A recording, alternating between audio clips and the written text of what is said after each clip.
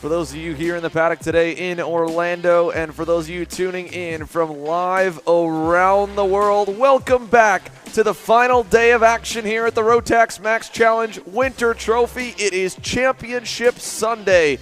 My name is Xander Clemens here in the booth, alongside me, Henry Beaudet, and we are back for what should be another amazing day of Rotax Max Challenge action here. We had some good racing yesterday, a few races that got a little more spread out towards the front, which means we'll see how much the field can catch up on Sunday. But thank you for joining us here on this beautiful Sunday morning. We were expecting a little bit more gloomier skies, but luckily Florida has blessed us once again with another nice and actually a little bit warmer here morning than yesterday. Yeah, Xander, and today is for all the marbles. At the end of the day today, 6 drivers will have punched their ticket to the biggest event in world karting, the Rotax Grand Finals in Bahrain in December this year. We've got 6 classes. None of the 6 classes have been decided, not by a long way. Today, we have points extra, 50% plus points. So instead of 20 points for a heat win, it's 30. Instead of 40 points for a final win, it's 60. 120 points available, plus 1.5 points for the driver that starts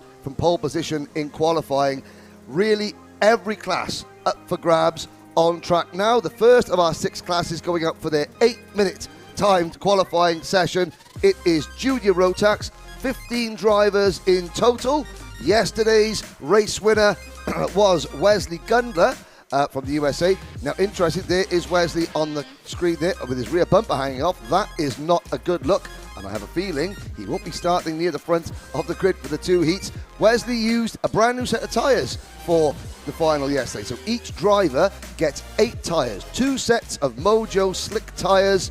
They can use them however they want over the 2 days.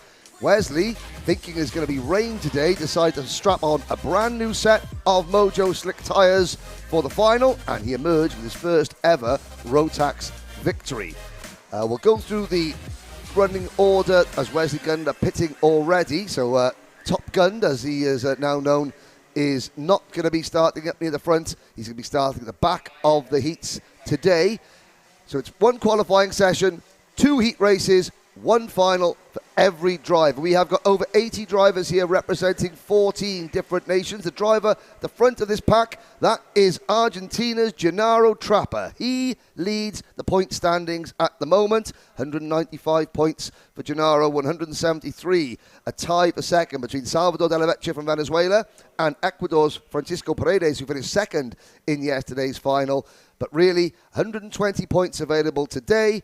Don't forget, if a driver fails to finish and does not complete 75% of the race distance, they score no points. So we won't see a situation, Xander, where drivers are going out, trying to protect their points lead and just coming in and taking last place points. That will not happen. It's going to be decided right at the checkered flag, how it should be.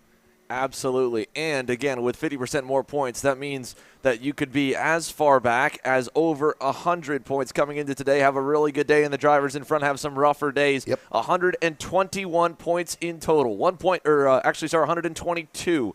2-point bonus for qualifying on the pole. 30 points for each heat race win, and 60 points instead of the usual 40 for a main event win. We've got the championship standings here today, and Gennaro Trappa had a good rebound in yesterday's main event to stay consistent. Even after a wreck in one of the heat races, he enters today as the championship points leader after a dominant run at PK Race Park for rounds 1 and 2 with a solid 22-point advantage over Salvador de la Vecchia, who had a fantastic day early on in PK, of course, getting the race win. However, yesterday, not so much. Ended up a little bit further back in the main event. On your screen right now, you're seeing at the front in the LN cart there, Frederique Lemieux, and right in front of us is the number 202 of your championship points leader, Gennaro Trappa, leading a train of 3. At the end of it, we'll find De La Vecchia on that LN cart, and in the middle, Henry, if you could help me out. Nathan Dupuy.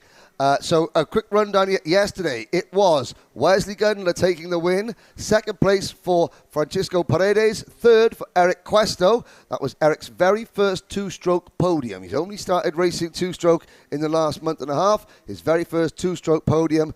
And that Gennaro Trappa, the points leader, he only finished 9th yesterday. Salvador Della Vecchia, the driver who is now in a tie for second place in the championship, only finishing 6th yesterday. But Della Vecchia coming out of the gate strong. He's got a really good toe here at the 0.8 of a mile Orlando Kart Center. He's following Nathan Dupuy at the moment. He is top of the scoring pylon here in qualifying, 56.022 seconds. And how about when we get to the start-finish line, how about, Xander, you take us on a trip around this 0.8 of a mile Orlando Kart Center, a very different prospect for the drivers that we saw last weekend at PK Motorsport Park. Not as bumpy, but still very, very demanding. Yeah, very physical here, as you can see the curbs being used in the final sector. Here we come across the line following our quickest driver so far, Salvador de la Vecchia, although he just got bested by Francisco Paredes that lap. So we'll bring de la Vecchia around as he comes through turn number 3. Here's a look up to Frederique Lemieux as well. A little pass in front of him for Nathan Dupuy. That's the second passing zone right there, turn number 4. Another one right into turn number 5. 3 quick passing opportunities to start the lap. You exit turn 5 and you kind of are full throttle here in the DD2s. They'll breathe the throttle a little bit through this full speed right-hand bend, turn number 6 into turn number 7, a quick left-hand kink, and then around that hairpin, turn number 8, our 4th major passing zone on the circuit. Then you have this long scrapyard straightaway, as we like to call it, alongside the junkyard over into turn number 9, the tightest hairpin on the North American National Karting Circuit. You'll exit turn number 9 into what's a decent passing zone, turn number 10, and then over the curbs, turn 11, turn 12, the final couple corners, and this little bend in the straightaway, turn 13. We've seen a lot of crossover moves out of turn 12 and then across the line into turn number 1, which again is a great passing opportunity as well. We just saw one right there at the edge of the frame behind De La Vecchia. That was the next group here, where Gennaro Trappa has found himself after dropping behind Javier Chaparro and finds himself just ahead of, I believe, Francisco Paredes, who still remains as the quickest driver. They're third in line on that group in the number 205 at a 55.856. His previous lap number 5, currently holding on top of the boards. But my goodness, Henry, has it tightened up inside of our top 5. You're talking only 0.3 of a second for the first 3 rows as they currently stand. Yeah, and of course, for those you watching at home, you're watching the Kart Chaser live stream, you've got the ticket at the side of the screen here to keep you up to date. But if you want to follow live timing, you can use the Rotax Global app, All the live timing is available on there as well. You can also see the full championship standings on the Rotax Global app. Just find the US Florida Winter Trophy, the Rotax US Winter Trophy. Go to the Orlando Kart event. The point standings will be on there for you, courtesy of BRP Rotax on their global app. But it's now Nathan Dupuis who goes to the top of the board. 55.826. No, he has been dropped back to fifth. Paredes at 55.856. Chaparro at 55.758 now for Nathan Dupuis. So Dupuis 55.758.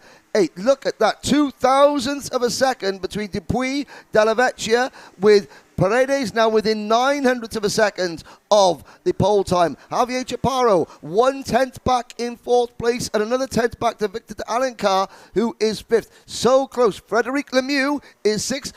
Newsflash, new motor today. Frederic Lemieux. The team thought they might have ingested a little bit of water during Friday's practice session, so they have resubmitted the tech form and got a new Rotax engine for today, and Frederic looking like she is putting it to good use. Yeah, Frederic Lemieux at least improving there again. We saw how quick she was at the end of the day, quickest in the wet in that Friday TNT session. Here's Nathan Dupuis and Salvador de la Vecchia going through turn number 5. We saw that time Francisco Paredes made a pass on Javier Chaparro going into turn number 9 the previous lap. This will probably be the final lap for all drivers. However, we've not seen a ton of improvements super late in the session here on lap number 9. Maybe we'll see it this time. De la Vecchia's got a good run on Nathan Dupuis. Lemieux continues to lead this 3-car train. Chaparro, a little further back. Paredes was making a move on one other driver a little bit further away. I believe that may have been I'll try to identify in a moment there, but Paredes did make one move into the hairpin, so he's on a clean lap this time. Here comes this first 3-cart group across the line. Any improvement for Lemieux, Dupuis, De La Vecchia? No change there. Chaparro and Paredes will not improve either on lap 9. No improvements inside the top 10, except for all the way back to 11th. You go back to find an improvement on that final lap. Paulie Hart able to move up just a little bit and close the gap to only 0.6 off the pole. An improvement from his qualifying effort yesterday that had him at the tail end of the field with an issue in the opening session. However, though, Nathan Dupuis, the Canadian, aboard the OTK number 213, was in the middle of that 3-cart train, getting a slight slipstream off of Frederic Lemieux, who ends 6th. So that's the difference potentially off of the toe. 0.3 of a second for Lemieux being the Pied Piper, and Dupuis getting the benefit of that slipstream on those 3 major straightaways. You have the front stretch here. You have that run going into turn number 4 that's mostly flat out from turn 3 and 2. Of course, you have that long scrapyard straightaway as well, all coming into factor. So again, your top 5 from Junior Max as they wrap up qualifying. Nathan Dupuis on top by 300ths over De La Vecchia. 600ths back to Paredes. Only another 0.5, 500ths really roughly to Javier Chaparro. Victor de Alencar another 10th back. Frederic Lemieux a 0.5 to a 10th away as well. We got problems here for one of our Senior Max drivers leaving the grid. Yep, I can't quite see who that is, but there's an issue there. And that's sort of our helpful crew there. So you can see Esteban Del Rio just helping the driver get out of the way. Now, is that blocking other drivers? It is. And the driver standing at the side of the circuit. You can see Isaac, our grid marshal, there at the side as well, helping the driver to get back in. Tony Kart race suit. Is that Matthew Verose possibly? It is a Cosmic chassis by the looks of it. And he goes out. It's the number 322. It's Brian Garcia, the 15-year-old driver from Del Rey here in Florida. But Brian gets going out on the circuit. Oh, he's got a heavily bent steering column. Look how far off to the right-hand side that is going down the straightaway. So he's got at least a bent, probably left front tie rod. So hopefully it doesn't affect Brian Garcia too much. We talked about Eric Questo in the previous session, moving up to the higher horsepower classes from the entry-level Briggs & Stratton 206 divisions, 9 horsepower to the jump in the mid-20 horsepower Junior Max, and then the nearly 30 horsepower Rotax Senior Max is a pretty big jump in speed. And I think cold tires, getting on the power and eager to get out for the session, caught him off guard. So hopefully he can pick up as we look to one of the fastest drivers from yesterday. Timothy Pernod got himself provisionally onto the podium in what was a very chaotic final lap battle between himself and others for the second spot. He crossed the line inside the top 3, but there was a lot of contact all the way through. And he was given a penalty and did not make the podium eventually. We'll quickly wrap up. So, to wrap up the junior thing, championship leader Gennaro Trapper only qualifying 8th fastest. Provisionally, subject, of course, to post-race tech or post-qualifying tech, Nathan Dupuis gets an extra 1.5 points. That puts him onto 160.5 points, and the leader, Gennaro Trapp, 195. So Dupuis, in sixth position of the championship, still has a chance. It's going to be a battle between the top six, realistically, in junior. Senior, however, 21 entries. Noel Leon from Mexico has 217 points. He is 18 points in front of Eduardo Barrichello on 199. Gianluca Savalio, despite having a terrible day yesterday, is third on 163. Aidan Fox, yesterday's final winner, is fourth on 162. Wes Duchak is fifth on 146, but realistically, it's about the top four. And I have to say that Noel Leon, poor in qualifying yesterday, he doesn't want to make the same mistake again today. As I say that, we're looking up at the scoring pile, and at the moment, early stages yet, it's Pinot leading the way with a 53.473. No Noel Leon. So the championship leader trying to rectify the issues he had in qualifying yesterday. He goes to the top of the pylon with a 53.417. Looking at Aidan Fox on your screen at the moment, and Aidan not in the top five, just building up as we watch one driver cross the start-finish line there. That is Fox going into turn number one, and Fox moves himself into P6. So it's Noel Leon, Timothy Pernot, Manuel Gonzalez, Ethan Thorne, Augustin Trapper, and Gonzalo Molina now the top six, time changing all the while. So we'll take a look at different drivers around the racetrack and give you more of thetheir story. Here again is Timothy Pernot. A little further back from him aboard the Tony Kart, the two karts back from the 311, we'll find Manuel Gonzalez. Yesterday, Manuel Gonzalez, up and down day. He was right in the middle of the group here throughout a lot of the sessions as they ran. Finished P6 in the final. Had a solid day to end it. But he will be looking to, again, improve a little bit because that final lap skirmish, that meant he was right in the mix for the battle for the podium. Just came up again a little bit shy. He enters, as you mentioned, in the championship. Manuel Gonzalez down in 9th position. Not so great at PK Race Park. Improved, again, his spot a little bit yesterday with a 6th place result and an up-and-down run through the heats. He'll be looking for more, but now he's been bumped down to 6 as the lap times continue to fall in. We'll see if we can find Eduardo and Fernando Barrichello. Here is Dudu Barrichello. He trails Wesley Duchak and has just gone to the top in the 319 PSL Karting Bureau Art. Grown up around this racetrack, and he had a interesting day yesterday as well. Of course, drove through the field after a penalty in heat number 1 because he could not get fired off on the grid. The mechanics decided instead of taking 0 points for a DNS, they wanted him to at least get on the racetrack. They swapped the spark plug on the grid. They knew it was going to come up to them a penalty because you're not allowed to make any mechanical adjustments on the grid or have any tools, simply a tire pressure gauge. It took away his heat race win. However, he ended up with a heat race win in heat 2. It started in mid-grid. He drove through the pack to get into the top 5 and onto the box in 3rd when the time the dust settled. At the moment, his lap, a 53.145, has him a 300th gap over his teammate, Timothy Pernot, in the charts. It's Noel Leon, again, championship points leader yesterday for the 325. Not a day to be desired. He made the most of it, stayed inside the top grid, and really just kind of brought it home. In fact, in the middle of the main event when Eduardo Barrichello got by him,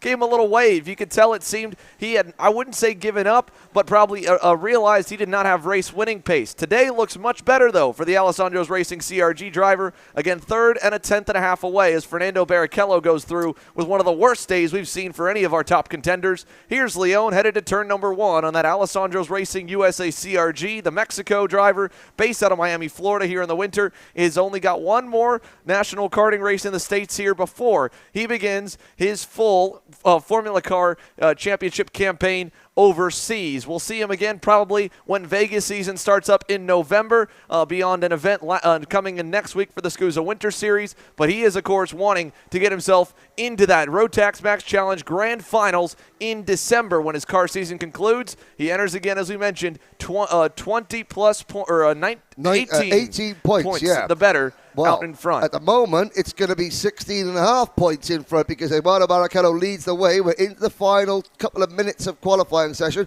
Couple of little bits of news yesterday. We mentioned Fernando Barrichello's terrible day. He has been struggling with an internal issue with that Bureau Art kart, the engine. I noticed that Alex Vandal from BRP Rotax, who's here from Austria, was out in the paddock stripping that engine down, looking for it with the team, looking to see what the problem was, because whatever the team tried, in the case PSL Karting, one of the biggest teams in North America, couldn't get to the bottom of it, and Fernando this morning said he thinks it might be okay. We'll have a little look there. I'm noticing that Gianluca Savaglio is not gone out. Maybe this is a case of Savaglio trying to do 2 classes, realises I'm not going to win senior, but I need to focus totally on DD2. So we may have seen that, because we'll get to DD2 later on. That'll be the 6th and final qualifying session. But Fernando Barrichello at the moment not appearing on the top 7. Let's have a quick look at where Fernando is. Well, he's 10th. 10th, which is, again, not what he wants to be, but better than the kart was performing yesterday. Let's see if he can improve on that. It's still his elder brother, Eduardo Barrichello, leading the way. Don't forget, the defending Senior Rotax Winter Series champion and last year's 5th place finisher in the Grand Finals, the leading non-British driver home in the Grand Finals. And again, it was a history-making day in Portimao. UK taking the top 4. That's never happened before. But the rest of the world, 70-odd different nations represented in senior. Eduardo Barrichello on your screen was the best of them. He is still top of the pile from Timothy Pinot, Noel Leon, Aidan Fox, Wes Duchak, Nicholas Maldonado. Here we go. Nicholas Maldonado in kart number 335. 15-year-old driver, now based here in Orlando. Him and his older brother, Marlon, they're competing in their very first Rotax race. They only moved here to Florida from Puerto Rico 6 months ago, so they're new to the sport as a whole, really. This is the biggest event they've ever done, and they are both doing really well. Nicholas up into the top 6. Yeah, Nicholas Maldonado with a very impressive run here and could be looking for a little more on the final lap. This will be it, though. Checkered flag will fly this time. Here comes the 307 machine on through. That was going to be Santiago Igo Aguirre, who did not have the best of days yesterday. Across the line for Fernando Barrichello. Will it be anything more on lap 8? It is not. Everyone's best laps in Senior Max with the higher horsepower, heavier go-karts seem to be coming in a little bit earlier in the session. Everyone's quick times between laps 3 and 6. Noel Leon having the only driver inside the top 4 with a lap time coming that late in the session. But I don't think we'll see any major improvements. You saw Eduardo Barrichello come in early there on that lap. So did Wes Duchak and multiple others. Manuel Gonzalez also pulled in early, so you won't see any changes here. The leaderboard will be as it stands. Eduardo Barrichello on home turf for the 2nd day in a row finds himself on the pole here for Super Sunday, Championship Sunday of the Rotax Max Challenge Winter Trophy. And again, a 1.5 points for him. He shaves that championship lead down from Noel Leon at 18 to 16.5. And that half a point, again, that could be the difference here. The only half point scored on the entire season. Now, in seniors, one thing to tell the viewers, the points only awarded down to 17th position. We've got 21 entries in senior, possibly 20 with Gianluca Savaglio not out there. I'm not quite sure if Dylan Dana is going to go out today. However, even if you finish, so if you finish last, if you have a problem but still finish last, you don't score any points. You've got to be in the top 17 to score points. 16.5 points, that is the difference between 30 points for a race win and 13.5 points for 9th place. So, Noel Leon, he needs to finish in the top 8 in the first race to hang on to his points lead if Eduardo Barrichello wins. He's well placed, though, in 3rd on the grid, a lot better than yesterday. But qualifying coming thick and fast here at the Orlando Kart Center under muggy, I think is the correct word, and grey skies. I have to say there was rain forecast, but later on in the afternoon, we're going to be wrapped up here by 3 p.m., so hopefully it'll be a late afternoon shower and we can get things done in the dry. But back on circuit, it's time for Max Masters. And this is the class, well, Eduardo Barrichello trying to overcome a rival to win his ticket to Bahrain. His dad, Rubens Barrichello, trying to hold off his rivals to earn that ticket to Bahrain, because it's Rubens Barrichello leading by 30 points at the moment. Now, that may seem as though, okay, that could be a healthy margin. Wrong answer. Any problem for Rubens Barrichello in this first heat, and he doesn't finish, that could give Antonio Pizzonia a 30-point win. There we go, and that would tie them up. So even though the points differential seem on paper quite big, when you look at what's available today, the drivers all know they cannot afford one single mistake. Rubens Barrichello has won all 3 finals so far, yet Antonio Pizzonia, who won both heats, second round of PK Raceway Park has stayed in there. Now, this is not a mechanical problem for Rubens Barrichello. This is a tactical decision. He is looking to find some clear track or a kart in front of him that he can aim at. And I think that's Mundi Lawyer. That's about 20 kart lengths around the road. Mundi did really well yesterday, so Rubens is thinking, okay, I want to hunt down Mundi Lawyer. I know I'm faster than him, but I'm not much faster than him. I'm going to use Mundi as a target to motivate myself, to get myself in that zone, to follow and pick up. That's what every driver tries to do. There's Mundi. So Mundi doesn't realise. Mundi's doing his own thing. The 56-year-old driver from Lima, he doesn't realise that he's got 326-time F1 starter, 11-time GP winner, Rubens Barrichello, using him as his target.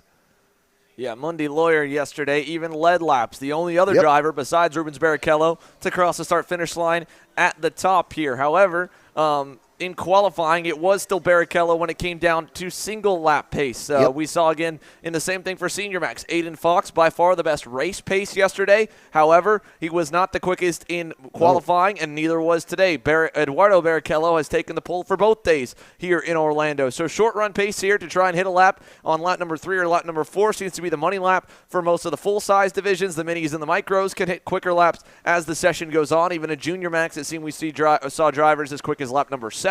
However, in Master Max, I imagine we'll see much of the same. 2 laps complete so far. Antonio Pizzonia is your fastest. Barrichello finds himself, well, a little further down because he has not yet put a lap at full song. This will be the first lap he goes at full speed, and we'll pick up some more around the racetrack here. Other little bit of news to give you. Antonio Pizzonia yesterday struggling with the problem with the engine. New engine on today for Antonio Pizzonia. Handed in his engine passport card and the new tech form. Drivers are allowed to swap engines between rounds. There is Antonio Pizzonia in the number 617 Zanella racing kart. He has got one of the GP Racing drivers behind him. Now, we're going to go through there, but GP Racing fans up in Toronto, I know there's a lot of you watching. I know there's a lot of you watching the WhatsApp group that you've got going on amongst yourselves, following the 3 drivers, Logan Flewelling, David Lee Provost, and Victor Kuzmichov. We're going to have a really good bit of fun with you guys later on. Get your shot glasses at the ready, because yesterday all 3 of the drivers finished all 3 of the races, and we're going to have a bit of a game, the Italian Racing League shot game during the final round of the Rotax Grand Challenge, the Rotax Winter Trophy today. There is Kuzmichov with the blue race suit in kart 603. He's 8th at the moment. Logan Flewelling is leading the way. So if you're I'll let you into a secret. But while Barrichello goes quickest, the GP Racing fans, the Italian Racing League racing fans up in there, they've got a WhatsApp group. They've split themselves into 3 teams: Team Flewelling, Team Lee Provost, and Team Kuzmichov. Whichever one of those 3 drivers finishes each race first, if you're in Team Flewelling and he finishes first, you have to take 3 shots. If you finish second, you take 2 shots. If you finish third, you take 1 shot. All the boys up in Canada are going to have a really good Sunday evening if the GP Racing drivers finish each race. Yeah, they've got to finish, right? They got to get through to the checkered flag, score their points. Here is the 607. That is, of course, Slade Provost. He is about a second off of his teammate in Kuzmichov, who is also about a second back from Flewelling. So Flewelling right now, the odds-on favorite for them at the moment. Meanwhile, here, while we focus here outside the top 5, the top of the leaderboard has changed hands. Rubens Barrichello, a 54.048, has him 3/10 up on Antonio Pizzonia. Pizzonia only a 54.346, so impressive for Barrichello here. This lap, he looks like he's on a cool-down lap. Does he come to the scale line? He's looking over to his mechanic. Now, they've got Matthias Morgato here helping them out, the current CIK World Karting Champion. They've got Marion Kramers, one of the factory barrel drivers here in the US. And Barrichello there just signaling there. The drivers, looking over to his mechanic, looks behind just to see he's got some clear track behind him. He's got clear track all around. And he certainly looks like he's cooling the tyres down. These tyres, these Mojo Slick tyres, they do go through heat cycles. Yeah, we saw that a lot at PK Race Park as well. Not something we've seen a ton, but we also haven't seen a lot of Rotax karting action on the Kart Chaser network here. Really, again, these are our first ever 2 weekends getting to stream it. We'll stream the Rotax Max Challenge US Grand National Trophy Final later on this year in September at Newcastle Motorsports Park in Indiana. But this is something that we've only seen in a handful of different qualifying sessions throughout our career of live streaming. With the Mojo tires, we've seen many drivers try and take a cool-down lap and then do a push lap later on. Barrichello, little signal up there, up what looked to our cameraman. Well, our cameraman is up at the far end of one of the 3 major viewing stations here around Orlando Kart Center here. Barrichello will go into the scale, so he's not going to go for another one. Well, and as he's done that, Antonio Pizzonia has just put in his personal best lap of 54.180 to get within 1/10 of Rubens Barrichello. And as you can see, Pizzonia is still pushing on. So, even though we're into the dying minute and a half of this session, Pizzonia still has designs on pole position. Of course, Antonio, the reigning champion, the reigning Master Max champion here at the Winter Trophy. He's raced the grand finals in his home country of Paraíba back in Brazil in 2018. Didn't utilize the ticket he won last year. He had an alternative commitment, unfortunately, which meant that the ticket actually went back to Rubens Barrichello, who was the runner-up in the last year's championship. Barrichello still leads, Pizzonia second, Mundy Lawyer third, Harold the Showman Watson fourth. Yesterday's runner-up, Vince Carey fifth, and Luis Quinones, Logan Flewelling, Abel Martinez, Victor Kuzmachov, and David E. Provost, who has just posted his best time of 57.336. Here comes Pizzonia across the line. No improvement on that one there. 3/10 slower for Antonio Pizzonia coming off of a cool-down lap. Went for a push lap there. He's already back, slowed down again, and I imagine we will see that Zanella Racing Tony Kart probably head for pit lane. Now, one other interesting point, you see him look up a little bit into the skies, it seems, as they go towards turn number 4. That's one interesting part about Orlando Kart Center. I'll see if our cameraman Aaron, based over in the center, can take a look over to his right off the racetrack. One of the cool venues about Orlando Kart Center, if he pans a little more to the right, we'll see that we have a live leaderboard. It might be blocked a little bit by the mechanical stand, or the stand that he is on. It's far over, just a little more to the right over there. It's somewhere over there. Somewhere over there. Oh, we had the leaderboard up. Maybe it's down. I thought that's where a lot of the mechanics are standing as well. well. So if the drivers are looking up to see the leaderboard, then they're also looking up to get signals from their mechanics as well. But so that's where the drivers are. They're not just checking the weather. They can tell the weather. Checkered flag is waiting. There is the flag man. Checkered flag, end of the session. Rubens Barrichello now moves to within, now increases his points lead provisionally, of course, and everything that we say on the live stream is provisional. At the end of each race, drivers have to go through, they have to make sure that they don't have a nose cone penalty, which is 5 seconds. They have to make sure that they're on weights. They go through the weigh scales. They then have to make sure they have not incurred the wrath of Rusty Ferguson, our race director, and getting any penalties. And then they have to go through tech to make sure that every component that the tech department want to see is legal. So whatever we say, it is provisional. Provisionally, Rubens Barrichello now moves on to 239.5 points.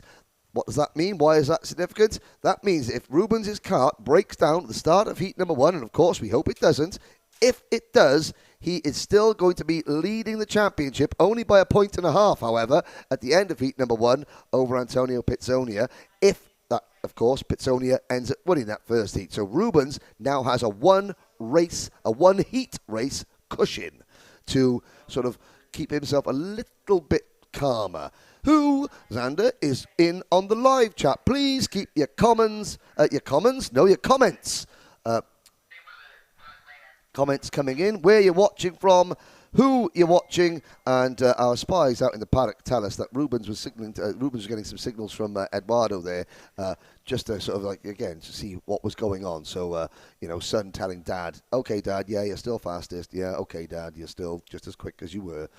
Things like that. But, Xander, yeah, who is in the Kart Chaser online community watching the live stream today? Well, first of all, good morning to all of you tuning in here. As we pinned our message, we like to read the live chat and read the comments from you all. Our drivers here in the paddock also love to hear their love and support from all those here from around the world. Plenty of people to give shout-outs to that have already stepped on in. Ooh. Elaine Sinclair, Alex Goldschmidt, at AC as well. Thank you all for checking in. Good morning to all of you two around the world. Good morning, my good friend Alex Goldschmidt. Alex will be commentating on the Rotax Euro Series. Very nice. For those of you in North America, if you want to do more Rotax racing, obviously the RTX group here here promoting this event, PK and the Winter Trophy, and some other events. But J3 Competition, they host the East and the West trophies. So they go to their website to see if you want to race Rotax in the East Series. They go to Pittsburgh and they go somewhere else. And then the West Series, they're in Arizona later this year as well. So there's plenty more opportunities for you to race Rotax in the United States. And, of course, if you want to go to Europe, there's the Rotax Euro Series as well. That kicks off in Campillos, I think, or in Spain somewhere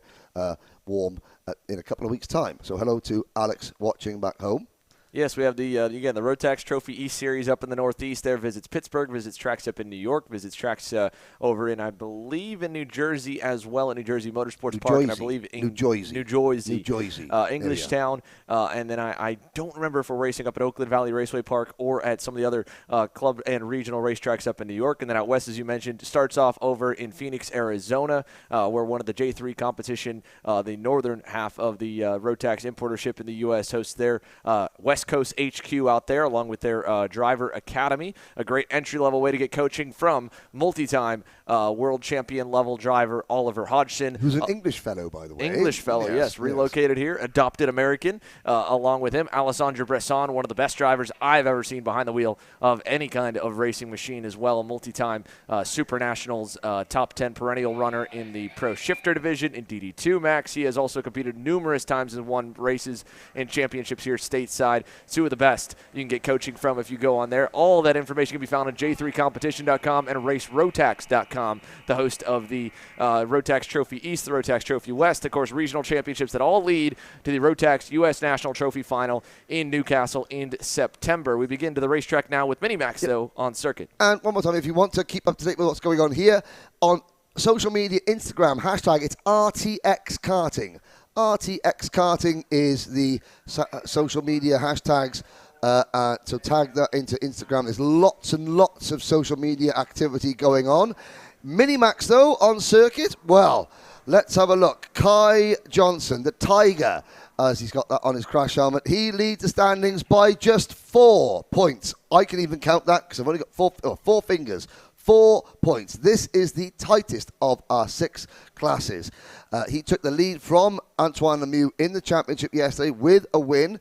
And I have to say that in the final yesterday, Kai was the winner from Antoine Lemieux in a very strong second. David Zhao was third. So it was USA, Canada in that. David Zhao is third in the championship. Alexis Baerjon, who went for the win round the outside of the final corner and just ran out of track. Alexis is fourth in the championship with 176 points. So it's 220 for Kai Johnson, 216 for Antoine Lemieux, 184 for David Zhao, 176 for Alexis Baerjon, and Edward Kennedy, the outsider, on 164 points. Edward fifth in the championship. Again, realistically, it's going to be one of those 5. Edward Kennedy, first thing that Edward Kennedy has to do is get through Tech out the qualifying, which is what he didn't do yesterday, which is why he started from the back of the field. And so Nan, Rita, who I know is watching, let's keep all our fingers and toes crossed that Edward can at least start up at the front, because if he starts at the front, I think, Sander, he has got a real chance of racing up for the win. We've got a lot of other love that has come in so far here. This is from @AC, giving some love to Salvador de la Vecchia, one of his friends from back home that he's tuning in to watch, who obviously... Bon dia, Puerto La Cruz. Yes, enters here this weekend with a very serious opportunity at the championship to try and knock off Gennaro Trappa as he enters P2 in the Junior Max standings. This is... shout out as well from F1 is Cool on YouTube, over to Bashi Jimenez as well, and I believe to Max McCarrum, still watching here after Loxahatchee. Yes, a couple of U-Race pilots here, the team based in Orlando, Florida, trackside here at Orlando Kart Center. Jaden Thomas giving a shout out to Aiden Fox, who had a lot of fans and supporters here sharing his winner's post from yesterday. A lot of love to Aiden Fox. It is his first major national win here, I believe, on U.S. soil. Came up runner-up at the Rotax Max Challenge U.S. Trophy Final last year to Oliver Hodgson. And, of course, Hodgson being the resident professional that he is with J3 Competition and kind of their in-house driver, gladly stepped aside, let some of the other Americans take that ticket over to the Rotax World Finals. And so Aiden was one of those beneficiaries who ended up making the main event, finished 25th overall in the world rankings. Vince Carey also got a cheer for as well from @Jaden Thomas to all the Northeasterners here. I made a mistake yesterday. I forgot to say hi to Vince's wife. Hello, Mrs. Carey. I mentioned the cats yesterday, but I didn't mention his wife. There we go. Problem fixed. Hello, Mrs. Carey. And cheering here as well for Dominic Vera from @Rodrigo Vera Jaimes.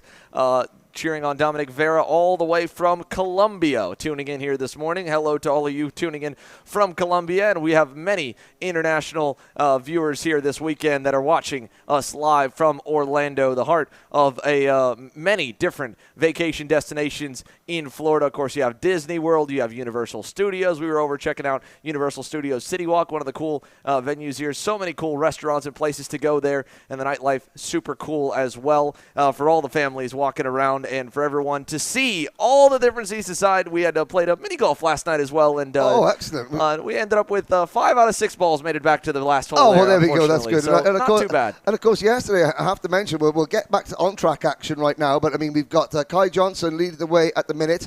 But yesterday, of course, we finished on time, and that meant the kart chaser crew were helped. They were well lubricated. A little bit of extra fuel here. A little bit of extra fuel, courtesy of Xander Clements. So well done. I mean, I'm not going to ask because today is the Championship Sunday, but I mean, hopefully we'll get through on schedule as well today.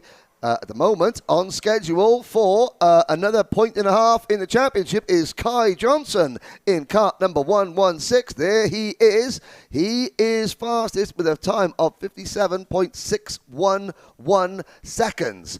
And so Kai leading the way at the moment. Antoine Lemieux, title rival, closest title rival, right behind him. All 17 drivers on circuit. That's good to see. Hello, Luke Kanja-Napatak at a 57.572. His best career Rotax Max Challenge qualifying effort yesterday. Went P2 overall. Got shuffled and outraced a little bit at the beginning of the heat races. Yep. However, he has gone even one better. Top of the boards for the Praga driver. We are going to see a different Luke Kanja-Napatak today. We're going to see aggression turned up a little bit because, again, he qualified really well, tends to get outraced. There's Alex Ruiz in kart number 112, another one of the Zenit Racing Praga drivers. And Luke Kanja-Napatak, Kai Johnson, Antoine Lemieux, Alexis Baerjon, Luis Cifres, Felipe Benito, Edward Kennedy, David Zhao, Iago Lempert from Peru, and Alex Ruiz, your top 10 at the moment. But it's Kanja-Napatak with a time at 57.572 seconds. Just 300ths quicker than championship leader Kai Johnson. You can't blink that quickly, but that shows how close the level of competition is here. And there's a famous line. I think that Luke was a little bit down in the dumps this morning. Again, yesterday he didn't go as well as he wanted it to. Again, quickly qualifying, then tended to go backwards in the racing. And there's a famous line for the cannonball run that they say to each other. If you're going to be a bear, be a grizzly. That's what Luke needs to be. He needs to just, again, really, really popular member of the paddock. Lots of friends in the paddock. Really nice family. His sister Victoria's got the welcome sign out. She now knows how to spell welcome, which is good. But again, that killer instinct on track. All these kids, you see them playing football, soccer, running around the paddock, having a laugh, But on track, the best drivers are the ones, they say, friendship aside, they've got that killer instinct to go for it. And it just takes drivers various amounts of time to develop that, I think. And it's a different stage in their careers. Some drivers get that. I mean, you look at Alexis Baerjon. There is, again, happy, smiley face all on the paddock, in the kart, different kettle of fish altogether. Ultra aggressive racer. And that's what all these drivers are going to learn. They just learn it at different speeds. But at the moment, it's Kanja-Napatak, who is, he's 7th in the point standings. So realistically, not a points contender for the ticket in this event. I'm sure he'll go and try and get tickets to the grand finals in other events, because he did qualify at Portimao, finished 25th as a Micromax driver last year. Kai Johnson still second, Antoine Lemieux third, Baerjon is fourth, Cifres is fifth. Then it is Benito, followed by Zhao, Kennedy, Lempen, and Alex Ruiz, your top 10. We're closing in the final moments. There's the flag man, the checkered flag. It will be waiting shortly. What can Kai Johnson do? This will be... this is going to be it for Kai Johnson. It's now or never for Kai Man. Across the line, Kanja-Napatak doesn't improve. Let's see. Can Kai Johnson or Antoine Lemieux improve? Benito goes fourth. Into turn number 9 for our points leader, Kai Johnson, number 116. Can he make it back to the top of the ticker? through turns 11 over to turn number 12 as well. He'll rock it around. Looks pretty smooth on this lap. Can the PSA Race Team Bennick go back-to-back poles across the line for Johnson on lap number 8? He does. 57.528. Hello, Kaiman. He goes to the top by 400ths. Across the line, Edward Kennedy. Great run in qualifying again. If he can make it through all the way again, if results are provisional, he'll start second, or on the inside of row number 2, Second in line on the inside. Third overall for Edward Kennedy. An improvement as well for Alexis Bayarjan and Felipe Benito on the final lap. And the tightest qualifying grid we've seen so far at the top. 2 1/4 tenths of a second for the entire top 5. 44 thousandths here from first to second, and a half tenth back to Kennedy. Kennedy only 4 thousandths up on Antoine Lemieux, who enters again looking for some more points on Kaiman, but give a 1.5 as Kai Johnson will add a few more to the total. It now becomes 221.5. 221.5 plays 216 for Antoine Lemieux. That is a 5.5 point spread. But again, that could disappear. All Antoine Lemieux has to do is win heat number 1. If Kai Johnson finishes third, then that gives the points lead back to Antoine Lemieux by half a marker. 30 points for the win in the heat, 27 for second, 24 for third. And yes, that is good. And we're just looking at the carts now going out. It's going to be Micromax up next. Micromax up next. And Julian Rivera set to go out and try to hang on to what is a 14-point lead over the driver at the front of the queue. That is Antonio Pizzonia Jr. Quickly, so it's 224 points for Julian Rivera, who has won rounds 2 and rounds 3. 210 points for Antonio Pizzonia Jr., who has come second in the last 2 finals. 190 points for Colombia's Sebastian Piemonte, the round 1 winner, and the only driver. I think Rivera's also finished the podium in all 3 rounds. Piemonte, a first, a third, and a fourth in the finals. Maxwell Matcha on 188 points is the outsider. He's the 4th position, 188 points. Dominic Vieira down on 159. So realistically, it's between Rivera, last year's champion, Pizzonia Jr., Piemonte, and Matcha. It's Ecuador, Brazil, Colombia, USA for the ticket in Micromax.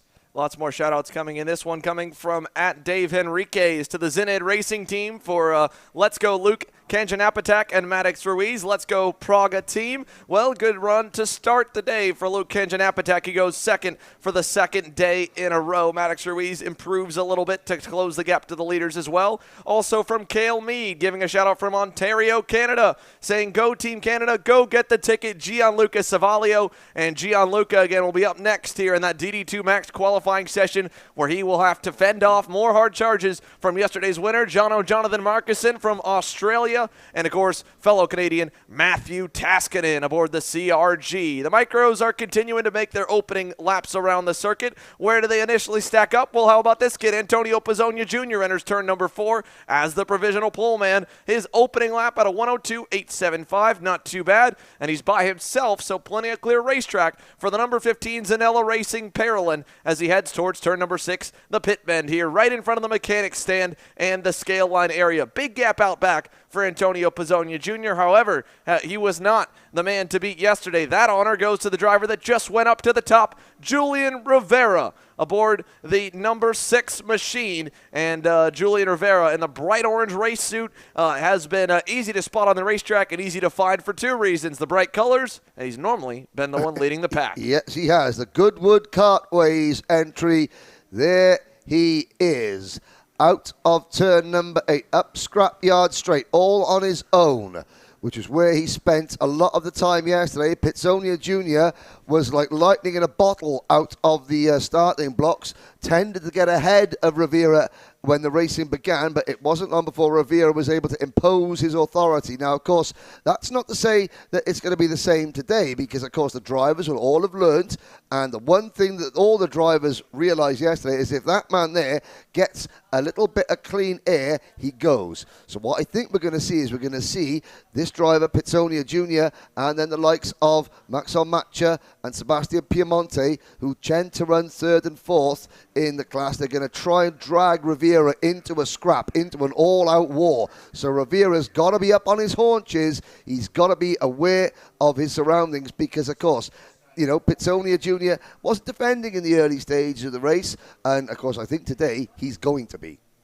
Yeah, we'll see if he can close that gap. Yeah. Again, yesterday, Julian Rivera was one of the bigger deltas in qualifying over the entire field. He has been so fast here this weekend, coming off a great week as well when it came to pace to PK Race Park. A little bit of chaos on the opening round, rebounded on Sunday with a much cleaner run to the finish. And then, of course, yesterday, dominant all the way through with a decent points lead of just 14 back to Antonio Pizzonia Jr. Another quick lap puts him now 6.5 tenths up on the field at the end of lap number 3 over Sebastian Piemonte. Pizzonia Jr. sits third, 3.5 tenths now as Piemonte closes in, who was also impressive throughout the day yesterday. Stayed close to the top of the pack here. It was really 4 that broke away in the majority of the sessions. Rivera would be the leader, Pizzonia Jr. the next closest, then Maxwell Macha on that SLA kart racing Parolin, and then you go back to Sebastian Piemonte, who was able to, again, join the leaders at the front of the field. Now he's even a little bit higher as qualifying continues to roll. P2 at the moment for the number 8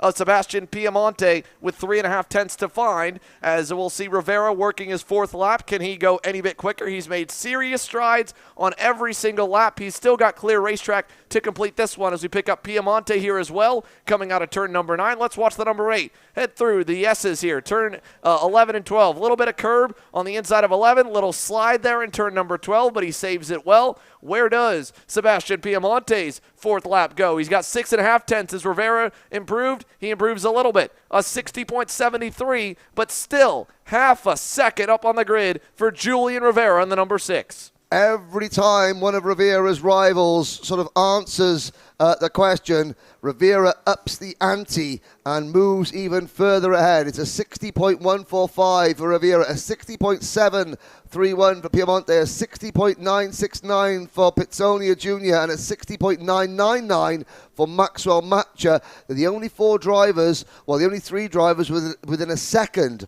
of Rivera. Olivier Chasse is 5th. Blaise Diniz up into the top 6. Great drive so far from the Zinid Racing Praga driver in kart number 10. Then it's Anthony Mazzuccolo, Christopher Lavoie, Melville Dos Santos, Jaden Francisco, Aiden Kishan, Matisse Lacroix, and Dominic Vera, the DM kart competition winner, down struggling a little bit in this session, 106.499. So all not well for Dominic Vera, who on the road yesterday finished 5th, but then got a penalty, and Dominic Vera eventually was classified 9th, but he is 5th in the point standings. It's going to be a good little scrap between Vera and Melville Dos Santos for 5th and 6th in the point standings, and another good scrap between Blaise Diniz, Aiden Kishan, Matisse Lacroix for 7th in this championship. But the top 4, they have got their eyes on the tickets, and just because Rivera was dominant yesterday and is still dominating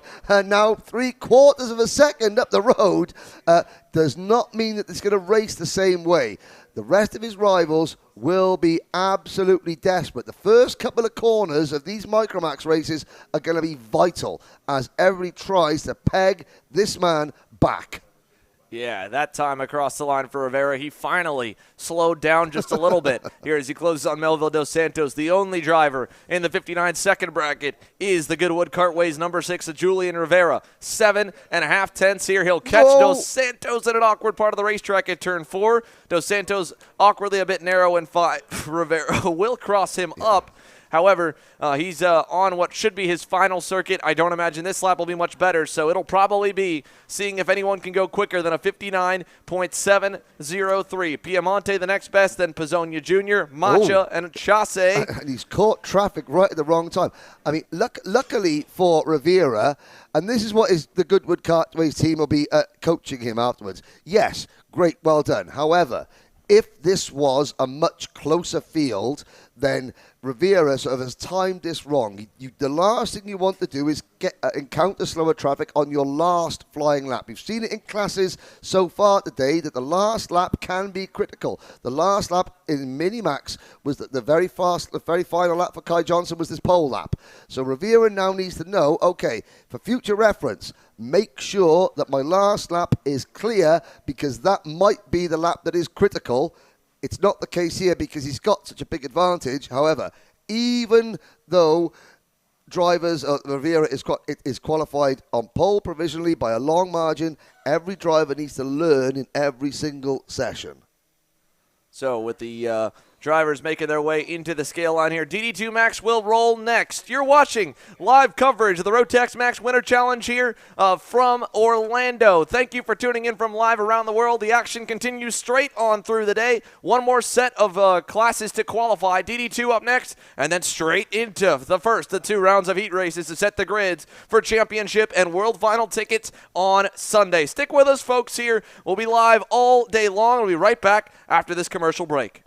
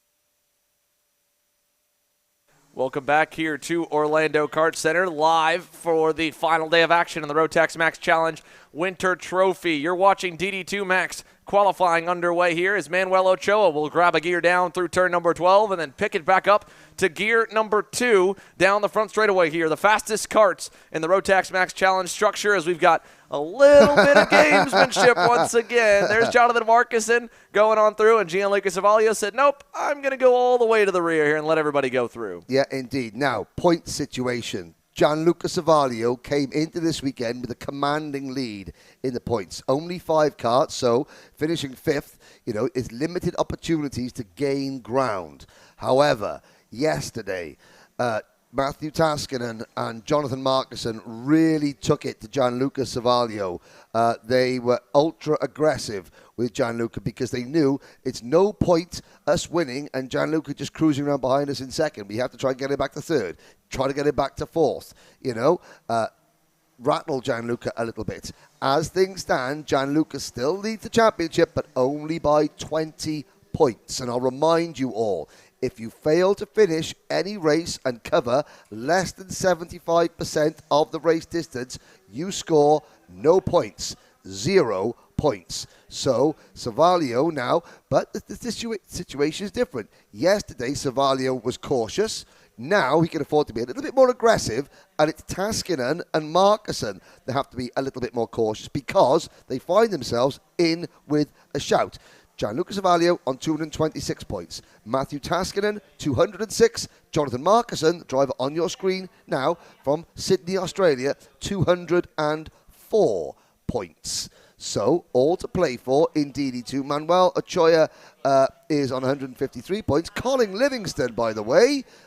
Colin Livingston fans, please brace yourselves. Colin is 4th in the championship. He's 6 points in front of Manuel Ochoa. So, your man has got an opportunity to finish 4th in the point standings. And we're going to keep up to date on his lap times as well. A 56.096 was how he qualified yesterday. And Marcuson slows down. That's going to ruin Savaglio's lap. Now Savaglio will go through. Marcuson will up his pace and sit in behind Gianluca. At the moment, Gianluca is fastest. So, He pulls over. He's going to spoil us up. And look, Markussen slows down. This is great. However, time is ticking. And they're going to slow down. They're going to look at each other. They're going to have another little go. I think the best way that they can do is, let's find, this is a 0.8 mile of a circuit. Let's put 0.4 of a mile between each of them, because the minute that one of them speeds up, the other one will slow down. Markussen decided he's going to slow right down into the pits. The engine problems were still there or thereabouts yesterday. The engines are popping. It's a little bit. As you go up through the rev count, as you go up through the power band, you get it goes pop, pop, pop, pop, pop, you know, at the very top of the rev band. So that is a concern for Markussen's Praga and kart his hand team. went up right in front of Savalia. So while it looked like maybe for a moment that he was more so trying to play games with Savalia, I think that Jonathan Markussen may have also just had an issue, because he kind of threw his hand up in a weird way, almost like a frustration, a little scoff at it, as it seemed to maybe just struggle up through the gears or whatnot, because he is down at a 54.365, a second and a half off of Savalia. I think that poor Jonathan Markussen, the Australian on the Deniz Racing Praga, has still had some issues here. Again, he said lingering yesterday. Looks like here this morning they have stuck with him. He is down in the fourth spot behind Manuel Ochoa, who is going around, and then here is Matthew Taskinen on the 704. So the next best competitor to Savalio, a 2.5 gap back from him as he heads for turn number 9. So Savalio's trailed in behind Taskinen. Can Matt Taskinen find any bit more here in the final 2.5 minutes of this qualifying session? As he exits turn number 12 across the line, he'll get 2 to 3 more laps at full song. Where does the 704 go? Does it go any better on lap number 5? He does! To the pole for Matthew Taskinen, 52.880 by a quarter of a tenth of a second, 25 thousandths. He bests Gianluca Savalio, and now I imagine Taskinen, he might do a bit of a cool-down lap here on lap number 5. The other thing we don't know is we don't know who is on fresh tyres, who saved a set of fresh tyres for today, and who still might have a set of fresh tyres in the truck, so to speak. Savalio second, and Colin Livingston a 55.496 for Colin Livingston. Well done, Colin Livingston. Half a second, in fact 0.6 of a second quicker than he went yesterday. He has been trying to get in the 55s at 55.496. Well done. Taskinen, though, at 52.880. Savalio, 52.905. Anything better here for Savalio this time? You can see he tucked his head behind the wheel at 53 flat. He does not improve, 1/10 slower. Here's Manuel Ochoa. We saw on the screen there Matthew Taskinen pulling into the scale line, so it wasn't a cool-down lap. He was happy with that 52.88. He'll sit on it. It would be his first pull of the season here in the 4-round mini-championship. In warm-up this morning, the driver you're looking at on your screens now, the 708 of Manuel Ochoa, lost his left side pod coming out of turn number 8, and the side pod sat at the very exit apex of the corner. And I have to say, a big well done to the marshalling team for getting the yellow flags out, and a big thank to Eric Questo's mechanic mechanic for getting out onto the track and picking that car up, because I was down there doing my weather check in the paddock, and I was waving my hands, and luckily Colin Livingston was able to avoid it just barely. Nobody wants to come across a side pod of the circuit. The time is still ticking down, but everybody in DD2 has decided, nope, enough's enough. I'm going to save the tyres I've got. And it's Matthew Taskinen, Gianluca Savalio, Manuel Ochoa, Jonathan Markussen, Colin Livingston, your official result, your provisional result. So Matthew Taskinen moves on to 207.5 points. That is an 18.5 provisional deficit to Gianluca Savalio. But Xander, time waits for no man. It's heat racing. It's about to begin. I can hear some engines.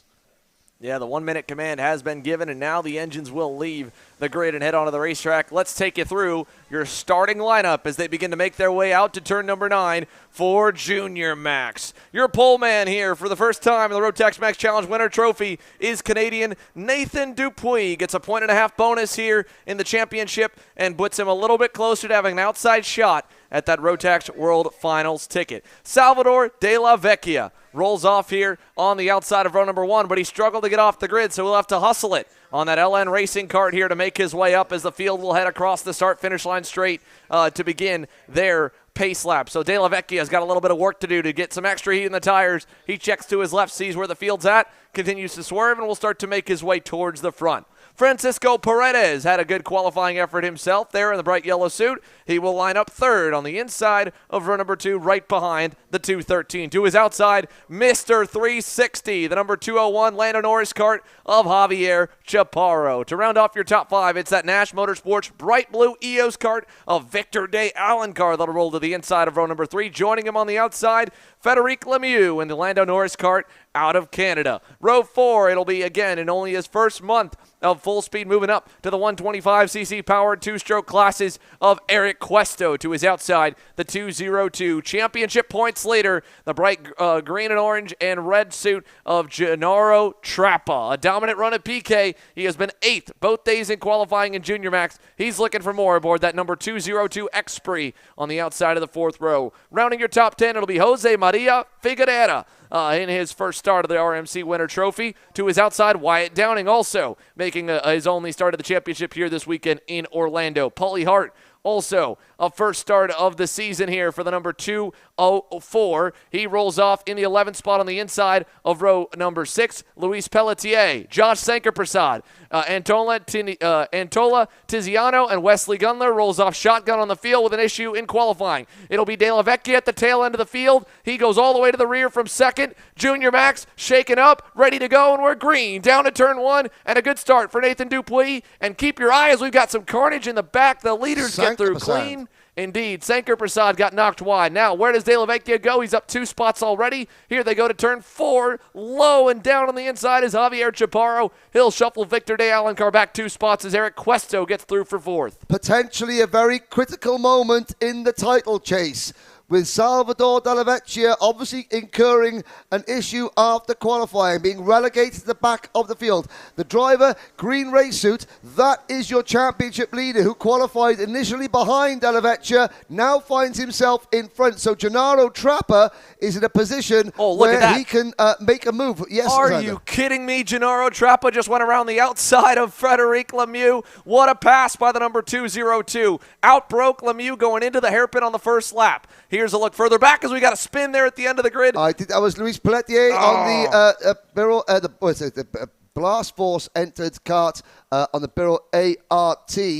Newcomer to the class, raced in Minimax at PK Raceway Park. But the 2 leaders, Dupuis and Paredes, trying to break clear from Mr. 360, Javier Chaparro, and pretty in pink, Eric Cuesto running in 4th place. Victor de Alencar is 5th, and Gennaro Trappa getting his elbows out early, up into 6th position ahead of Frederic Lemieux, Paul Hart, Jose Maria Figueroa, and yesterday's race winner, Wesley Gunler. But don't forget, ladies and gentlemen, Wesley used his second set of fresh tyres in yesterday's final, so he is not going to be as quick today against drivers with newer tyres who saved their rubber for today. But what can Wesley do? And De La Vecchia, they're coming into contact with the number, and there's a little bit of a arm waving there. Gunler goes through. I think that was the number 2, the Tony Kart chassis, Jose Maria Figueroa, and De La Vecchia having a little bit of a territorial dispute, and that is not helping De La Vecchia one little bit. He's still down in P11.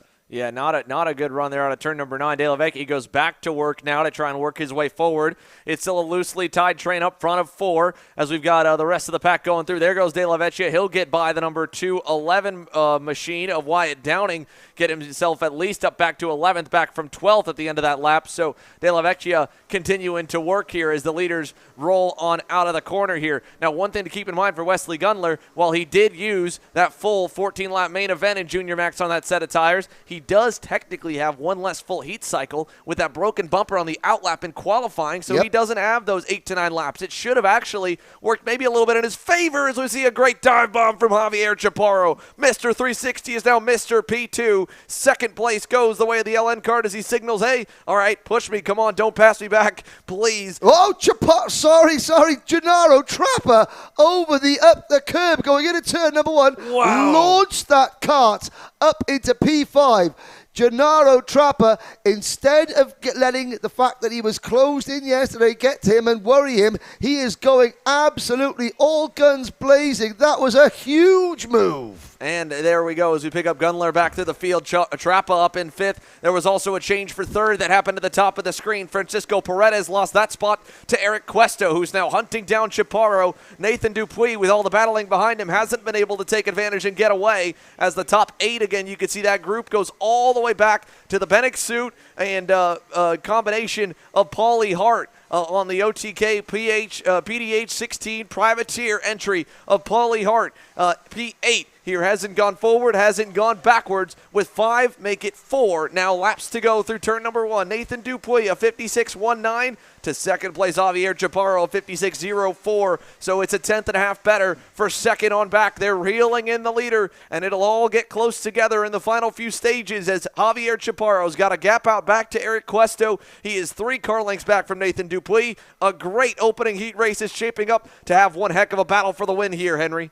Indeed it is. Last year, Nathan Dupuis came here as a 10-year-old to race in the big class in Minimax, and safe to say he was a little bit all at sea. He's gone back to Canada. He's won several track championships in his home state of Ontario and around the Canadian nation, and has come back here a different driver. He's hugely popular in the paddock with his fellow drivers, but on track he has developed an aggressive streak that every driver needs, and he's got to put it to good use now because he is going to come under pressure from Conchita Mara's Colombian Javier Felipe Chaparro. He is going to come under pressure from Eric Cuesto, who now spends a lot of time, is based here, but was born in the Dominican Republic and wants to represent the Dominican Republic. And there is a change back. That's Paulie Hart in kart number 204, battling with Frederic Lemieux for what is 6th position. Put Paulie Hart up into P6. Gennaro Trapper in 5th position is catching the lead 4. If Dupuis begins to defend, and I don't think he's going to have a choice, I think that Chaparro is going to force him to defend. That's going to give Trapper another opportunity to gain points, and his nearest title rival, Salvador Della Vecchia, is still down in P9. Problems for Victor de Alencar. Oh, I was going to say still down in P10. Now make that P9. Victor de Alencar, 5th in the standings, is grinding to a halt. Hated here for the Nash Motorsports kid as Victor de Alencar had a consistent run going, but that engine is not at full power as he slowly works his way towards the start-finish line. I think he's got a major mechanical issue. I think he's just trying to nurse it to the scale line at this point and get it off the racetrack, but the 214 is out of contention. 2 laps to go. Where are our leaders here? Nathan Dupuis has heavy pressure coming. Hello, Eric Cuesto, and nearly contact as Paredes and Trappa, and everybody comes together for 3rd. Eric Cuesto leads the way for the very first time down to turn 9. Eric Cuesto won the opening heat race here yesterday. Can he do the same? Nathan Dupuis, he's had to defend. Now he's got to go from defense to offense. Paredes down to 4th, up into 3rd position. Chaparro now running in 3rd. Paredes down to 4th, so we missed Cuesto taking 2nd place. We did great camera work from the kart chaser team to get Eric Cuesto that move to the lead. Trapper tried to make up another position, and there was a little bit of door banging going on. Trapper's still there in 5th position. At the moment, however, Trapper would increase his championship lead over Della Vecchia. However, he's going to lose a couple of points to Paredes as things stand, and to Dupuis, who is still in contention. Eric Cuesto as well. Well, 4th in the championship. Could we see Eric Cuesto making a bid for Bahrain? Oh, Trapper up the inside. He gets 2 for 1. That was massive from Gennaro Trapper.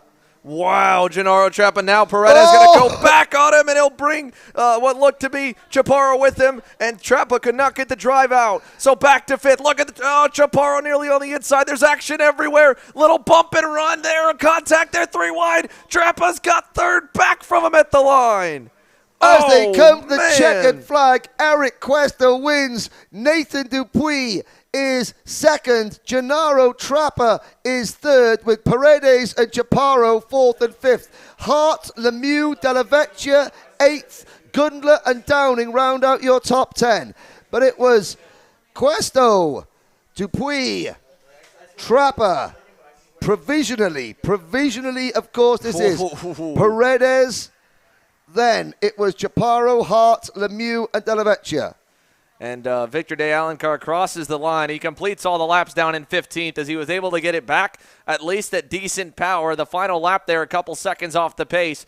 Eric Cuesto, talk about a big confidence boost there coming out of it for Junior Max with that heat race victory here for his first heat race or any race victory in the 125 Junior Max class or 125 racing period, moving up again from the beginner 4-stroke 206 division all the way now to one of the fastest classes in North American karting, the 125cc junior division. So very impressive run from Florida, Delray, Florida's Eric Cuesto, the winner over Dupuis, your pole man who survives. Gennaro Trappa again provisionally in a very, very chaotic battle on the final half lap for third. He takes the spot away from Paredes and Chaparro. Paulie Hart in 6th, Frederic Lemieux 7th, De La Vecchia rebounds to 8th. He'll have to come from the back of the grid once again here in Junior Max for Salvador De La Vecchia. But already, just like that, one away, 5 to go, and we're back underway as Senior Max begins to make its way on the grid here while we continue to make more points calculations of how that all will cycle out for the juniors. Your seniors are on to the racetrack.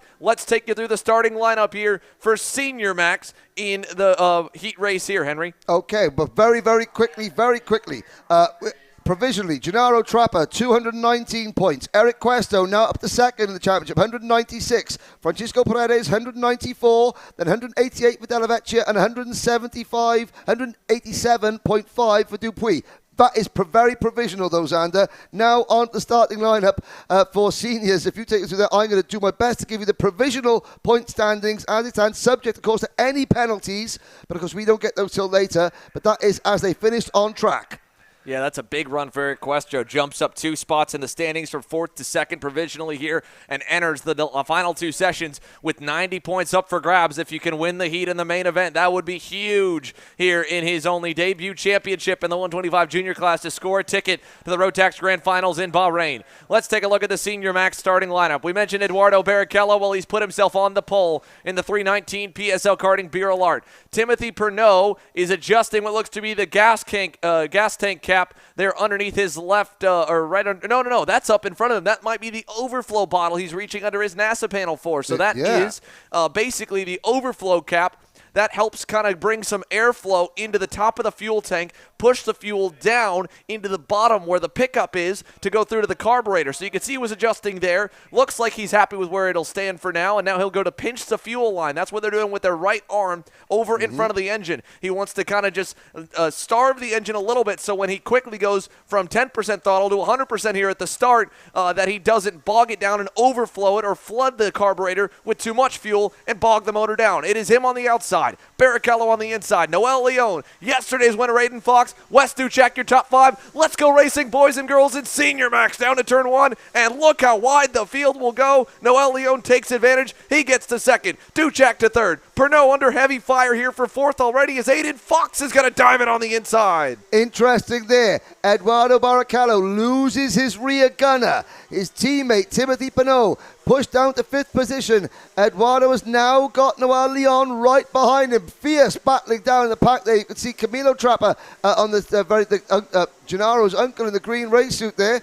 His brother Augustin is still in this race as well. But it's Aiden Fox with the 4th position. Duchek there in 3rd. And Noel Leon gets it all crossed up at the braking for turn number 9. Holds onto it and does not run into the back of his title rival at the back of the field there. I saw one car turn around, possibly one of the Nash Motorsport vehicles. We'll get a number check on that next time around. But it's Noel Leon making his bid for the race lead into turn number 1. And he gets it done. Duchek into P2.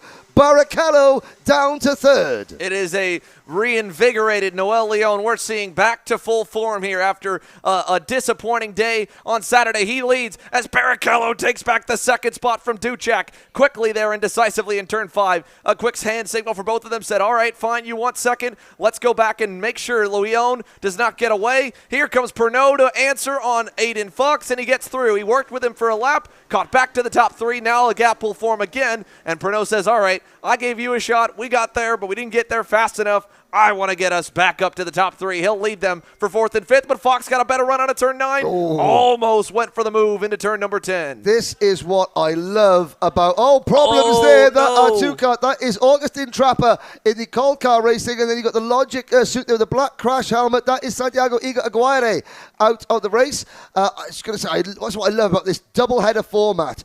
It's a different day. We don't know who's on what tyres, whether who's on the fresher tyres, who's on older tyres, but again, same track, different day, 1 day apart. Yesterday, Aiden Fox winning this race by 10 seconds. Today, Aiden Fox struggling to get into the top 5. We didn't see Dylan Dana at the start and Gianluca Savaglio, so we're going to have 19 runners and Augustin Trapper and there's Santiago Aguirre getting going again. He's going to have to see the blue flags very shortly because the leaders are bearing down on him. But again, everything changes. You think, it's going to be the same track, just 1 day apart. What's going to be different? Well, the answer is lots. Lots different here. Noel Leon finds himself with race-winning pace on the day that it matters the most. 50% more points up for grabs today for the championship points leader as he tries to mitigate the damage he had from yesterday. Gave up down to an 18-point margin. As they run here, that'd be a 4-point swing back the way of Noel Leon. They've got the lap traffic looming of Santiago Aguirre, who is going to give way to the leaders. Very sportsmanlike, nice move there.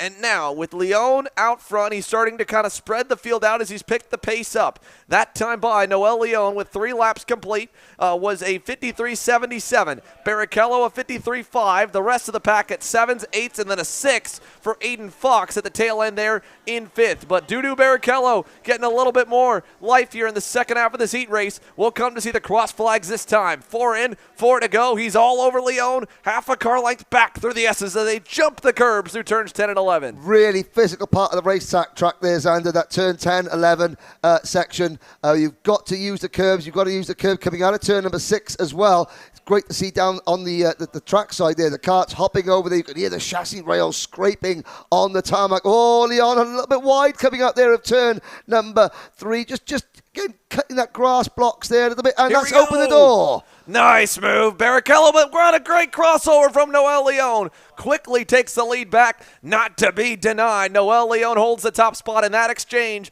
brings Wes Duchek back into the mix, brings Pernod close again. Aiden Fox continuing to close as the field exits turn number 9. So much respect between the front runners in senior Rotax. It's got to be said, it's really good to see. Now behind the top 6, you can see the yellow and blue race suit of Manuel Gonzalez. Running in P6, Camilo Trapper is 7th, 8th for Ethan Thorne. Nicholas Maldonado runs in 9th. Fernando Barrichello rounding out the top 10 ahead of last year's junior Winter Trophy champion Jorge Ortiz and the rest. We've got 17 runners. Marlon Maldonado in 16th. Matthew Verroque down in 17th position. So 17 runners left, and that's significant. Points go down to 17th place. So even if with the last couple of laps is a problem, any of the leaders would still score points. Maybe only 1.5 or 3 points, but it's a point. At the moment, every single point matters. Noel Leon set to extend his advantage by 3 points over Eduardo Barrichello as things stand. But Dudu has have to have something to say about this. Duchek in 3rd, Pernod in 4th, Fox in 5th. 5 in a line for the race lead with 2 1/4 laps to go. As they exit turn number 9 here, Noel Leon half a car length up on Barrichello. He knows Barrichello's still there to challenge. When they pass again, if they pass again here, you'll imagine Duchek along with Pernod and Fox to close. But a good exit for Leon gets him some separation. I think Pernod might be close enough for a dive on Duchek here in turn 1. He's not going to do it there. Maybe turn 4. 2 more laps remain. Here they come into turn 4. Leon, another mistake in 3. Barrichello will take advantage. He, this time, is going to make sure no crossover is available. And now he'll go to the inside and low line to 5. And that is going to... big contact for Pernod. Up over the back. I think Barrichello was slowing Noel Leon down there. So Barrichello was trying to drag Noel Leon to a fight. He really braked really early going into turn number 5. And that sort of caught Wes Duchek, Timothy Pernod, who are having their own battle, that was caught them off guard. Here comes Noel Leon. You can see Duchek and Fox signature saying, no, I'll push you, let's go. Because again, Dudu Barrichello, he doesn't want to lose, he wants to gain more than 3 points. Here he goes again up the inside of his friend and rival, Noel Leon. And now Barrichello saying, no, let me go. And Duchek saying, no, I'm going to go for the race win. What can Wes Duchek do about Noel Leon? New leader. But again, this is tactics.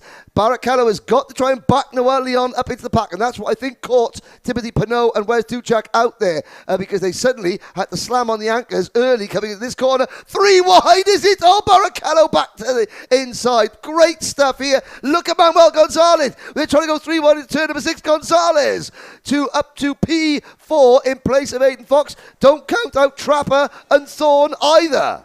Aiden Fox there got a little tripped up behind Manuel Gonzalez coming out of turn number 8. It hurt his momentum. Leon leads into turn 9. They're going to battle behind. There is Camilo Trappa defending from Ethan Thorne. As they head for turn number 10, the battle will be back behind the leaders. They stay single file up front, and no changes coming. Here is maybe a crossover from Fox. He won't get it. Noel Leon will win Heat 1 here in Senior Max with a very chaotic battle at the end. Dudu Barrichello gets back around Wesley Duchek at the line. He'll end up in second. Duchek, I think, had one opportunity there to get a good corner in turns 1 and 2. If he could have hit turn 1 and 2 a little faster and passed Noel Leon, he might have been able to get something done in turn 4, but he didn't, and it forced him to block, and that kind of gave the win to Leon. He had no other choice. He knew Barrichello wanted to go right back by him, so he was going to go in 4. He blocked in 5. He went by in 5 anyway, and again, at that point, it was all she wrote. Leon was too far out and too far gone, but we have got a fight on our hands here, if that taught us anything,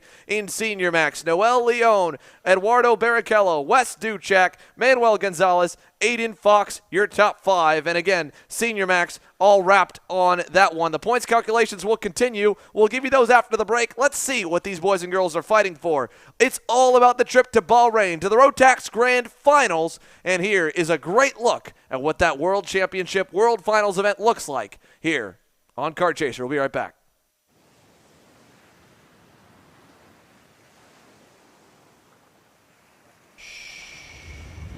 Can you hear it? 1 week where the silence is broken.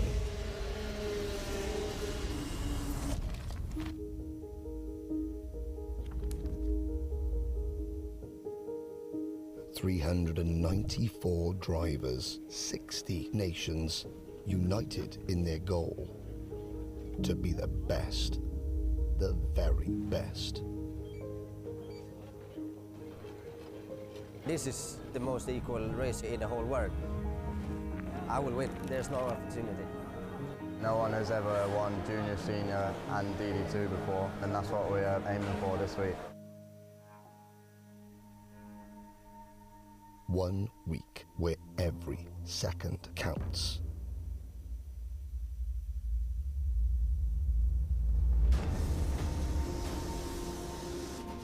Every corner, every pass. The competition does not get tougher than this, closer than this, more intense than this.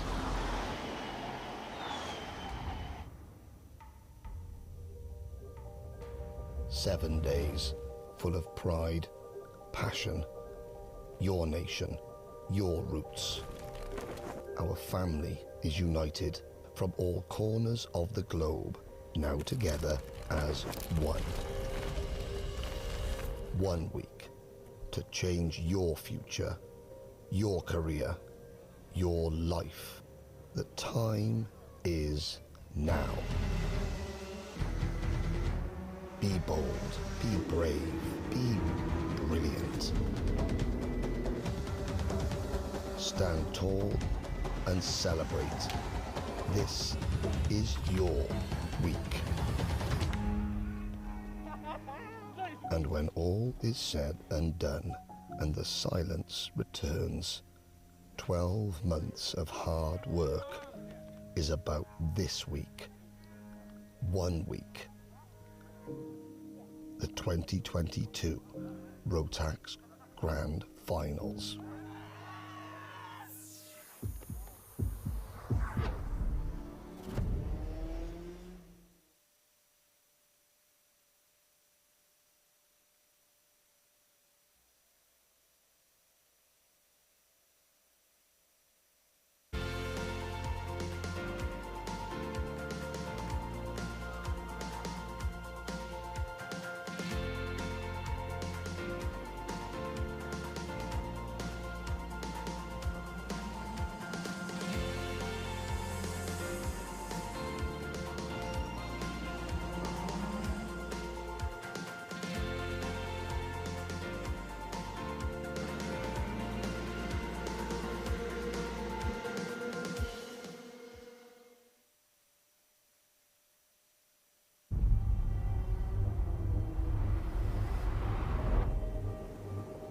Why do you come here?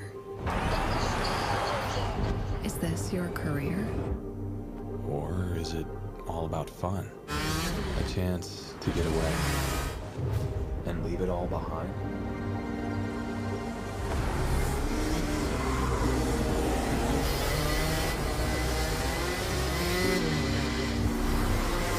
Or do you chase your personal best?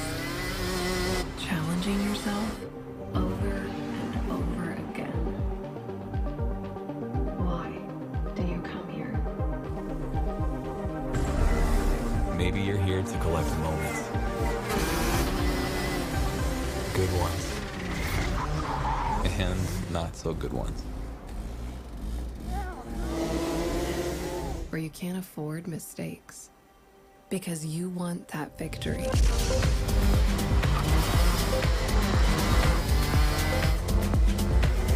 It's all about this one moment when the hard work finally pays off.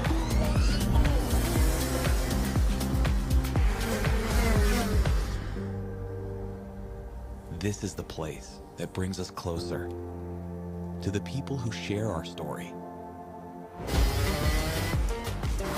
Whoever we are, Whatever we're here for, racing is who we are.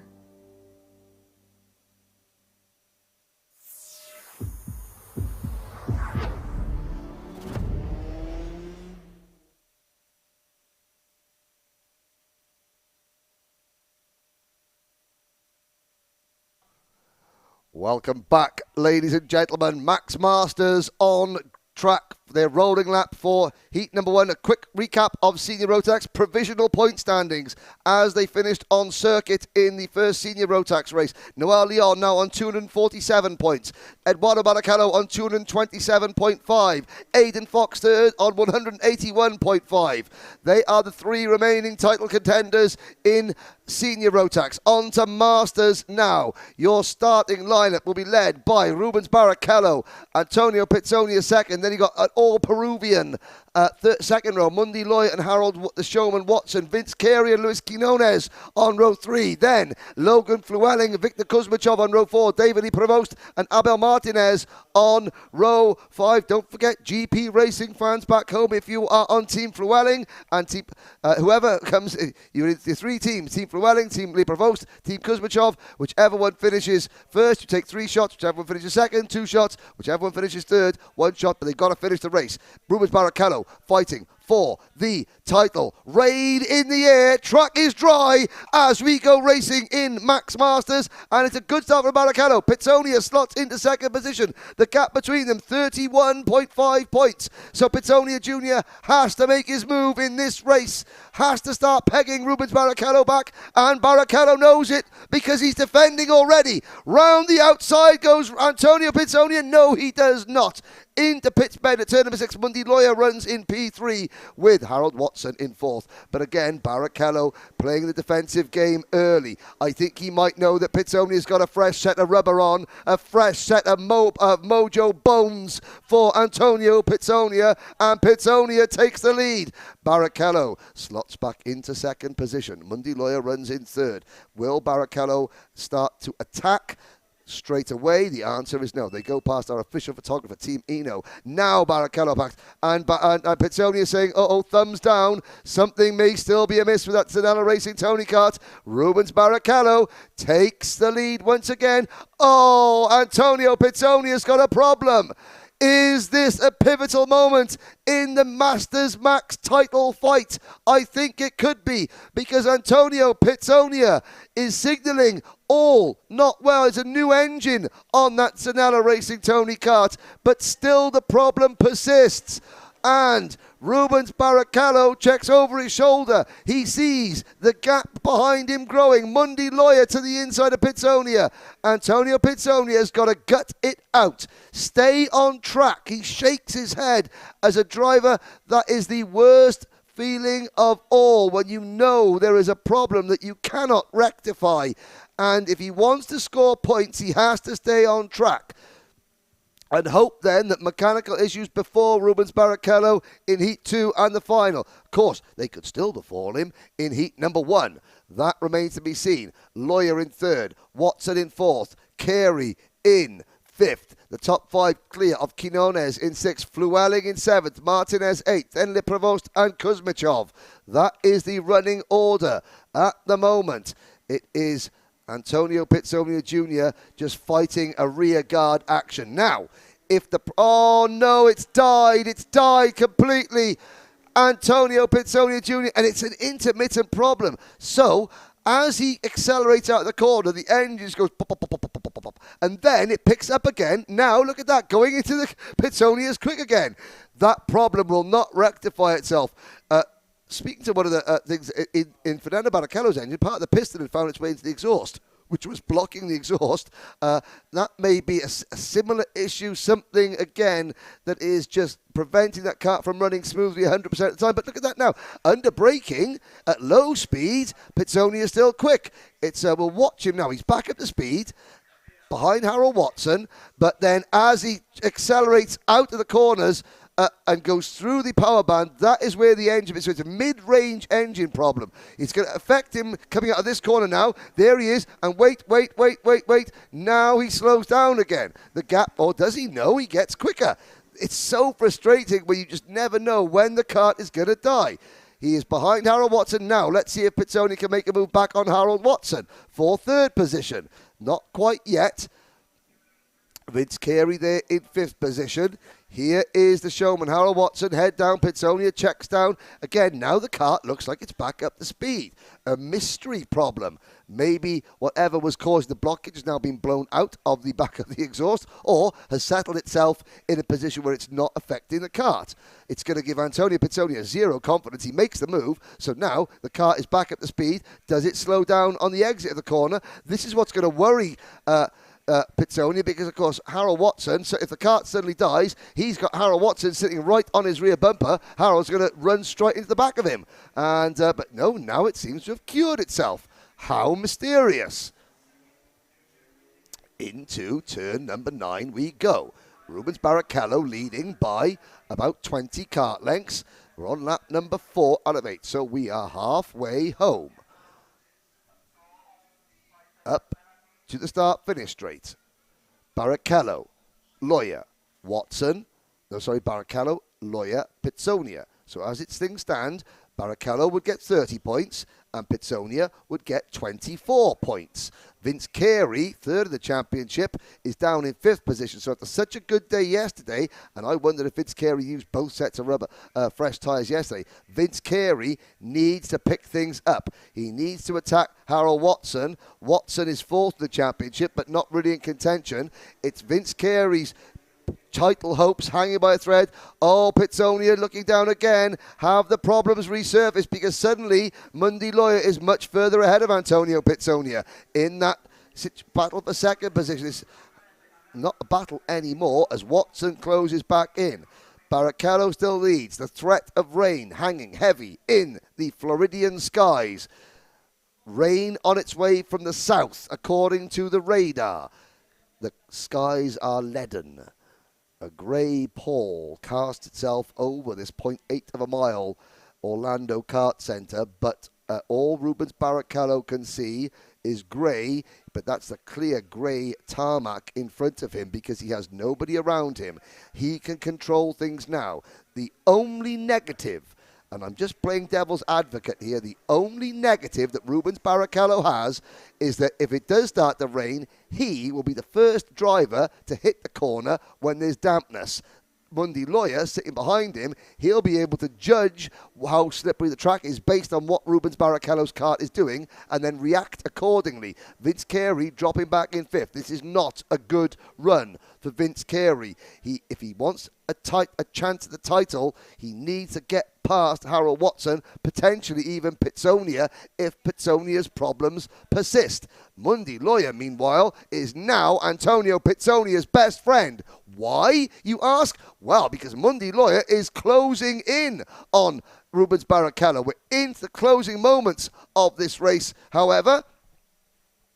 The checkered flag will be waiting for the drivers. Pitsonia Senior slows again. Antonio Pitsonia, the kart on the final lap, is not giving up. And now Harold Watson jumping up and down. Harold Watson trying to break clear. We're going to come to a couple of corners to go.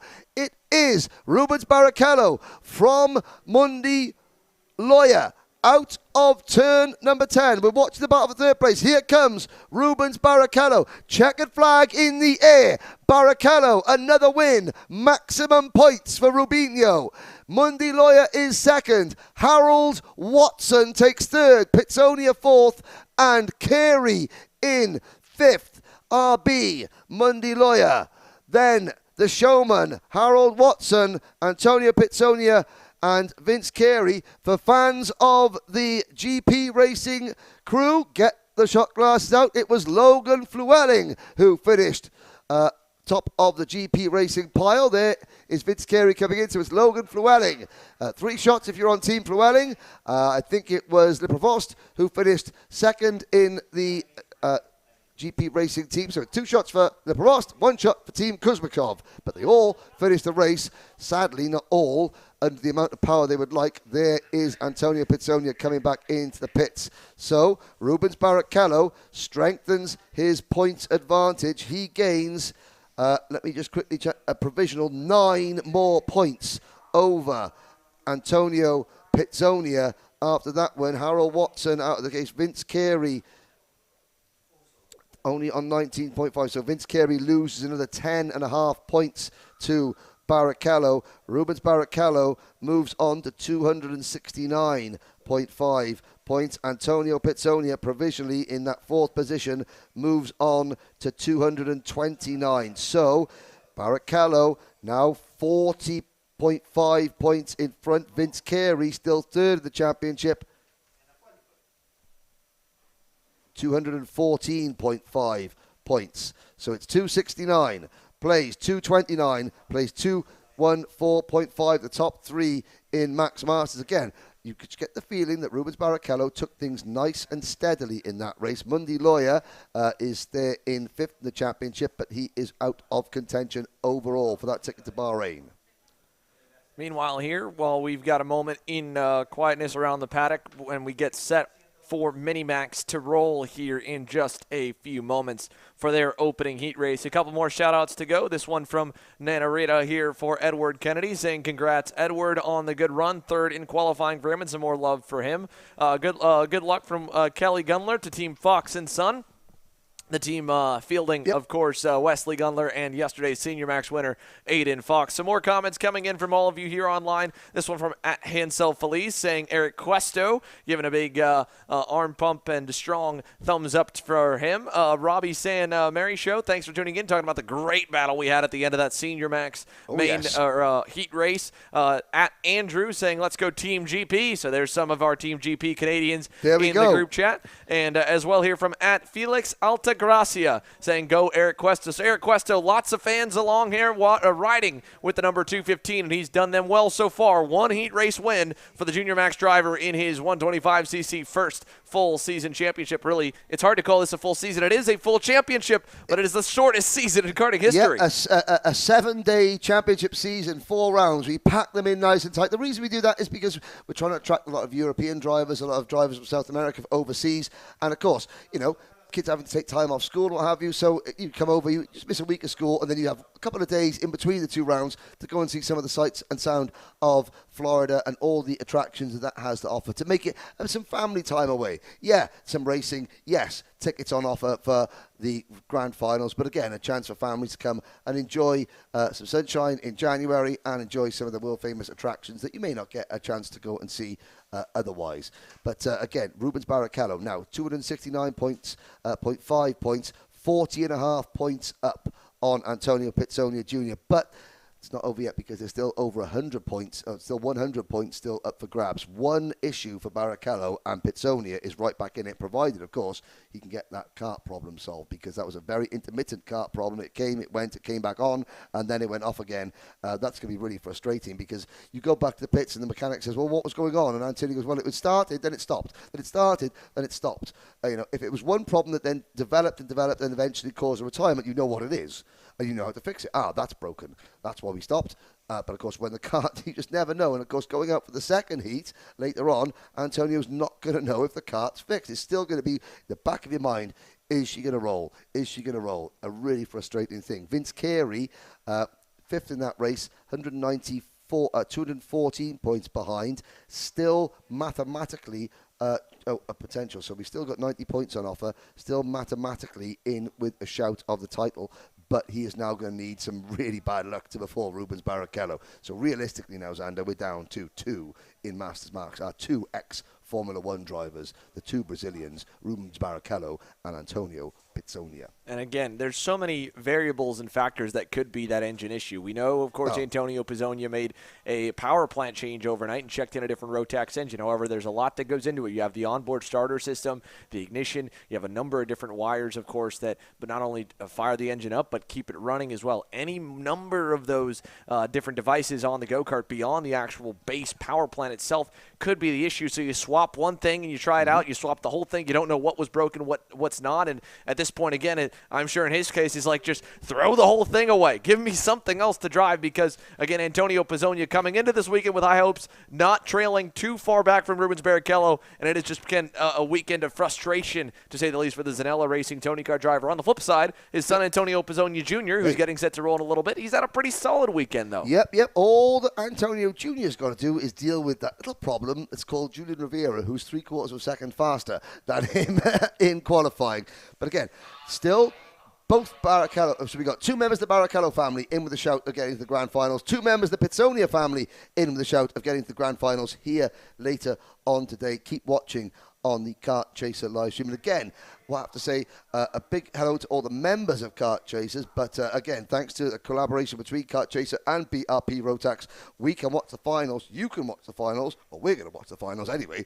You, not you, Xander, but you, the viewer, you can watch the finals for free here for this one as well. So again, this is an upgrade from last weekend. A big thanks to Rotax for BRP and the collaboration here to bring you all the action fully through the weekend. Of course, we have a lot of streaming action coming your way for the members as well as for more free action here. The next 3 weeks continue with live coverage here on Kart Chaser. You've got the SuperKarts USA Winter Series season finale rounds 3 and 4 at Homestead in 6 days' time to kick off on Saturday. A week from then, of course, the Rock Florida Winter Tour kicks off on Friday with members-only action on that Sunday. A couple weeks off, and then we go through a very busy month back here at Orlando Kart Center, this world-class facility, and what a great spot to come to just 15 minutes outside of downtown Orlando, hosting not 1, not 2, but 3 American Pro national events between the U.S. Pro Kart Series, the Rock Winter Tour, and of course the SCUSA Pro Tour kick off at the end of the month. And that the rest of the Kart Chaser streaming, we got the Texas Sprint Racing Series in the middle of that, over in Houston in the middle of that. So it's a 4-week stint for us through March into April, and then of course there's all kinds of Rotax events around the world and here in the States kicking off as the spring comes through. What Sandra's trying to say is that Kart Chaser members, you are going to get your money's worth and then some from the Kart Chaser schedule this year. Fear not.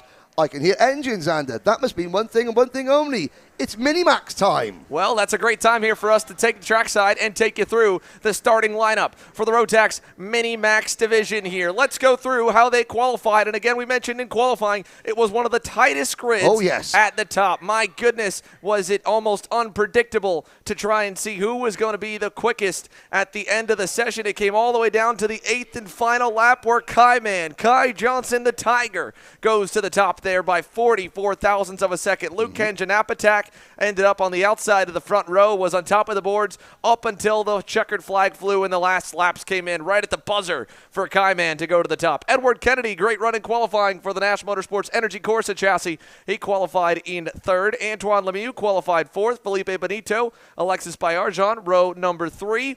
And then you go back, Luis Seafraise and Goodwood Kartways driver David Zhao on row number 4. Iago Lempin and Matisse Brunetti will make up the edge of the top 10, rounding off row 5. Then you go back to find the Deniz Racing Praga, Maddox Ruiz to the inside of row 6 with Maddox Ruiz. To the outside, Max McCarron and the Team U Race number 120 will roll off in 12th. Row number 7, Remy Guzman and the number 103 starts at the inside of Chinese Taipei's Isan Seng. And then to row number 8, you have Diego Morales and Darren Kidd, and starting shotgun on your field is Bashi Jimenez in the 104. 17 drivers strong. It appears we've got everybody on the circuit as Jimenez closes up. A little bit of an issue for Chinese Taipei's number 116 machine of, I believe we've got, that is, or maybe it's 118 of Isun Sang trying to catch up to the back half of the field. So the 118 there in the parallel indeed there for Isun Sang and the Chinese Taipei suit will try to get as quickly and as high up as he can on the spots. And the field will come on through here. So we get set for more action. Minimax, the first of the two, very short. 6 laps for the heat race. No mistakes, no time for any of it. It's time to get set to go racing here for the Minimax division. Kai Johnson on the inside. Luke Kanjanapatek on the outside lane. 17 strong into the tram lines here, looking for the green flag to start this 6-lap heat race. And again, word from around the racetrack, it might get a little bit damp. We've got sprinkles of wets continuing to come on around as they go through turn number 1 and 2, and on we go down to turn 4. Kai Johnson leads. Good start from Johnson. The 2 energy chassis are there in second and third. Kennedy and Benitez. Now Kanjanapatek there trying to fight back as well. A couple of drivers running wide up at turn number 4. Is that, and in the barriers. That are the 2 teammates. The 105 of, no, it's the SLA karting of Jago Lempen. And that's Alexis Bayerjon. Lempen understeering through turn number 5 into Bayerjon. Alexis Bayerjon hanging his title hopes hanging by a thread. I think that thread might have just snapped. Sadly for the Quebec driver, top 5 in Micromax in the 2021 Grand Finals, outside the final in the 2022 Grand Finals. His quest for a ticket to Bahrain will have to continue elsewhere this season as we complete lap number 1 with Kai Johnson ahead by 5.5 points in the standings at the moment. Into P2 goes, that's Felipe Benetta, the 116 kart. It's Edward Kennedy with a great start here on the Nash Motorsports Energy up into P2. So what a start for Edward from the inside of row 2 in third. He moves up, and there's a big, big gap back from second and third. Here we go back to Luke Kanjanapatek. The outside pole kid is now all the way back to fourth. He trails fellow Energy there in Felipe Benito. So it's Energy Corsa chassis second and third. Antoine Lemieux second in the championship, trying to chase down the leader on the racetrack, Kai Johnson, in the point standings. He's in fifth on that parallel for Premier Karting. And then behind him we find David Zhao in that Goodwood Kartways Formula K chassis. There's a big gaggle back beyond the top 5, but it's mostly single file up front. In fact, it's beginning to begin a little bit of a gap here for Kai Man with 2 laps down. And I think that is because those little tiny droplets of rain made the drivers feel a little bit cautious in the opening couple of corners, which is why we're seeing the bigger gaps we would normally. But now that Kennedy is in his stride, he's going to start closing it. Kanjanapatek to the inside. Luke Kanjanapatek. He said he had to get aggressive, and he certainly had a little look there. He loses the place, though, to Antoine Lemieux as they come out of turn number 5. But that, again, Kanjanapatek trying to work on his aggression and battle. He's faster than some of these drivers over a single lap, but when it comes to head-to-head, he tends to come out second best, and that's something that I know that he is working on. He's very proud of himself. He's never had a penalty for contact in his entire career. He's only ever had one penalty, one visit to the race director, and that was for ignoring a yellow flag in a race in Thailand. He's very proud of that. Probably one of the only drivers here in the paddock that has never had a 5-second penalty for contact on track. However, if you're going to get aggressive, then sometimes these moves work and sometimes they don't. But like Pele went through his entire soccer career never having had a booking, never having had a yellow card. And look, one of the greatest of all time, the late Pele. And there's Kanjanapatek making up a position, as I said that, clean as a whistle, just how he likes it. And that puts Benito back into P5. Championship leader Kai Johnson, though, maintains his advantage. And the gap is half a second. Half a second for Kai Johnson here as we go back to Edward Kennedy, and then Antoine Lemieux leads that 3-car train. David Zhao trying to close on up to them. He was even to Benito that time by. You can see Kennedy here in second, getting reeled in by Lemieux. So Edward Kennedy is going to come under heavy fire here in a moment, as this time by it'll be 2 laps to go. Edward Kennedy is only 3 car lengths up from Antoine Lemieux, and he is losing ground to Kai Johnson out front across the line. Lemieux looking for a burner this time. He was quickest on lap number 3. What does lap number 4 look like for Antoine? It is another Fastest lap of the session, 57.89. He goes 0.3 better than Kai Johnson out front and nearly half a second better than Edward Kennedy. So Kennedy's got company coming. Luke Kanganapatak is riding on the coattails of Antoine Lemieux. He's closing on. That is racing Praga, and with a lap and a half to go, once again, it looks a lot like Senior Max. We might have a really, really good fight for second with the leader just luckily escaping the fray as Johnson checks back. Everyone takes a look over their shoulder to see where the gaps are out back, and here he comes. Lemieux is all over the bumper in turn 9. Antoine Lemieux has to try and make a move on Edward Kennedy. He cannot afford to lose too many more points to Kai Johnson.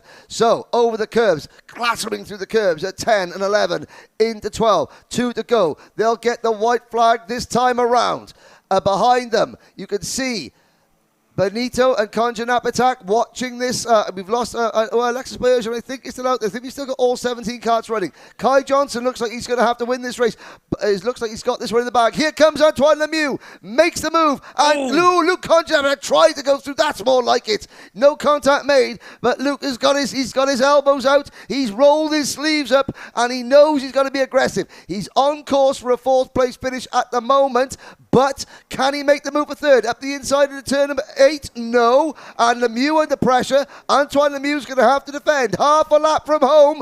Kai Johnson's got the win. Title rival Antoine Lemieux tried to scrap for 2nd. Yeah, Antoine Lemieux trying to hold on to it here. He's going to go all the way to the bottom side, then opens up. Single file. The fight for 2nd goes to the final turn. He'll go low. Look at Benito. Gets by on Kanganapatak, and out front, Kai Johnson will win heat number 1 here in Minimax. Behind him, where does the mad scramble end up at the checkered flag? It's a big pack there across the line. It goes the way of Antoine Lemieux for 2nd. So he does a good job of mitigating the damage done by Kai Johnson with another heat race win. 4 points to the better for the PSA Race Team Bennick. Edward Kennedy ends up in 3rd. Kanganapatak just lost out on that 4th spot at the line with that final lap move by Felipe Benito. So Benito ends 4th, Kanganapatak 5th, and just arriving on the scene as the race comes to a close, David Zhao makes his presence known as across the line. Alexis Baerger will take a points hit for the crash, but he does get some points as he crosses and completes all the laps in the session. So just checking there, Kennedy in 3rd, Benito 4th, and Kanganapatak in 5th. So Edward Kennedy, just about hanging on there with a 3rd place finish. That's 24 points for Kennedy. David Zhao, just trying to see where I'll do that. Oh, well, championship points live. This is live maths, boys and girls. Kai Johnson, as they finish, 251.5 points. Antoine Lemieux, 243. David Zhao is a little way further back. Zhao finishing in 6th position there. So that would be a grand total of 18 points for Zhao for finishing in 6th position. That would put David Zhao onto 202 points. So the gap is nearly 50 points between 1st and 3rd. Edward Kennedy finishing in P3, 24 points. That would put him on to 64 plus whatever I just said, 24. That would be 188 points. Baerger still in front of Kennedy, but not by much. In fact, no. Kennedy now 4th in the championship. Baerger down to 5th. Realistically, though, it's going to be between Kai Johnson, Antoine Lemieux, David Zhao, still mathematically in with a chance. But, of course, ladies and gentlemen, that's provisional. That's as they finish on circuit. Kai Johnson, though, Xander, can just breathe that tiny little bit easier. Again, Antoine Lemieux really battling hard every position. Made some really strong moves in that race. He did.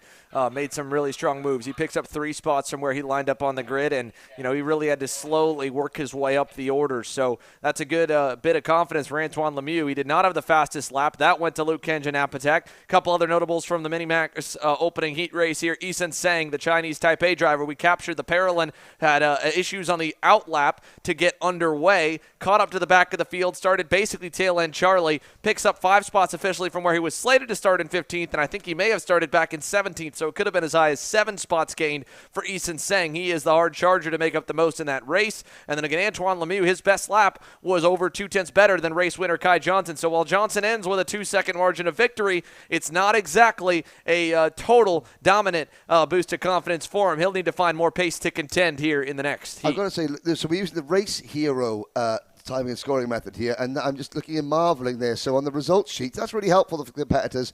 You've got the symbols for who finishes first and second, but then you've got easy to find symbols for who's got the fastest lap, and another easy to find symbol on who gained the most position. Really helpful there. Just running through the orders there. So I'm marveling at technology. You know me. Everyone knows me in Europe as a complete dinosaur. I don't do computers. I do pens and papers. But those little symbols are very nice, very helpful, very user friendly. Well done, race hero. Well, very helpful, and they continue to update live. So, again, you've got the live leaderboard on your screen. You can follow along on Race Hero, and I believe we're live on Speed Hive as well from last weekend for live timing. As always, stick with us, folks, here. We are live from Orlando Kart Center, getting set to go with Micro Max here in just 3 minutes' time. They'll be on the racetrack. We'll take a commercial break in the downtime and come back here with 2 more heats in heat number 1, and then a full run through the full flight of classes for another round here on Championship Sunday. You're watching Kart Chasers coverage of the Rotax Max Winter Trophy live from Orlando. We'll be right back.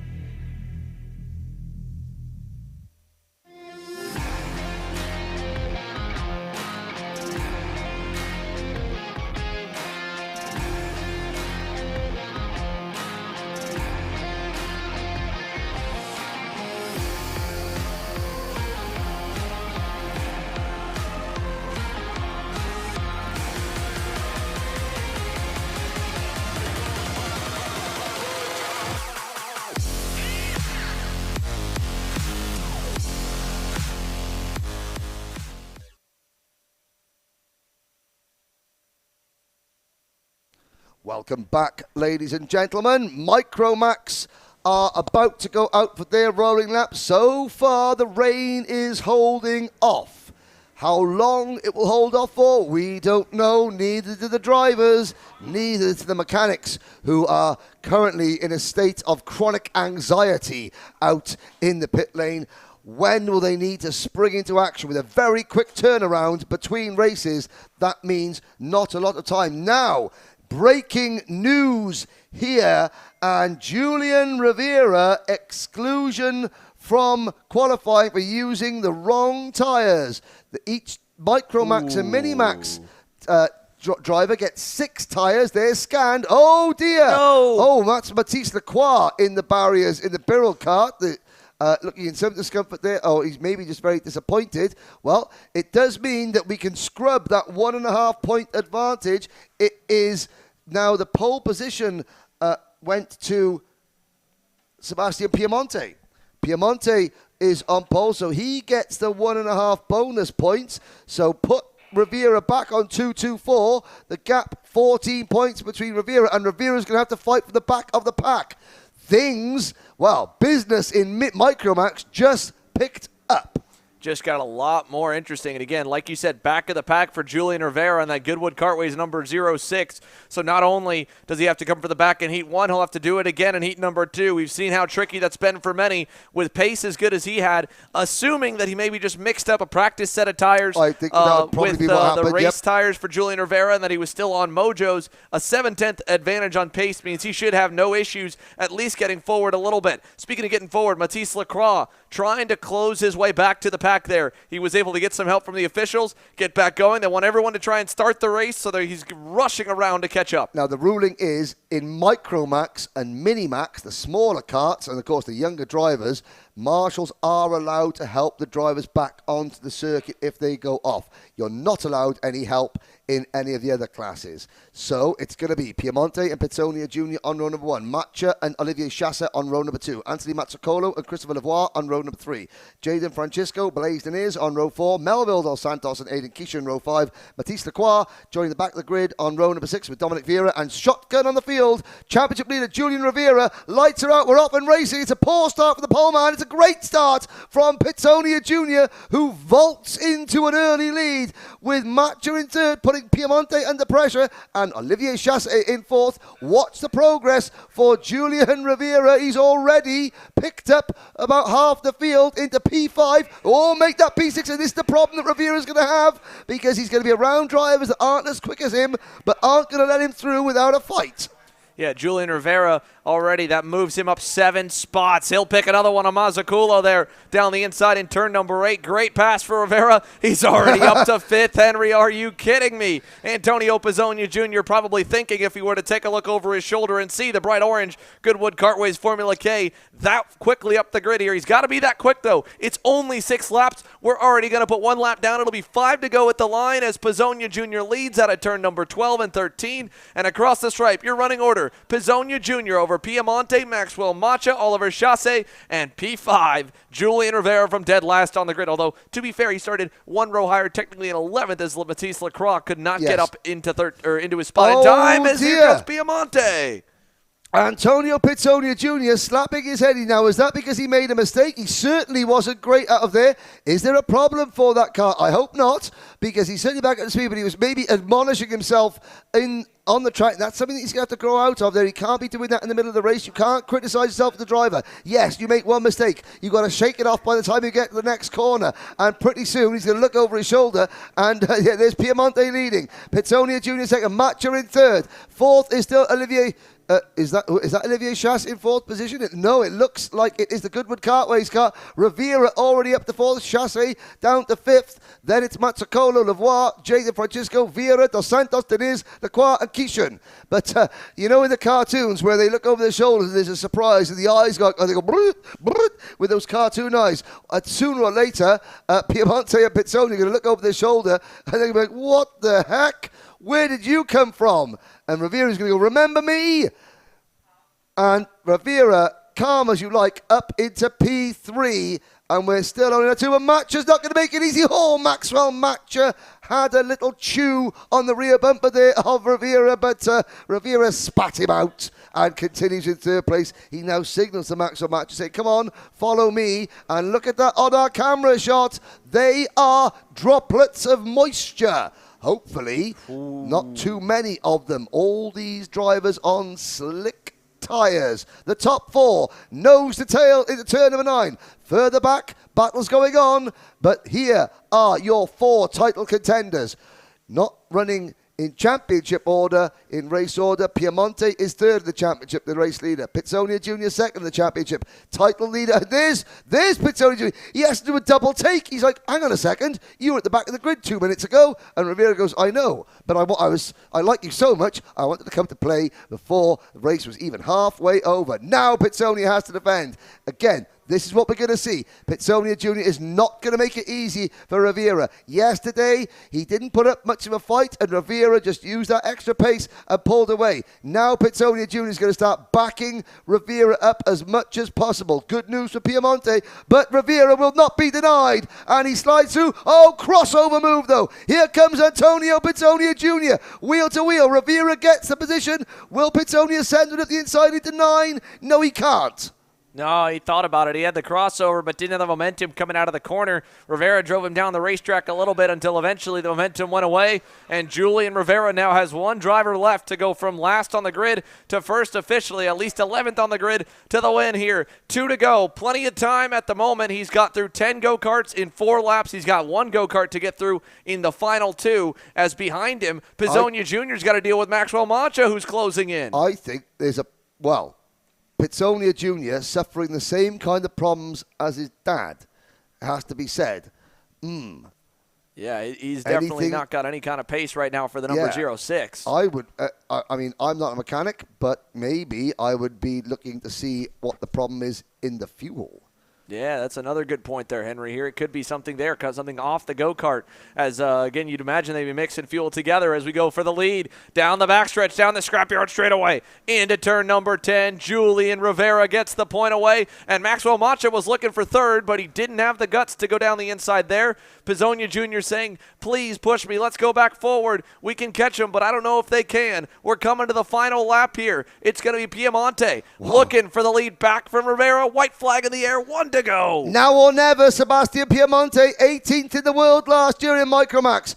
But he has got the reigning champion and current points leader in front of him, but he's got to do it now. He's got to do it now. Try and do the crossover coming out of turn number 4. Rivera is wise to it. Rivera hugging the inside line into 5. Now swings out wide to take the correct racing line. Piemonte's, he runs wide. Piemonte just gets 2 wheels on the grass coming out of turn number 5. That costs him momentum. That gives Rivera the advantage he needs. It's the only advantage he needs. You don't need to ask Julian Rivera twice. We've got a quarter of a lap to go, and Rivera goes from back to front once more. He's going to have to do it all again later on, but even having the issues in tech after qualifying is not slowing Julian Rivera down. He is absolutely irresistible, and he takes the checkered flag in Micromax. Nicely done by Julian Rivera there to easily cruise through at the end of the line. As the rest of the field cycles on through, there's Mazzucchello in the International Motorsport Tony Kart going by, and the rest of the pack will close out there with Melville dos Santos in 11th. Matisse Lacroix will cross the line in 12th. He got around Aiden Kishon on the final few circuits, so they will finish 12th and 13th here in Micromax. But Julian Rivera comes from 11th on the grid to go to the win and ends at 6/10 up on Sebastian Piemonte. Pizzonia Jr., third, all he could muster there in that one as he fades back from a great start on the outside lane, jumped through to the lead. Maxwell Macha, fourth. Olivier Chasse, your top 5 again. Mazzucchello, 6th. Christopher Lavoie, 7th. Dominic Vera got some supporters online back home. He picks up 5, goes from 13th to 8th on the grid from the way back for the number 7 after a not-so-great opening circuit. Jaden Francisco ends up in 9th, and Blaise Diniz, your top 10 ahead of Melville dos Santos. DD2 Max is coming up first, Henry, but we've got some points calculations. We've got roughly and provisionally. A provisional. As they finish on track in Micromax, Julian Rivera now leads Antonio Pizzonia Jr. by 20 points. 254 points against 234 points for Pizzonia Jr. Sebastian Piemonte hangs on to third in the championship, 218.5 points, and Maxwell Macha, 209. It's now down to those 4.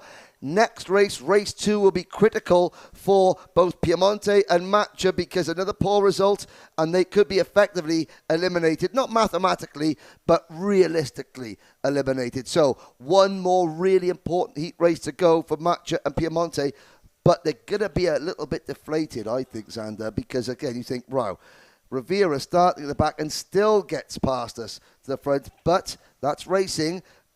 Next race, who knows? The conditions might be different because rain is threatening. It's still dry at the moment. We're all doing a sun dance here in the commentary box, hoping that the rain stays away because, again, championship deciders, you don't want things to turn into a lottery. You want things to be decided based on the form of the. But again, that's the beauty of racing, isn't it? You never know. You never know until the checkered flag waves in karting. When there's a phrase, we got 2 laps to go, and that's a long time in karting. Yes, and again, I chatted with race director Rusty Ferguson, who is around. I try not to. It's bad for you.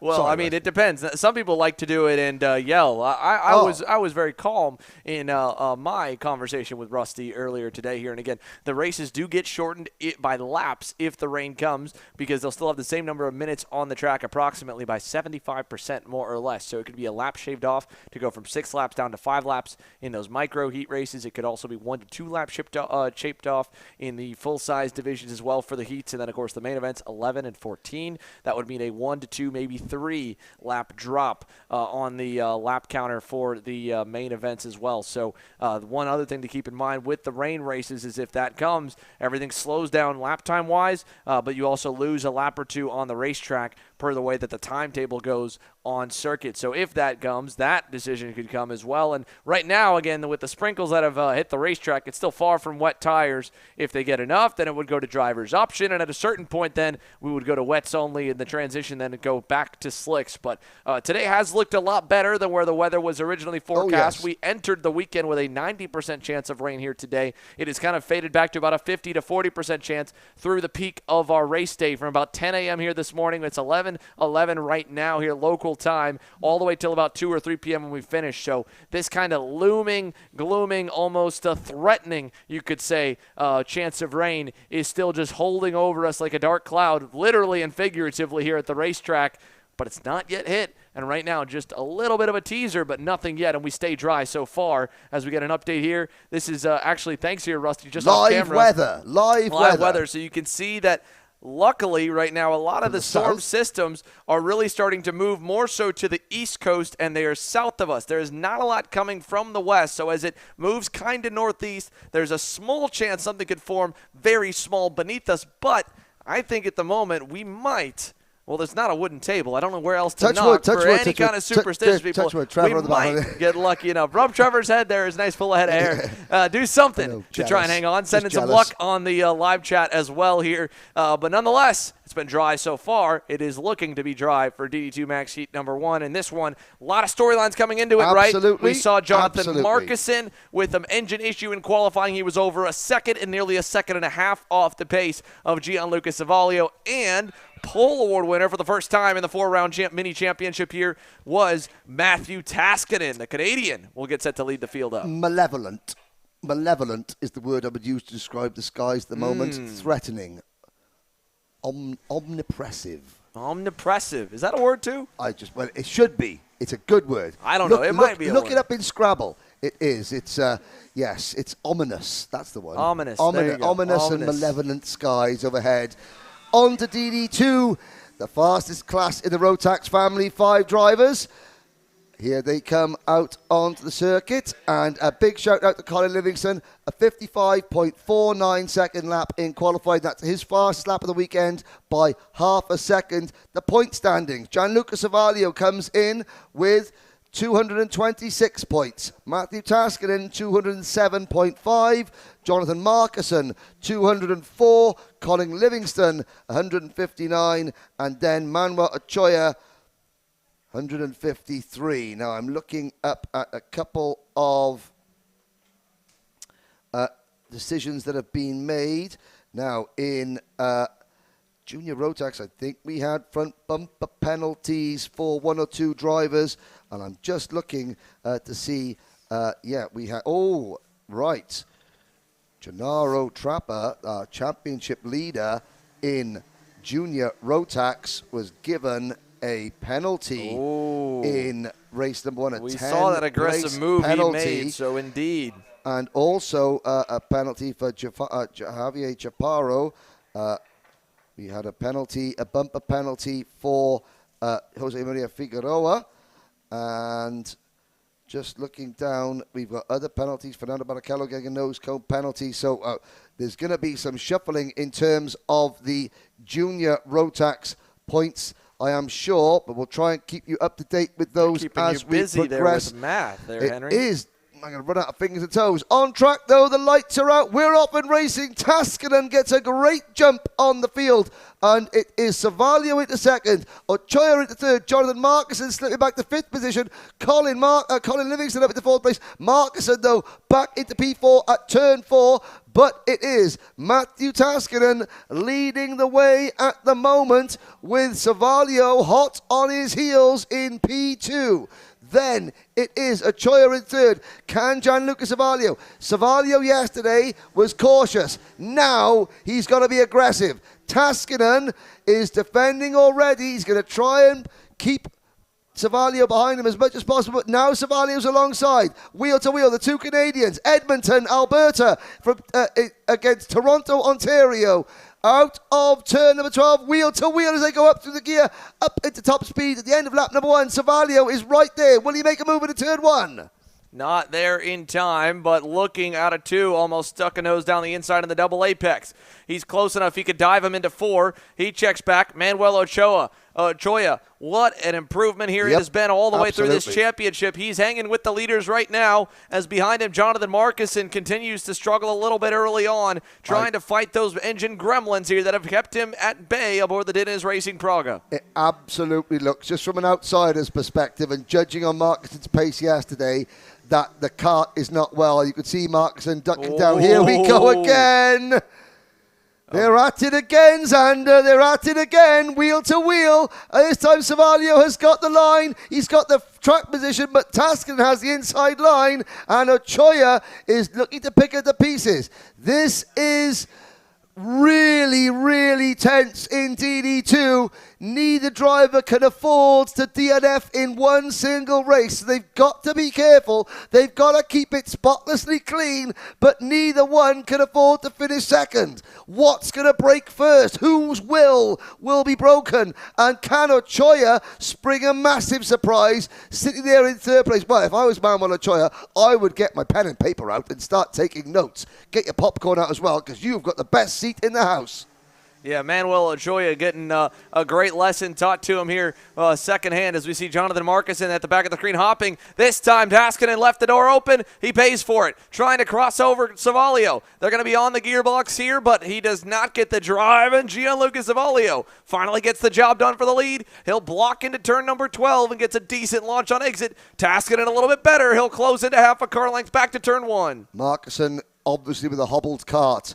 So all the fans in Australia, you're just going to have to keep your fingers and toes crossed. The kart will make it to the end, and then they can fix the problem before heat number 2. There's not a lot of turnaround time. Savalio checks over his shoulder. Taskinen. Now we'll see Savalio. Savalio's not going to be defending. Savalio is going to try and clear off. He didn't win a race yesterday, but he's got an opportunity here, and he's got to go. He's got to go. If you defend, then Taskinen will just drag you into a battle. He's defending coming up the straight, but he has to at the moment. Taskinen gets a little bit squirrely under braking, and he's right there again. That's put up. Well, Gianluca Savalio was 6 kart legs clear halfway around this lap. He's now no kart legs clear again. He's got to just get his head down and drive, Gianluca, the 18-year-old from Toronto. You've got to just get your head down. Here comes Taskinen. Don't give Matthew Taskinen even a merest sniff of an opportunity. But for Taskinen's point of view, Taskinen, the minute he gets to the rear bumper of Savalio, he's got to start hassling. He's got to start hurrying. He's got to start moving around in Gianluca's peripheral vision and just sort of, annoying Gianluca into potentially making a mistake. Good exit off turn 5, though, for Savalio.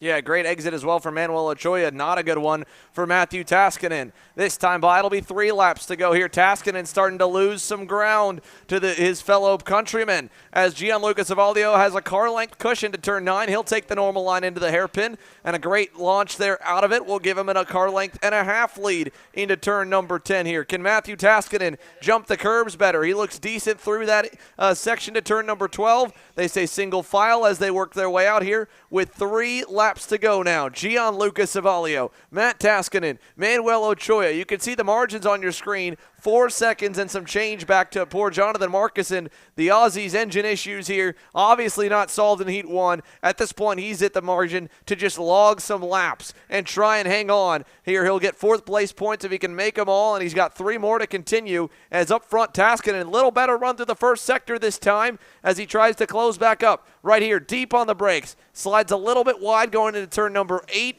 Savalio backing up his corners a bit to try and watch the margin. He sees Taskinen closing back in, so he'll go to block into 9. Taskinen goes wide, and they'll stack him and pack him again going to 10. Matthew Taskinen is right back there here with 2 laps to go, this time at the stripe. Savalio will go a little low into turn number 12, gets the kart rotated. Taskinen again, a big run. This time might be enough. Is it close for turn 1? He'll look. Big look. Inside. Not deep enough on the brakes. Savalio hangs on as they head out at turn number 2, and we'll go to 3. So Gianluca Savalio playing defense, doing a good job at it. It keeps Manuel Ochoa just enough to watch, but not close enough to add pressure to Taskinen and force him to block for for second. So it is still on Savalio to keep him at bay, and a little love tap there from Taskinen, reminding him, hey, you better keep blocking low because I will be finding a way by if you don't. He goes really low into turn 8 this time. That'll hurt his exit. Here comes Taskinen. Big run down the inside. New leader, Matt Taskinen in turn number 9. Can Savalio pull the crossover? He'll try it. Taskinen got sideways. They're going to be nose to 10. Down the inside, Taskinen will hold the spot into turn number 12. And Savalio back to the bumper. Ochoa is closer than he's been all race. White flag in the air. 1 to go. Here comes Savalio back to turn number 1. He'll get the inside, and Ochoa will follow him into second. What a great run for Manuel Ochoa. Now, can he apply some pressure? He will force Savalio to block the inside in turn number 4. It's a three-way fight officially for the lead and the win. Ochoa did not get a good exit, though. Matt Taskinen now will close, and Savalio, he might have just got the breathing room that he needs here to hold on to it as they go through the pit bend. Over through 7 now. Matt Taskinen was at one point leading. He's back to third. The gap out front is enough for Savalio to not worry. Ochoa signals to work forward, but Taskinen wants second back. He'll take it in that CRG. Side by side on exit. Ochoa can't get the drive. And now Gianluca Savalio, by passing at the right time, the opportunity has paid off, and he will make up for that unfortunate loss in qualifying to get the win in Heat 1 in DD2 Max over Taskinen and Ochoa closely following behind here. Well, that was very, very good timing. Good racecraft from Gianluca Savalio. Manuel Ochoa almost played spoiler there. Colin Livingston fans, stand up and applaud. 55.43. He's gone even quicker. He's doing it again. Can he get into the 55.3s? He finishes 5th very quickly. Savalio, 30 points. That moves him on to 256. Taskinen, 27 points. That moves him on to 227, 34.5. 234.5 for Taskinen. Markuson, hobbled, 21 points. That puts him on to 225. Breaking news though, Xander. Julian Rivera in Micromax, a 3-second penalty for 2 wheels out of the tram lines.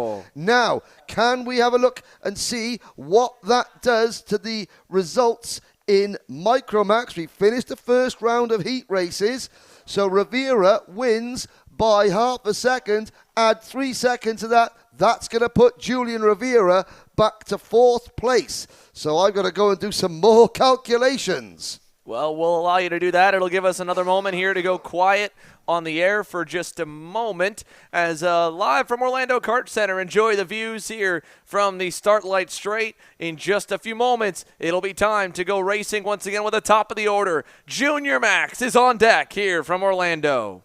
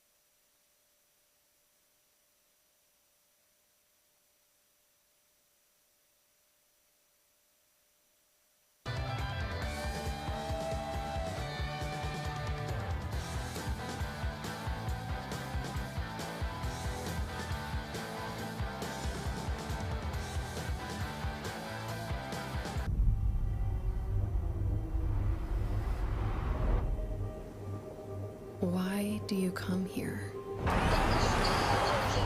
Is this your career? Or is it all about fun? A chance to get away and leave it all behind?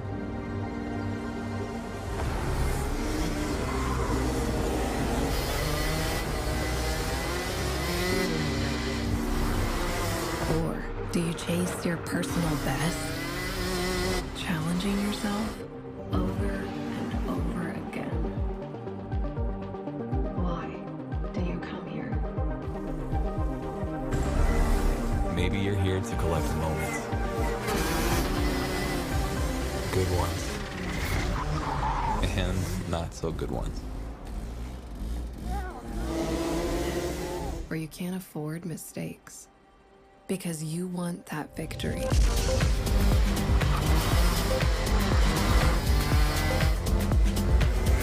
It's all about this one moment when the hard work finally pays off.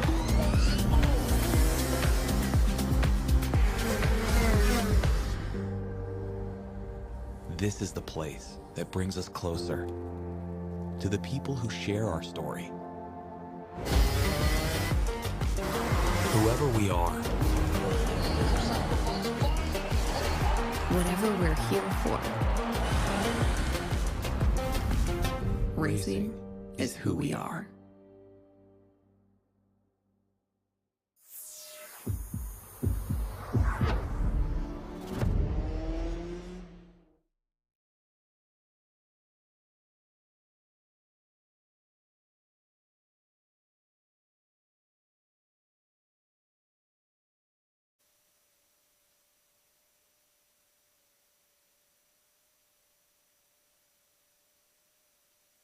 Welcome back. Here as the grid clears from Orlando Kart Center for the second round of heat races. Junior Max on deck as we get set to kick it off here, the first of the 6 divisions onto the racetrack here from Orlando. Xander Clements in the booth alongside me, Henry Beaudet, the voice of Rotax karting around the world, and many, many live karting streams across the planet as well. And we are set for action for the second round of heats. Again, we checked the radar right before the commercial break. Looks okay, but it's still, as he said, ominous and omnipossessive. What did you say? Omniprogressive? Omnipressive. Omnipressive. Malevolent. And I got to say, I got to call a big shout out to you, Xander. Mr. Karting himself, Ollie Richards, tuning in. Team Wales all the way. If you know, you know. And Ollie Richards saying that you're a good guy. You know. Oh, that guy. Yeah, he's a good guy as well. He's a good guy as well. He's Welsh. Of course he's a good guy. So big hi to Ollie Richards. Hope to see you back in the paddock very soon. Mr. Karting himself. Right, breaking news. Gennaro Trapper, 10th place penalty for blocking in first heat. Championship standings provisionally. 202 points for Trapper, 197 for Paredes, 196 for Questo, 191 for Della Vecchia, 187.5 for our pole sitter, Nathan Dupree. It is getting tight. Trapper there aggressively, well, warming his tyres, checking his steering. He's not really allowed to warm his tyres, but they all do. This is getting very, very tense indeed. Dupuis, and that is Chaparro on the front row of the... No, that's Della Vecchia. So Della Vecchia started the back in heat number 1. Yeah, well, remember he had an issue on the engine getting off the grid. He was late to get to the grid. So this time the engine fired off, and he gets to start where he qualified. Game on. Trapper has it all to do. He's got to be aggressive. He's got to keep his nose clean. And he can't be overly aggressive like he was in turn number 1. His points lead has been whittled down to nearly nothing. Dupuis will lead them to the line. Heat 2, Junior Rotax, underway. Quickly down to the inside goes Javier Chaparro as everyone's going to make it through this time. No issues further back. And look how close we are down to turn 4. Everyone's going to have to block the low side or fear getting past up in the top 6. You can see Eric Questo and one more will shuffle Gennaro Trappa back a little bit. He'll drop to 9th. Nearly further back as Wesley Gundler sent it on the inside. Up to turn number 6 we go. Dupuis, Paredes. Then it is the Lando Norris kart Chaparro. of Chaparro. Dalavecchia down in 4th position. Questo runs in 5th. And I'm looking back. No, it's the Allen car we have up in 5th there. Oh, Questo in in 7th. Right behind Federico Lemieux. But Paredes with a change in the lead. Sorry, they're all over the place, Henry. So hard to catch up on them because we've got a 7-car lead pack. Francisco Paredes, Nathan Dupuis, then go back to Javier Chaparro, Salvador Lavecchia. 1 lap in. It's anyone's game in the championship. It's anyone's game in Heat 2. Into turn number 1 we go. The lead train includes Gennaro Trapper, but the lead train is 9 karts strong, and Trapper is at the back of it. A lot of work to do for Gennaro. Dalavecchia up to P3 at turn number 4. Mr. Chaparro there up the back at the inside. A crossover move. Great move there. Eric Questo also picking up Victor de Alencar as they still continue to battle. Those 3 Lando Norris karts. You've got Frederic Lemieux in that as well. Here comes Questo. Questo with a bit between his teeth passes Lemieux for what is now 5th position. And here's a move by Dalavecchia for 3rd.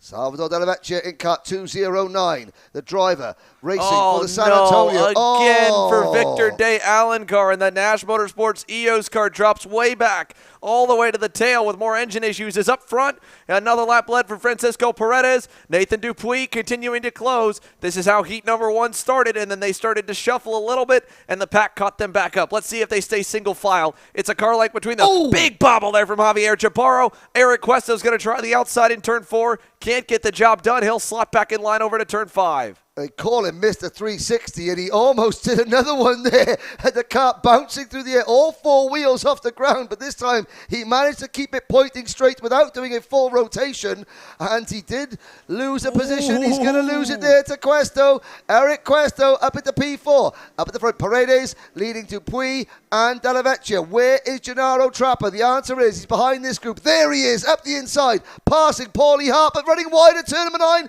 and losing 1, maybe 2 places. Top Gun, Wesley Gundler moves back. Chaparro, I gotta say, from an outsider's perspective, Chaparro looks rattled. Yeah, for sure. Gennaro Trappa, again, it hurts the confidence getting that kind of penalty. And if they're doing any kind of points calculations, which you would think they are, it would rattle him a good bit. Here's Eric Questo. He's gotten through the pack of Federic Lemieux and Javier Chaparro, who is going to lose another spot. Back to 6. Oh, little contact there between himself and Federic Lemieux. Lando Norris kart. Friendly fire between the chassis manufacturers. And 5th and 6th there between the pair. Federic Lemieux making a mental note, do not send Javier Chaparro a Christmas card this year. There's another move back in the pack. Now Lemieux has got it all to do again. That was Jose Maria Figueroa making a move in the number 208, the Tony Kart chassis with a plain white nose cone on it. There's Paul Hart. There's Gundler. Chaparro right behind him. Gennaro Trapper has to now refocus his mind.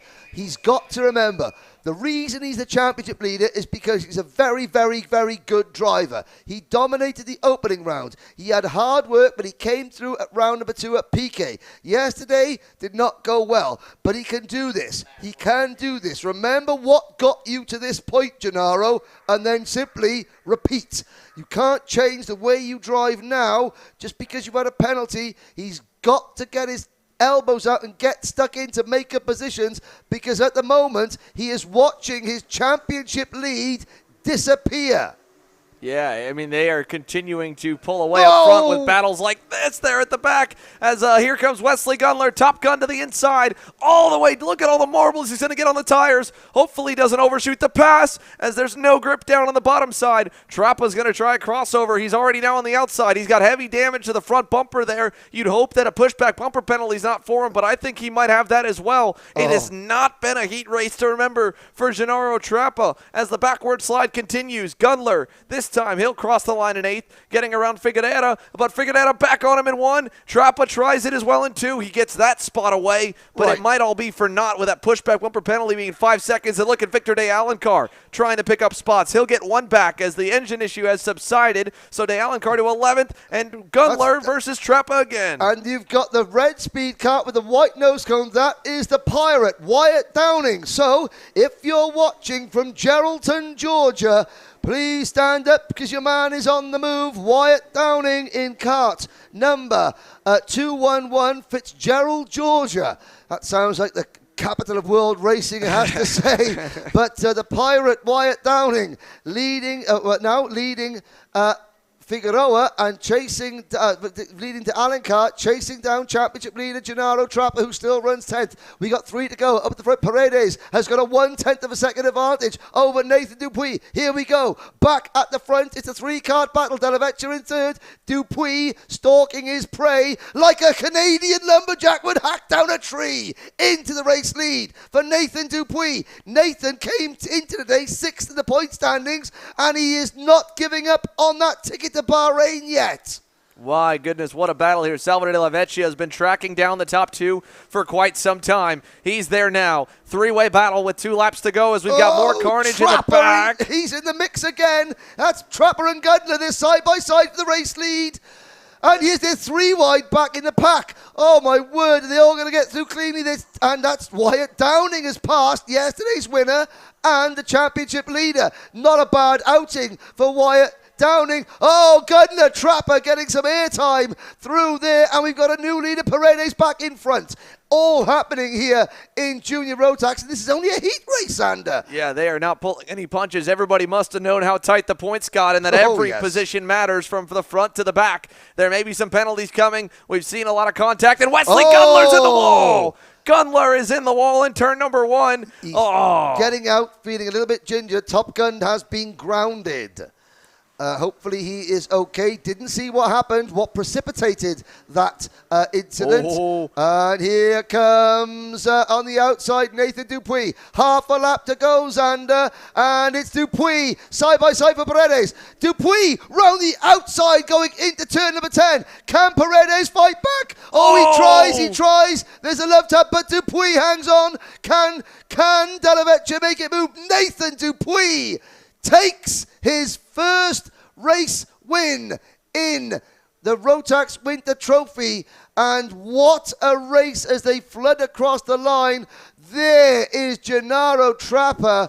He must know that, Wesley Gundler. Wesley Gundler not happy with one driver there that came on by, so a frustrated Wesley Gundler, and understandably so after all the carnage was going on. You could see a lot of hands were flailing as that race continued here in Junior Max, with multiple drivers frustrated with each other and the way that the race was going, that there was going to eventually be tears, and it ends in tears for Wesley Gundler there with a crash and a DNF here in heat number 1. So lots to unpack, lots of crazy battling. Nathan Dupuis survives a heavy push in the final corner from Francisco Paredes. Then De La Vecchia got the run, but he couldn't kind of move the kart out of the way in time before he gave a bump draft to Paredes and kind of kept him back up to speed down the front stretch. So it's Dupuis the winner provisionally, Paredes second, De La Vecchia third, Eric Cuesto heat 1 winner, and 4th in heat number 2. That's going to put him pretty decent. If not on the pole, it'll be close for the main event. Javier Chaparro 5th, the quickest driver with a fast lap, 3/10 better than all of the leaders in front of her. Frederic Lemieux, purple, in 6th as she crosses the line, just arriving on the scene of the lead pack at the very end. Then Paul Hart in the 204, PDH Racing Tony Kart, he kept going backwards on the start, and through all the chaos, he gets up to 7th. Wyatt Downing, the Pirate, 4 spots gained to 8th. Gennaro Trapper, provisionally 9th, but again, it looked to me like he definitely had a pushback bumper penalty. I'm not saying either way or not, but it looked like that may have did it, and if it does hurt him, it would put him 5 seconds back. It would put him all the way from a 9th back to 13th. You talk about a massive point swing for your championship leader coming into that second heat race, but there's still a lot to be unpacked from it. There could be some more penalties going. We don't know what happened to Wesley Gundler, how he ended up in the walls. We were trying to catch everything because there was battles all over the racetrack. Victor de Alencar, for the second heat race in a row, has an issue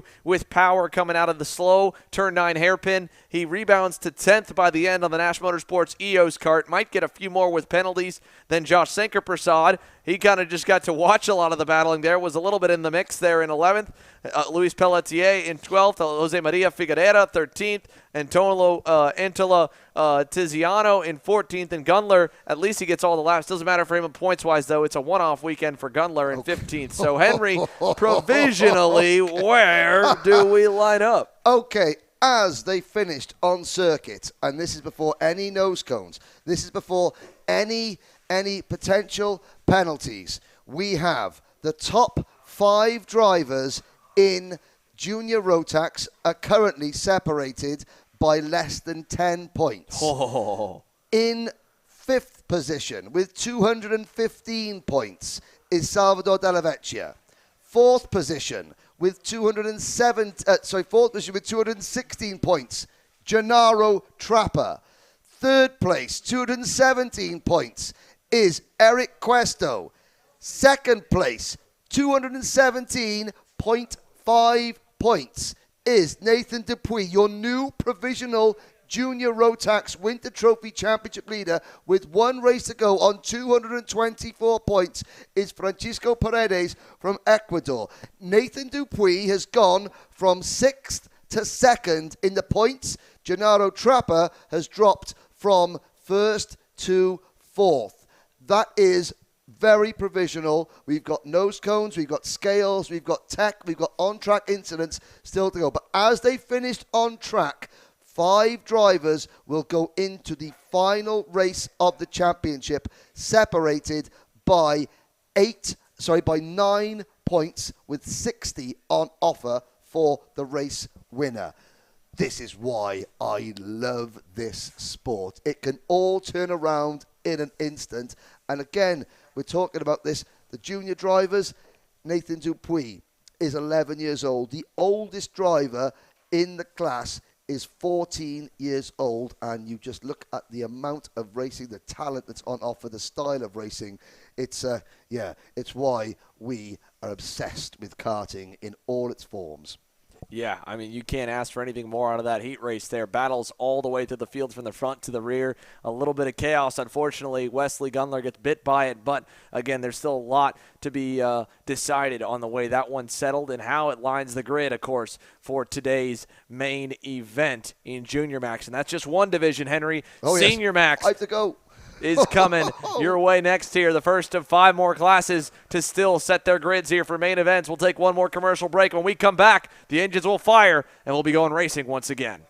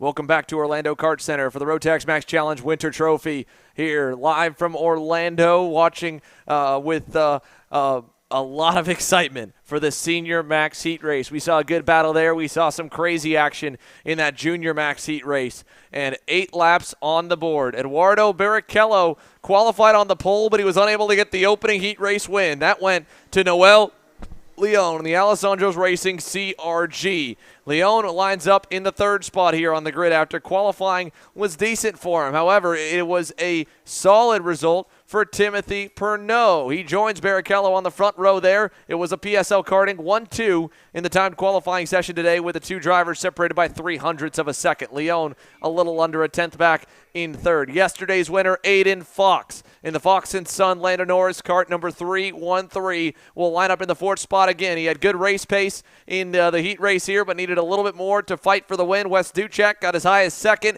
ended up down the order just a little behind as he got shuffled on the final circuit. He lines up in 5th to his outside. Nash Motors, or it'll be Nicholas Maldonado, then Manuel Gonzalez, then Nash Motorsports, Ethan Thorne. And your top 10 completed by Camilo Trappa and Fernando Barrichello, who's trying to live down the issues from yesterday. Senior Max, Heat 2, and we're green down to turn number 1. Barrichello gets the whole shot with a big run, and Aiden Fox gets popped, and we got multiple drivers around. Jorge Ortiz, 5 cars collected. Duchek's in the wall. Barrichello is involved. Manuel Gonzalez is involved. Multiple drivers gone in turn number 1, 6 in total, and it's spread out the field. It's Barrichello over Leon and Pernod, and a big gap out back, as this is going to change quite a bit here of things in Senior Max. Look at the gaps all the way through. It is one of the Trappas that has moved up into the 4th spot. Aiden Fox somehow was able to keep it going with heavy contact to the right rear tire, and yesterday's winner, who has an outside shot at the championship, is trying to make up lost ground here as they go to turn number 9.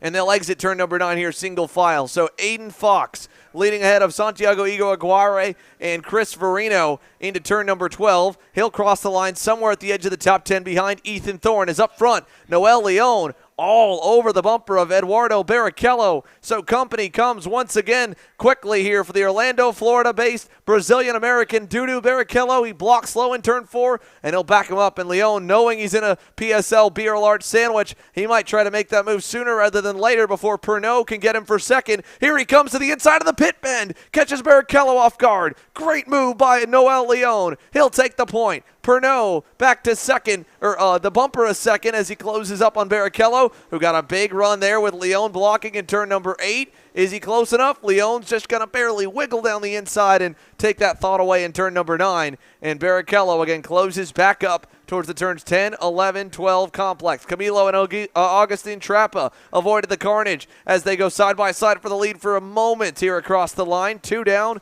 6 to go. It's Trappa, both the Trappas up 4 and 6 spots respectively, while the top 3 battle. It's about a 1.5 to 2 seconds back. Aiden Fox went purple that time back in 7th, and look at Barrichello down the inside. He tried to stop the crossover. Here comes some teammate help from Timothy Pernod. Noel Leon will try to cross him over. Get clear. He's going to get almost clear. He does just barely get clear in time for the pit bend and hangs on here because Dudu Barrichello might have got away if Pernod was able to have his way with him. So the wingman for Eduardo Barrichello appears to be Timothy Pernod. This battling is allowing, though, the rest of the field to come in, which is good news for Noel Leon. He needs some more color in that front group besides just red, as Camilo Trappa is only a half second back and closing. 5 to go this time by. 3 laps down. Eduardo Barrichello showing the way over Noel Leon down to turn number 1 with a half car length lead as we're early on here in heat number 2 for Senior Max. Through turn 3,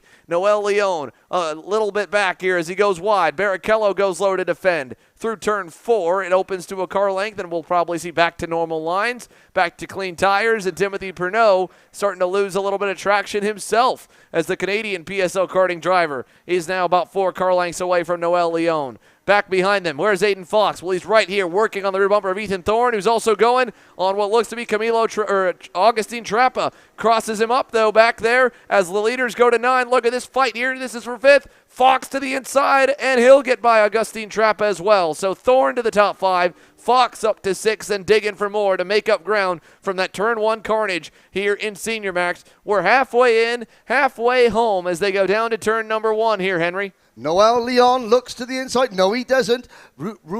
Eduardo Barrichello, again, he's got to try and back Noel Leon up as much as he can. Timothy Pernod is not able to stay with them on outright pace. So Barrichello defends a little bit into turn number 4. That opening lap crash has really spread the field out here. And Aiden Fox is the driver that is on the bubble, really, in terms of championship contention. At the moment, it's a head-to-head scrap between Barrichello and Leon. If things stay as they are, the first heat results will certainly be reversed, and it'll be as you were at the start of the day, or as you were post-qualifying, as it was. Eduardo Barrichello there, a little bit squirrely under braking, and you could see Pernod beginning to inch back towards them with Camilo Trappa, in P3.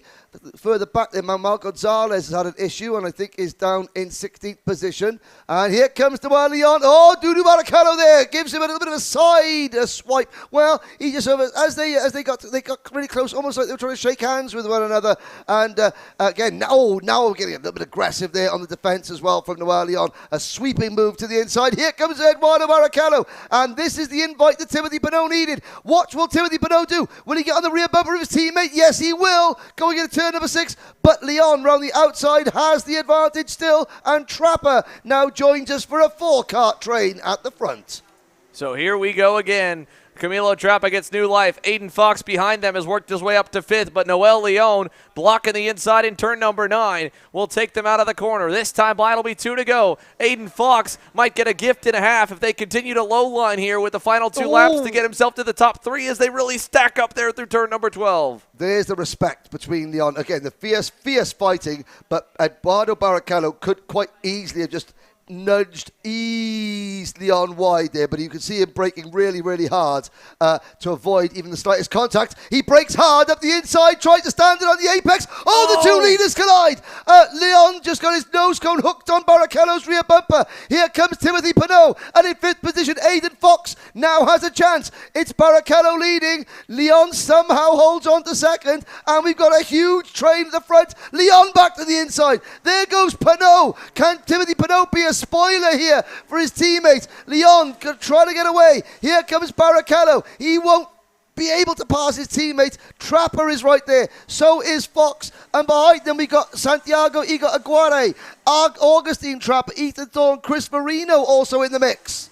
Man, Camilo Trappa was trying to block hard for 4th. He finally got rooted out of the way there. Aiden Fox now gets the 4th spot away, and he's got himself back to where he started as Ethan Thorne still runs in the 5th position. Behind him there, Camilo Trappa was side by side with his brother Augustine. Ultimately, Camilo wins that battle for now as Fox starts to defend for 4th. Noel Leon getting away a little bit. All the craziness he was able to inspire by just blocking a couple extra turns and stacking the field up. It bottlenecked, and now it's rubber banded away from itself. With the final lap underway, Noel Leon looks pretty safe. Could he sweep the heat races here? This has been amazing action here on Sunday. Championship Sunday, where all the points again are 50% more than the rest of the season, and Noel Leon has turned it up. He's added to the gap in Heat 1. He is set to do that again. Out of turn number 12, it'll be this time an 8-point gain for, 6-point game for Noel Leon as he wins Heat 2.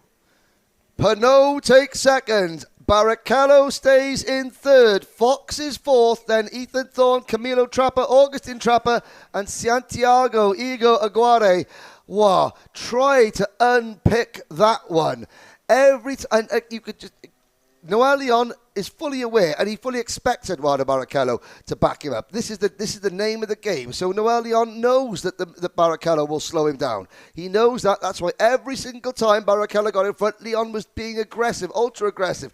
Make that move back to the top of the leaderboard there. And of course, likewise, then Barrichello had to get ultra aggressive with them. It's tactics. It is so tight.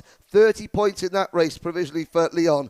Pinot, 2nd on 27. Barrichello on 24. So a 6-point gain again, provisionally, with Aiden Fox finishing in 4th place, 21. Right, a glance at the standings. Noel Leon moves on to 277 points. Eduardo Barrichello moves on to 251.5. 251.5. Aiden Fox adds another 21 points, so he is now on to 202.5. So Aiden Fox, if things where they stay how they are, is out of championship contention. 2 drivers left in contention. 277 points for Leon, 251 for Eduardo Barrichello, 60 points available in the final. Aiden Fox on 202.5 out of it. Head-to-head between the 2 drivers who were teammates in Formula Regional, good friends off the track, fiercest rivals on it. I wonder if they're still going to be good friends at the end of the day. I'm pretty sure they are. Yeah, I mean, both of those drivers here well into their professional careers, karting and cars as well, representing the two different brands with PSL Karting Bureau Art for Dudu Barrichello and Alessandro's Racing, the Satellite CRG USA team for Noel Leon, who's been a CRG pilot for the majority of his career. The both of them understand, of course, that friendships end when they get onto the racetrack and can begin again as soon as they get through the scale line. At the same time there, as chaotic as that battle was, as much contact as it was all incidental. There was none of it really that was malicious. The closest you could say was that side swipe with Barrichello down to turn 1, but both of them, I think, have a pretty good respect for each other and know exactly what to expect when they get on the racetrack. Probably look forward to it in many ways. And again, when they make contact coming out of turn number 4, it was Barrichello just getting hooked on Leon. And that was from the contact from Timothy Pernod kind of getting battled up. Pernod was right behind him, and Pernod had nowhere to go. He had to accelerate because he had Camilo Trapper right behind him. So again, there was nothing malicious at all in that race whatsoever. Now it's time for the third race in our second round of heats. It's Max Masters up next. So, whilst in junior Rotax, the title picture gets even more murky and even bigger and more spread out. Even tighter. In senior Rotax, we're down to 2 head-to-head. And, well, looking at provisionally, 71, so there's 16 and, 71, 25.5 points separates Noel Leon and Eduardo Barrichello. You get 60 points for winning the final, 25 points further back, that's 35.5 points, 34.5 points. That is an 8th place finish. So, very unofficially, Noel Leon needs to finish 8th or better in the final, regardless, even if Eduardo Barrichello wins, to take the ticket to Bahrain. But of course, in a field of 20 in senior Rotax, 20 very talented drivers, that's a lot easier said than done. Indeed here, Henry. So with 3 minutes to go here, take a look around the beautiful racetrack here at Orlando Kart Center. Again, the skies still remain overcast, but the engines have fired for Max Masters. And so with the American flag waving, you can see a little bit of a breeze still on through. We're pushing right around 70 degrees here. Air temperatures, track temperatures probably around 90 to 100 degrees Fahrenheit or so. What color would you describe that sky as? It's not as blue as it was yesterday. No, it's a little bit gray there, Henry, for sure. We have not seen the sun poke its head out behind the clouds yet. That's also kept the track temps down at a pretty good level where it's not necessarily gotten what we like to call greasy. Yeah, right? The track is fast. The slightly cooler temperatures are making this 0.8 of a mile 13 turn Orlando Kart Center very, very quick indeed. So, with Max Masters, and there's Circuit owner Andre there just moving to the side there. He's on the recovery vehicle, just depositing Wes Duchak's kart off there. Duchak failing to finish. Max Masters are on circuit. Rubens Barrichello and Antonio Pizzonia will share row number 1. Mundy Lawyer and Harold Watson will share row number 2. On row number 3, you will have Vince Carey and Luis Quinones. GP Racing fans, I know you're watching. Don't forget, if you're on Team Flewelling and your man wins, that's 3 shots. If you're on Team Provost and your man wins, that's 3 shots. If you're on Team Kuzmachov and your man wins, this is the Inter-GP Racing battle, then you take 3 shots. It depends on where your driver finishes amongst the GP Racing Collective. So all those in the Italian Racing League, I'm hoping that you're having a very, very good Sunday afternoon. It could get even better as long as they all finish the race. So, Pizzonia Senior, hopefully that kart has had whatever problem befell it in race number 1, that intermittent problem in the mid-power band range. Hopefully that problem is fixed and Antonio Pizzonia can go and give the battle to, he's still looking down. That doesn't bode well. Now, he's adjusted the secondary fuel cap on the fuel tank there to make sure that no air is leaking into the fuel, and Rubens Barrichello looks over his shoulder. This is not good for Antonio Pizzonia. Doesn't matter how experienced you are, you're obviously not focused on the race in front because you're worried about whether your kart's going to work. 10, Max Masters, come to the line. Lights are out. We're off and racing. Well, Pizzonia's kart gets off the line well. Side by side with Rubens Barrichello going through turns 1 and 2. Barrichello hangs on to the lead with Lawyer, Watson and Carey following in line. Rubens Barrichello leads them out of turn number 4. Antonio Pizzonia is right there, trying to make the move early on. Barrichello checks over his shoulder. Pitsonia is good coming off turn number 5. Now, the problem was developing coming out of this corner here.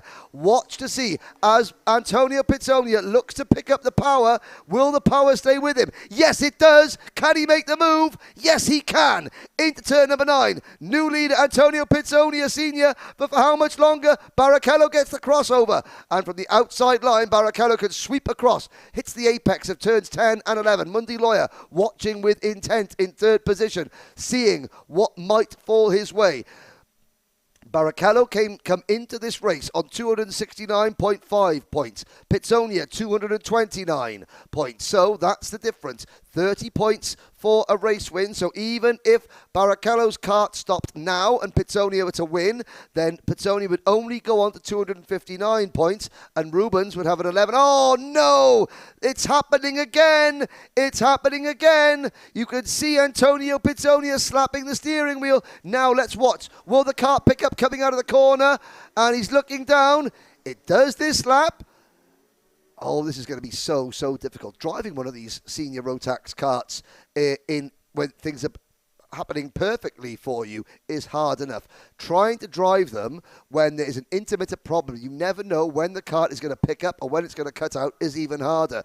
Driving it while the problem is intermittent against an ex-Formula 1 star or a fellow ex-Formula 1 star with several very experienced drivers sitting on your rear bumper, and all the while the prize at stake is the biggest event in world karting in Bahrain. That is nigh on impossible. But somehow Pitsonia Senior is able to do that. Why is he able to do that? Well, he's a veteran of 20 Formula 1 Grand Prix for the Jaguar and Williams team, British Formula 3 champion in his earlier career, still very active in karting, has raced the grand finals in Brazil before. He is now hunting down Rubens Barrichello once again. Mundi Lawyer sitting in third position. I think Rubens Barrichello is on old tyres.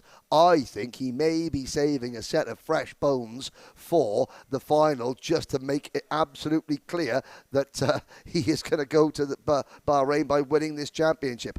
But that is just my speculation. Certainly, Rubens Barrichello is in front, but not by much. And he is not he's not getting away from the chasing pack. I say the chasing pack, though, is down to 3 or is down to 2, rather. It's only Pitsonia and Lawyer who are there. There's a glance back at the rest of the field coming into turn number 4. Logan Flewelling is 7th. Luis Quinones is 6th in kart number 620. The LFB, the Lucas Fabian Bueno driver. Lucas Quinones in 6th position. Flewelling is 7th, so get 3 shots out. Team Flewelling at the moment, still a long way to go. David Provost, if you're Team Provost, 2 shots, and Victor Kuzmachov is down in 10th, so that's 1 shot for Team Kuzmachov, provided they get to the end. Abel Martinez, the Spaniard, is running in 9th position. Now, Rubens Barrichello begins to stretch out his advantage. Lap times, it was a 54.897, new fastest lap for Rubens Barrichello. Pitsonia responds with a 55.1. Further back, personal best lap for Quinones, 56.433 seconds. Mundi Lawyer sits less than a second behind Antonio Pitsonia Senior. In fact, he's less than a second behind Rubens Barrichello, which is what makes me think that Barrichello is just driving it he's well within his limits at the moment. He's certainly keeping a little bit of spare change in his back pocket just in case he needs to push the envelope ever so slightly. At the moment, he doesn't need to. Whatever percentage he is driving at is enough to lead the race, to potentially take the win, and to potentially take the title as they come through turn number 12 and through turn number 13 here at the 0.8 of a mile Orlando Kart Center. We complete another lap, 3 to go for Barrichello. Barrichello finished 4th in the 2015 Rotax Grand Finals Challenge in the DD2 class in Portimao. He came back and didn't do quite as well in the DD2 class this year, but he was the oldest competitor in the DD2 class, and he did tell me that maybe it's it for him in DD2. He will go into Masters in the Rotax Grand Finals, and there's 35 of the Masters who are thinking, no, thanks, Ruben, you're okay. You stay in the big boy class and leave the Masters class to us old boys.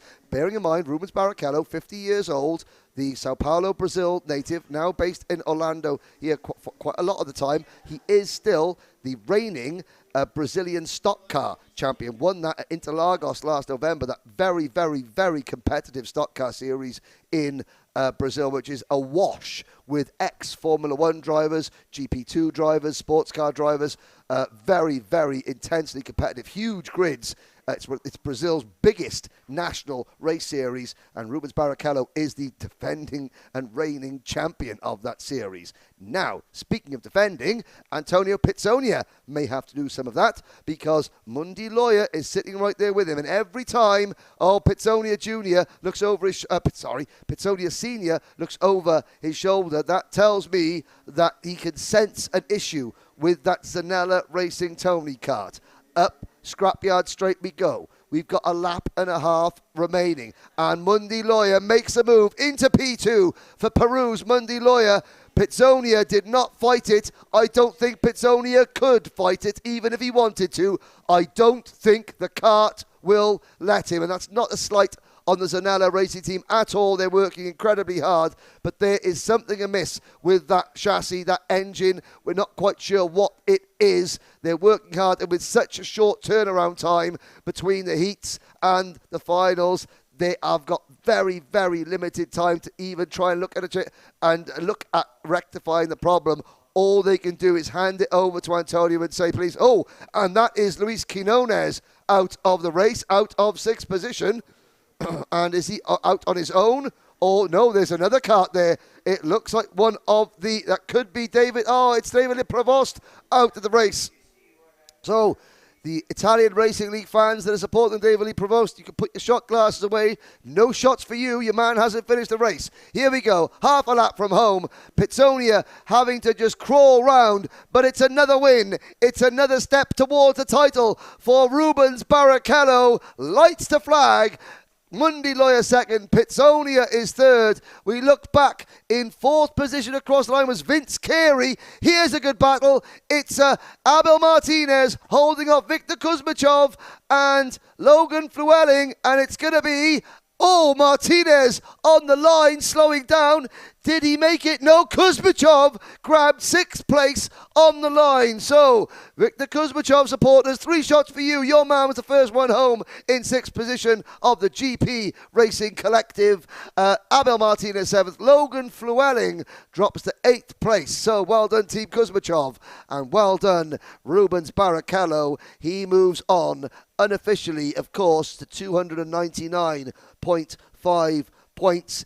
Antonio Pizzonia with 24 points. That moves Antonio Pizzonia on to 249.50, 253 points. Vince Carey now out of the title picture and going into the last race of the championship. Provisionally, it's going to be a 45.5 point advantage for Rubens Barrichello. 10th place gets you 28.5 points. The win gets you 60. All Rubens has to do is complete 75% of the final to take the title. He can still score 0 points if he doesn't finish the final and completes less than 75% of the race distance. And that is providing Antonio Pizzonia wins, which is far from guaranteed, judging by the situation befalling Antonio Pizzonia's Zanella Racing Tony Kart chassis. But Rubens Barrichello has got 1 foot on the plane to Bahrain for what would be his 3rd appearance in the Rotax Grand Finals. And that would be a record for current or ex-Formula 1 drivers, because it's not just Pizzonia and Barrichello, who are Formula 1 drivers who have raced in the Rotax Grand Finals. Nicholas Latifi has raced once in the Grand Finals. Guan Yu Zhou has raced once in the Rotax Grand Finals. And we're looking around the Rotax racing family globally. A certain Robin Raikkonen has started racing in Micromax, and Robin is Kimi Raikkonen's son. So Kimi, if you're watching, challenge is being laid down. Rubens and Antonio, they want some ex-Formula 1 drivers for company in the Grand Finals. So, whilst young Robin is learning how to drive his Micromax kart, just like Rubens and Antonio are doing, let the kids play, and while the kids are out learning their craft, why don't you just pop your old crash helmet back on and go for a ticket to the biggest party in world karting? Because one thing I do know, Kibby, is that you like a party. And we have got the biggest one in our sport waiting for you in Bahrain, should you choose to accept the BRP Rotax Challenge. That is the second and final Max Masters heat in the books.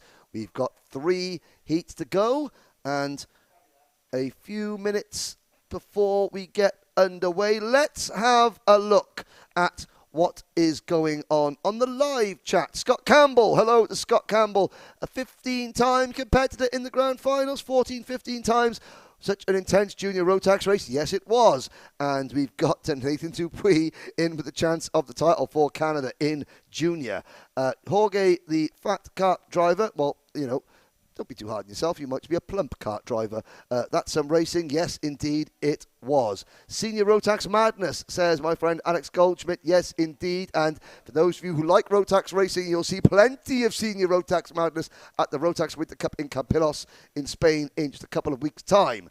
Rafa Racing 73, let's go Rubinho. Yes, indeed. And also giving some support to Antonio Pizzonia. Goldschmidt saying, let's go Rubens. Okay, Goldschmidt, now pipe down. You've had your mentions. We plugged the Euro Trophy one more time. The Winter Cup and then the 4-round Rotax Euro Trophy in Europe. Please go and check out the Rotax Euro Trophy website to get your entries into that. There is a look at some of the military vehicles here. Andre, the circuit owner, enjoys collecting military ephemera, shall we say, and he's parked several Humvees on the top. Basically, they're still armed, and if anyone is messing about in the rental carts too much, problem solved. I think. No, I'm joking. I'm absolutely joking. Please do not take. I am learning here, Trevor, on the buttons here at Kart Chaser, that sometimes the American audience don't take my sort of subtle, sort of tongue-in-cheek humour, and I got a feeling there's probably someone in Orlando going, "What? They've got guns at Orlando Kart Center? No way. No, they don't. They do not. 100% no." So there we go. Once again, a reminder to the paddock. Here we go. So all your race vehicles have got to be out of the parking lot tonight because the team here at Orlando Kart Center are repaving the entire parking lot with asphalt. So, yeah, that's great news.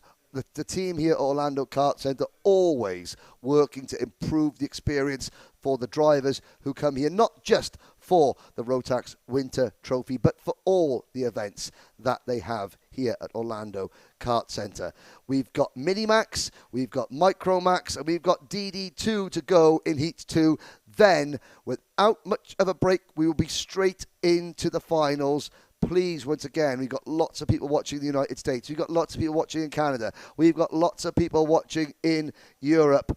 And Julian Rivera getting some support from Nico Puente. Andrew, Kart Chaser member. And again, everyone at Kart Chaser appreciates all the support, the members that follow Kart Chaser and subscribe to them so you can see the finals action. Andrew saying, Henry Zander, great job, guys. Thanks to the entertainment. You're very welcome, Andrew. And, yeah, really, Nico Puente, let's go, Julian Rivera. Lots of support for lots of drivers coming in. And, again, families watching back home, don't be afraid just to type into YouTube the live chat. You know, don't be scared. Just come in. We'll tell your friends, your family members, your driver know that we're supporting them, that they've got some love coming from back home, wherever that may be. Well, 17 Minimax karts are heading out onto the circuit for their second heat race now.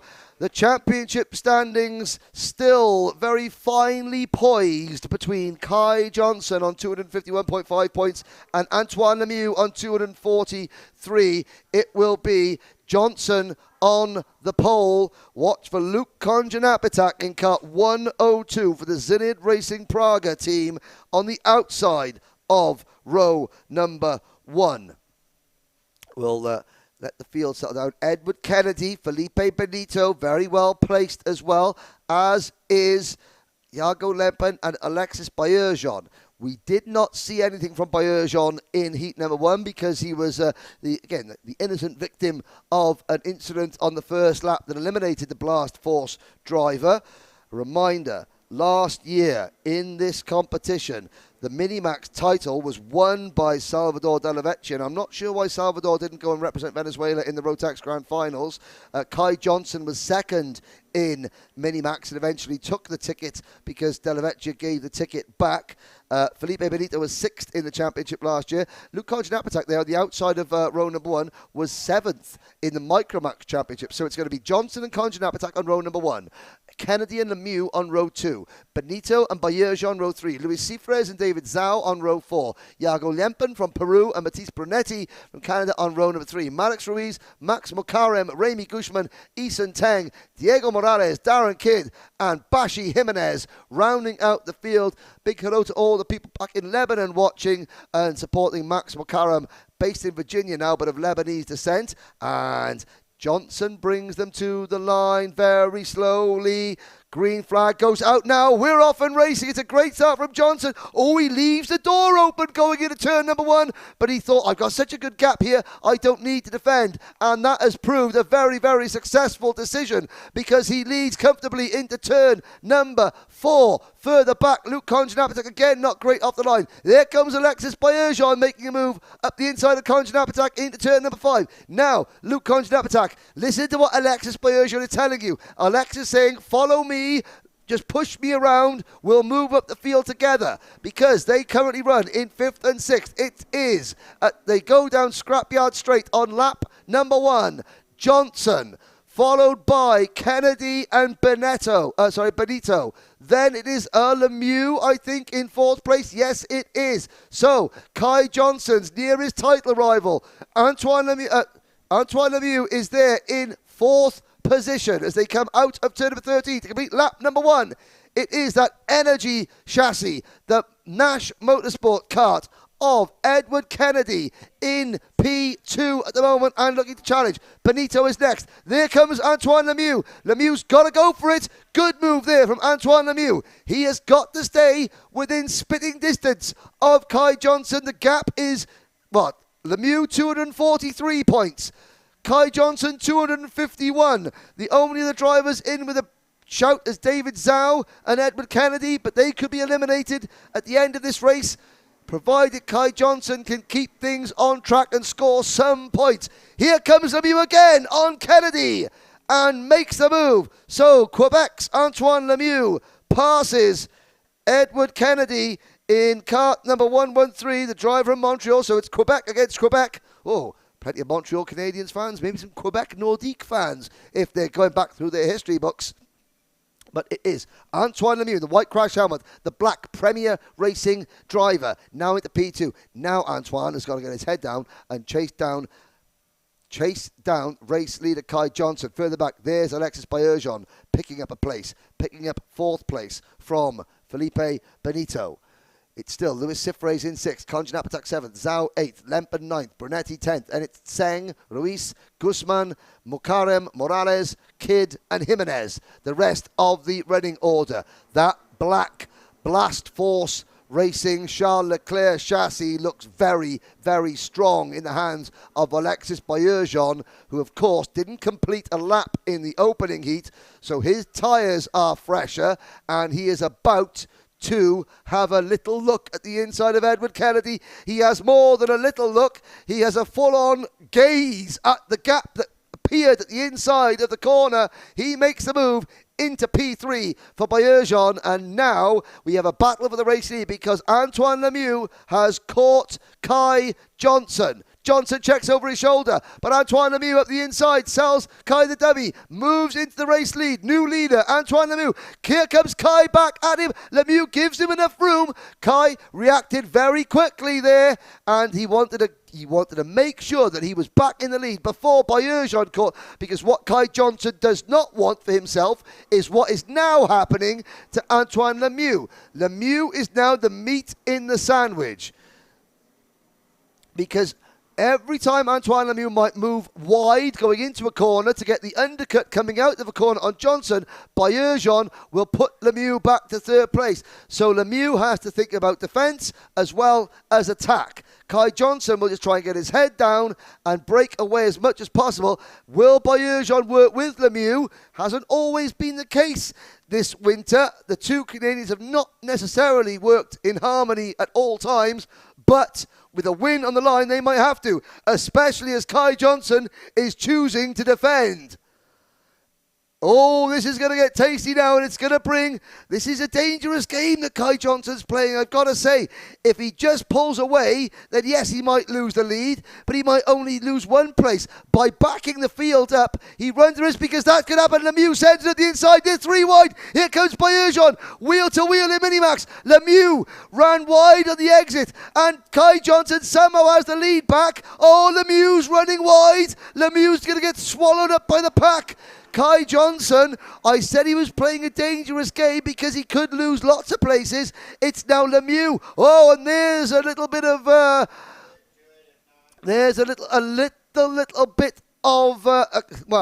conversation took place between the rear bumper of Kai Johnson's kart and the nose cone of Alexis Baerjean's kart, but Kai Johnson remains in the lead. And, I think that Blast Force nose cone just wanted to give a little kiss on the cheek to Kai Johnson's rear bumper. Luckily, no position changed hands, and Lemieux now fighting back. There goes the 101 of Benito back into P3. So Antoine Lemieux has got to get back on terms with these two leaders. This is the final lap here in Minimax. Kai Johnson is on course to extend his championship lead, but the question is how much by? That all depends on whether Antoine Lemieux can get past Benito. Yes, Antoine can. Now the only thing between contact back in the pack, but it's all eyes on Baerjean, Johnson. It ended in tears, and there goes Benito and Lemieux swapping places for third once again. It's going to be another win for Kai Johnson. He takes the checkered flag. Baerjean second. Third was Lemieux by a whisker over Felipe Benito. What a drive. So 30 more points for Johnson and 24 points for Lemieux, a gain of 6 points. So we'll do the calculations. We'll run through the rest of the order. Fourth place for Felipe Benito. Edward Kennedy in fifth. Luis Cifres in sixth. Luke Conjanapatak in seventh. Iago Lempen in eighth. Matthias Brunetti in ninth. David Zhao rounding out the top 10 with Isan Tseng, Maddox Ruiz, Remy Guzman, Max Macaram, Diego Morales, Darren Kidd, and Bashi Jimenez. The complete finishing order, all seven. Oh, Bashi Jimenez, I think, with the broken exhaust, didn't finish. But an extra 6 points for Kai Johnson. That will put Kai Johnson, unofficially, of course, on 281.5. Lemieux getting 24 points for second. That will put Lemieux on 267 points. So Kai Johnson, provisionally, of course, will carry a 14.5 point advantage into the final. 14.5 points. Well, by my reckoning, and again, provisional, Kai Johnson needs to finish in the top 7 in the final, provided Antoine Lemieux wins to take the Winter Series. We will do our very, very best to get the final championship points confirmed before the final races begin. Obviously, we're on a very tight time schedule here at Orlando at the Orlando Kart Center.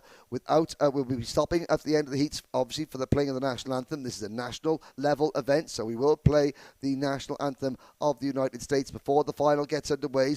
But behind the scenes, obviously between races, you've got to go through a procedure. You've got to get your nose cones checked. You've got to go through the weigh scales. You've got to go through post-race tech. You've got to go through anything that race director Rusty Ferguson has seen on circuit. Then you do have the chance to appeal within 30 minutes any decision that is made. And only once that 30 minutes has elapsed, or if there are no protests, then you can call the results official. Then my very, very bad math skills will come into play, and we will try and give you the best information we can.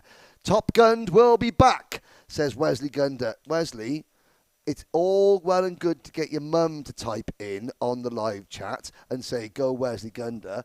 But, you know, yep, good to see that you're watching in the paddock, Wes. And yes, you will. Top Gun will be back. Cash Hunter Go-Karts Forever 162 says, go on Kia. I think he means Kai. Yes, there's plenty of Kias in the scrapyard and next to the circuit, but Kai, the only Kai on track, go Kai Johnson. Go Team Zinid, says Crimson Dove. Yes, Team Zinid having an up and down day. Roxanne, who is a Kart Chaser member. Thank you, Roxanne. Let's go Blast Force team from Canada.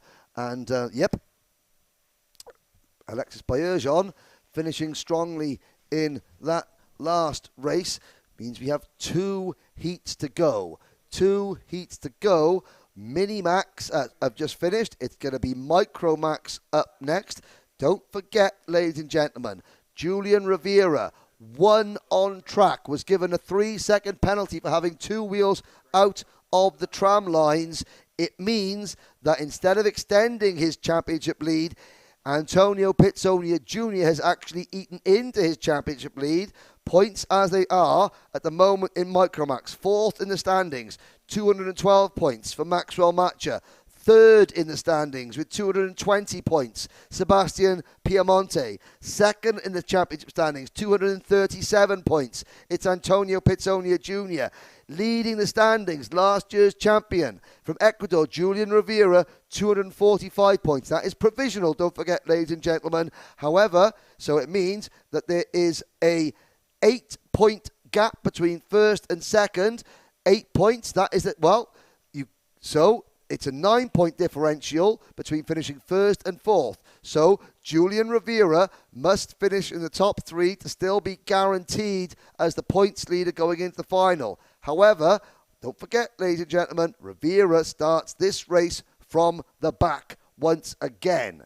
So not only is Julian Rivera going to get from last to 1st, he's going to do so without getting his nose cone damaged. He's going to do so without going outside the tram lines. And then he's going to see if the kart still has the pace that it has all day, which I'm sure it will, get up to Piemonte, get up to Pizzonia Jr. If Antonio Pizzonia Jr. wins this race and Julian Rivera finishes 4th, Antonio Pizzonia Jr. will have a 1-point advantage going into the final race of the championship.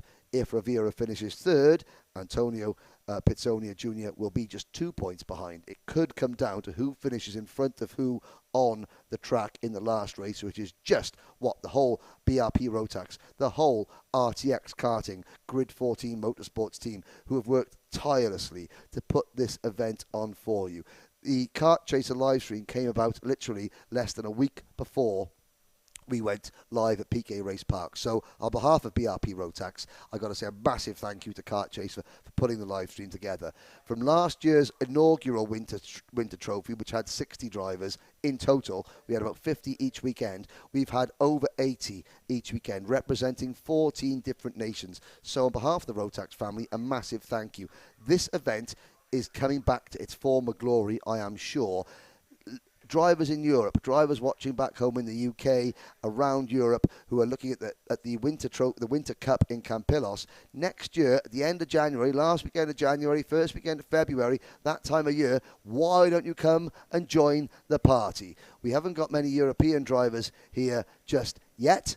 We got a couple. We got one from Spain, we've got a couple from Romania. We want some more European drivers. It's a great way to come out to Florida, spend 10 days out here, 2 weeks, do 4 rounds of racing, and go and see Disney World, go and see Daytona Beach, go and see the Daytona International Speedway, get yourself geared up, and then go back to Europe and start the European season. That's what we want to see.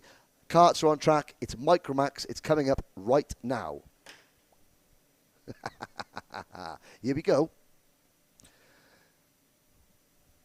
Good to see. We've got some our viewers from back home in the UK coming in. Eek, Bob. Ooh, Eek, Bob. Thanks for your support.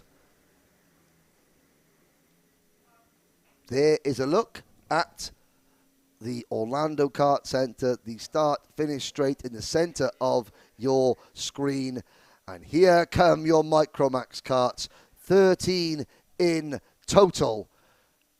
There is the driver with the Energy race suit. Interestingly, he's not wearing his Team Ecuador race suit.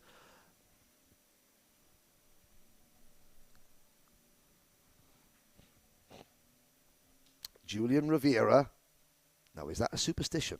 Who knows what goes through these young drivers' minds? It's very technical, but it's going to be white nose cone there at the front. That's Sebastian Piemonte. Maxwell Matcher second in line at the moment.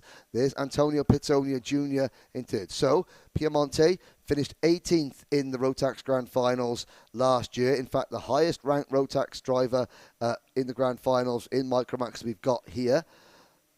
Rivera would have had his chance, but broke his arm 2 weeks before at another event in Italy. But it's going to be Piemonte and Pizzonia Jr. on row number 1. There is Matcher on the inside of row number 2, alongside that Black Blast Force entry of Olivier Chasser. On the next row back, row number 3, Anthony Mazzacolo and Christopher Lavoie. Jaden Francisco blazed in his. Melville Dos Santos, Aidan Kishan, Matisse Lacroix, Dominic Vieira and Julian Rivera will round out the field. 13 drivers, 6 laps. The championship is finally poised between Pizzonia, Rivera, with Piemonte and Matcher holding on to hopes. They're going to need to finish 1-2 and finish and gain ground on their 2 rivals in this race if they're going to have a realistic shot at it in the final. But only 6 laps and anything can happen. It's Micromax. They come to the line at an absolute crawl. Pizzonia Jr. just saying slow down. Piemonte looking across. Piemonte does not want to allow Pizzonia Jr. to get the jump. He's got to look forward in a minute to see where the flagman is. They come to the line. Now they go. We're off and racing. Maxwell Matcher trying to make it 3 wide. Great anticipation for Matcher in cart number 5. He hangs on to second. And Pizzonia can't make it up past third. It is Piemonte. Matcher. Here comes Pizzonia Jr. into the lead. He gets 2 for 1 in turn number 4. Piemonte slots back in the second. Here comes Maxwell Matcher. Wheel to wheel with Piemonte for second out of turn number 5. Can't see where Rivera is, but I would imagine that Julian Rivera is picking him up and laying him down as he wakes his way up from the back of the pack. Can Maxwell Matcher make a move, or will he just tuck in and follow as they plunge out of turn number 8, up Scrapyard Straight? Further back, we can see in 4th position, that is Mazzacolo, I think. There is Julian Rivera trying to park Olivier Chasser, and that is for about 8th or 9th place. I tell you what, Julian Rivera hasn't made as many places up on the opening lap of this race as he did of heat number 1, and he's going to have to be careful because they're not just going to give the places to him. He's going to have to fight tooth and nail for every single one. It is Pizzonia Jr. from Piemonte, from Matcher, then a gap back to Mazzacolo in 4th. Christopher Lavoie is 5th. Jaden Francisco 6th, 7th. Oh, 7th. And there's Rivera up the inside of Jaden Francisco going into turn number 5. He was certainly committed going into that corner, but he's got to try and make something happen. He's up into 6th position now, is Rivera. Here are your 3 leaders. Then a gap back to Francisco. Then right behind him, Lavoie. Lavoie defends from Rivera. Rivera gets to the inside, and Rivera up into another position. Olivier Chasser, but Jaden Francisco are next in line. Then it's Blazed and is. Then it's Dominic Vieira. Then it's Melville Dos Santos, Aidan Kishan and Matisse Lacroix. The leaders. Rivera makes another pass. Runs wide though. This is the risk you've got to run though. Julian Rivera, you've got to commit. And somehow he manages to stay ahead of number 3, Anthony Mazzacolo, coming out to the final corner. They start lap number 3. And Julian Rivera, look at the gap the top 3 have got. Here comes Piemonte for the race lead on Pizzonia Jr. I've got to say, these 3 drivers, you need to be smart now. The more you battle, the closer Rivera gets. If Rivera's going to be rubbing his hands together with glee here because he sees the 3 leaders slowing each other down, Julian Rivera is up into 4th place. He's 2.5 seconds behind this group on your screen. Watch, there is Rivera. He's got clean track. He bounces his head down. He's urging himself on. He's digging deep. If he digs any deeper, he'll hit bedrock. But he's got to do that out of turn number 9. It's Piemonte leading. Colombia leads Brazil, leads Fort Myers, Florida, which is where Maxwell Matcher now lives. Up out of turn number 12 through turn 13 we go. Pizzonia Jr. is working with Piemonte. Let's check the gaps as they go past. New fastest lap. Julian Rivera, 60.437. That is 0.2 quicker than the race leader. He's going to have to do more than that, though. He's going to have to pick up more than 0.2 of a second per lap, and the only way he's going to do that is if the leaders battle, which is what they're doing right now. Pitsonia Jr. gives a little signal to Piemonte and say, okay, now let's work together. Whether Piemonte listens or whether he doesn't, that remains to be seen. If Julian Rivera wins this championship, and if Julian Rivera catches the three leaders and makes it any higher than fourth, the three drivers you're looking at now will really only have themselves to blame. I've got to say, this is their opportunity to gain points on Rivera. And if they fight amongst themselves, they might all end up losing out. Rivera is driving the wheels off that Goodwood Kartways machine. He is in the number 6 Energy Course chassis, Quito, Ecuador's Julian Rivera. He is absolutely driving the wheels of these. Piemonte coming back at Pitsonia Jr. The gap between the top 3 and 4th place Rivera has dropped from 2.5 seconds to less than 1 second. Rivera with another fastest lap of the race, 60.1. It was 0.6 quicker. We got a lap and a half to go. Pitsonia, Piemonte and Matcha, 1, 2, 3. But pretty soon, Maxwell Matcha, who looks over his shoulder, he will see and he will feel and sense Julian Rivera drawing in on him. Out at turn number 9. It's Pitsonia from Piemonte from Matcha, and Rivera has caught them as we come to the white flag. It's 4 for the win, 0.8 of a mile, 13 corners to go, and a ticket to Bahrain potentially on the line. Pitsonia, Piemonte now makes the move. Sebastian Piemonte to the inside, new leader, turn number 1. New third place driver, Julian Rivera. Well, now, Julian, let's see what you're made of. Piemonte and Pitsonia slow each other down. Piemonte defending. Rivera trying to go 3 wide up the middle into turn number 5. He gets Pitsonia. He drives around the outside of Piemonte. Pitsonia up the inside, 3 wide into 6. Oh, they all collide. They all collide. And that is Piemonte in the grass. It's Rivera second. It's Pitsonia Jr. still leading. They try to go 3 wide, and somehow all their wheels clacked it together. Now Rivera tries the outside. He's going to try the crossover. 2 corners to go. It's Pitsonia, Rivera, and Matcha. Antonio Pitsonia Jr., you've got to defend this last corner like you've never defended before.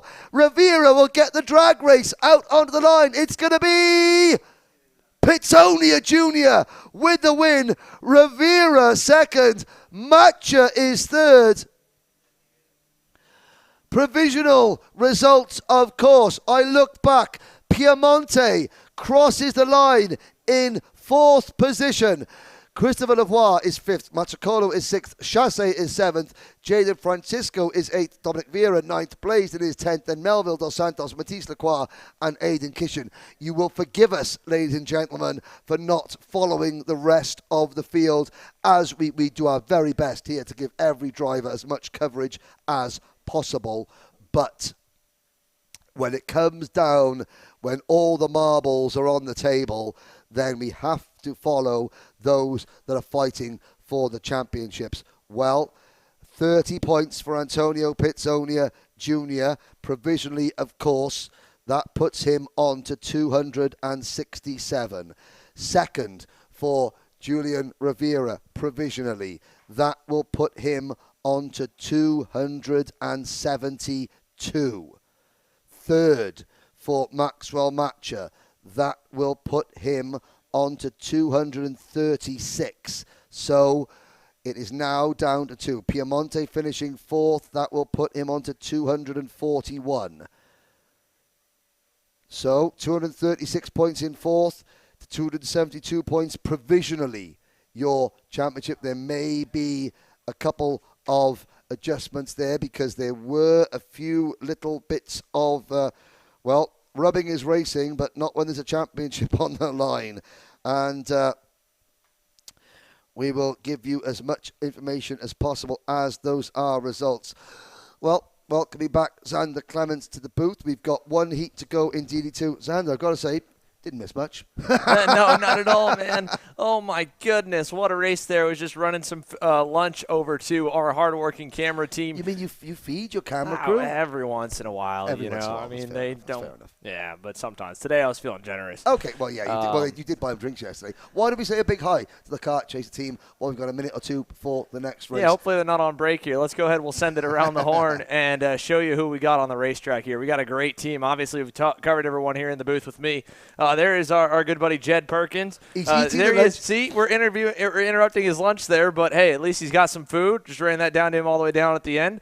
Then on the far side of the racetrack here, the camera that he's on is from Aaron Hackmeister. He's over here on the infield stands. And Danger Aaron. Yeah, Danger Aaron up there. But you can see he's not alone. He's on the normal catwalk. Again, this is where normal people go. Where Crazy Aaron likes to go. Is the roof. Is the roof. But we didn't have him up there. We thought it might get rained on today. And then over on the far side, Simon Sykes right now. You can see him talking about lunch break right there's the top of his head. There he is. There he is. Yeah, other side, Simon, to your right there, knucklehead. Here, he'll turn over. He's on the other. We're on Jed camera looking at you. He's looking over at Aaron. He has no idea what's going on. But that's fine. Yeah. He's at least got some good angle. Oh, now we got him on the right one.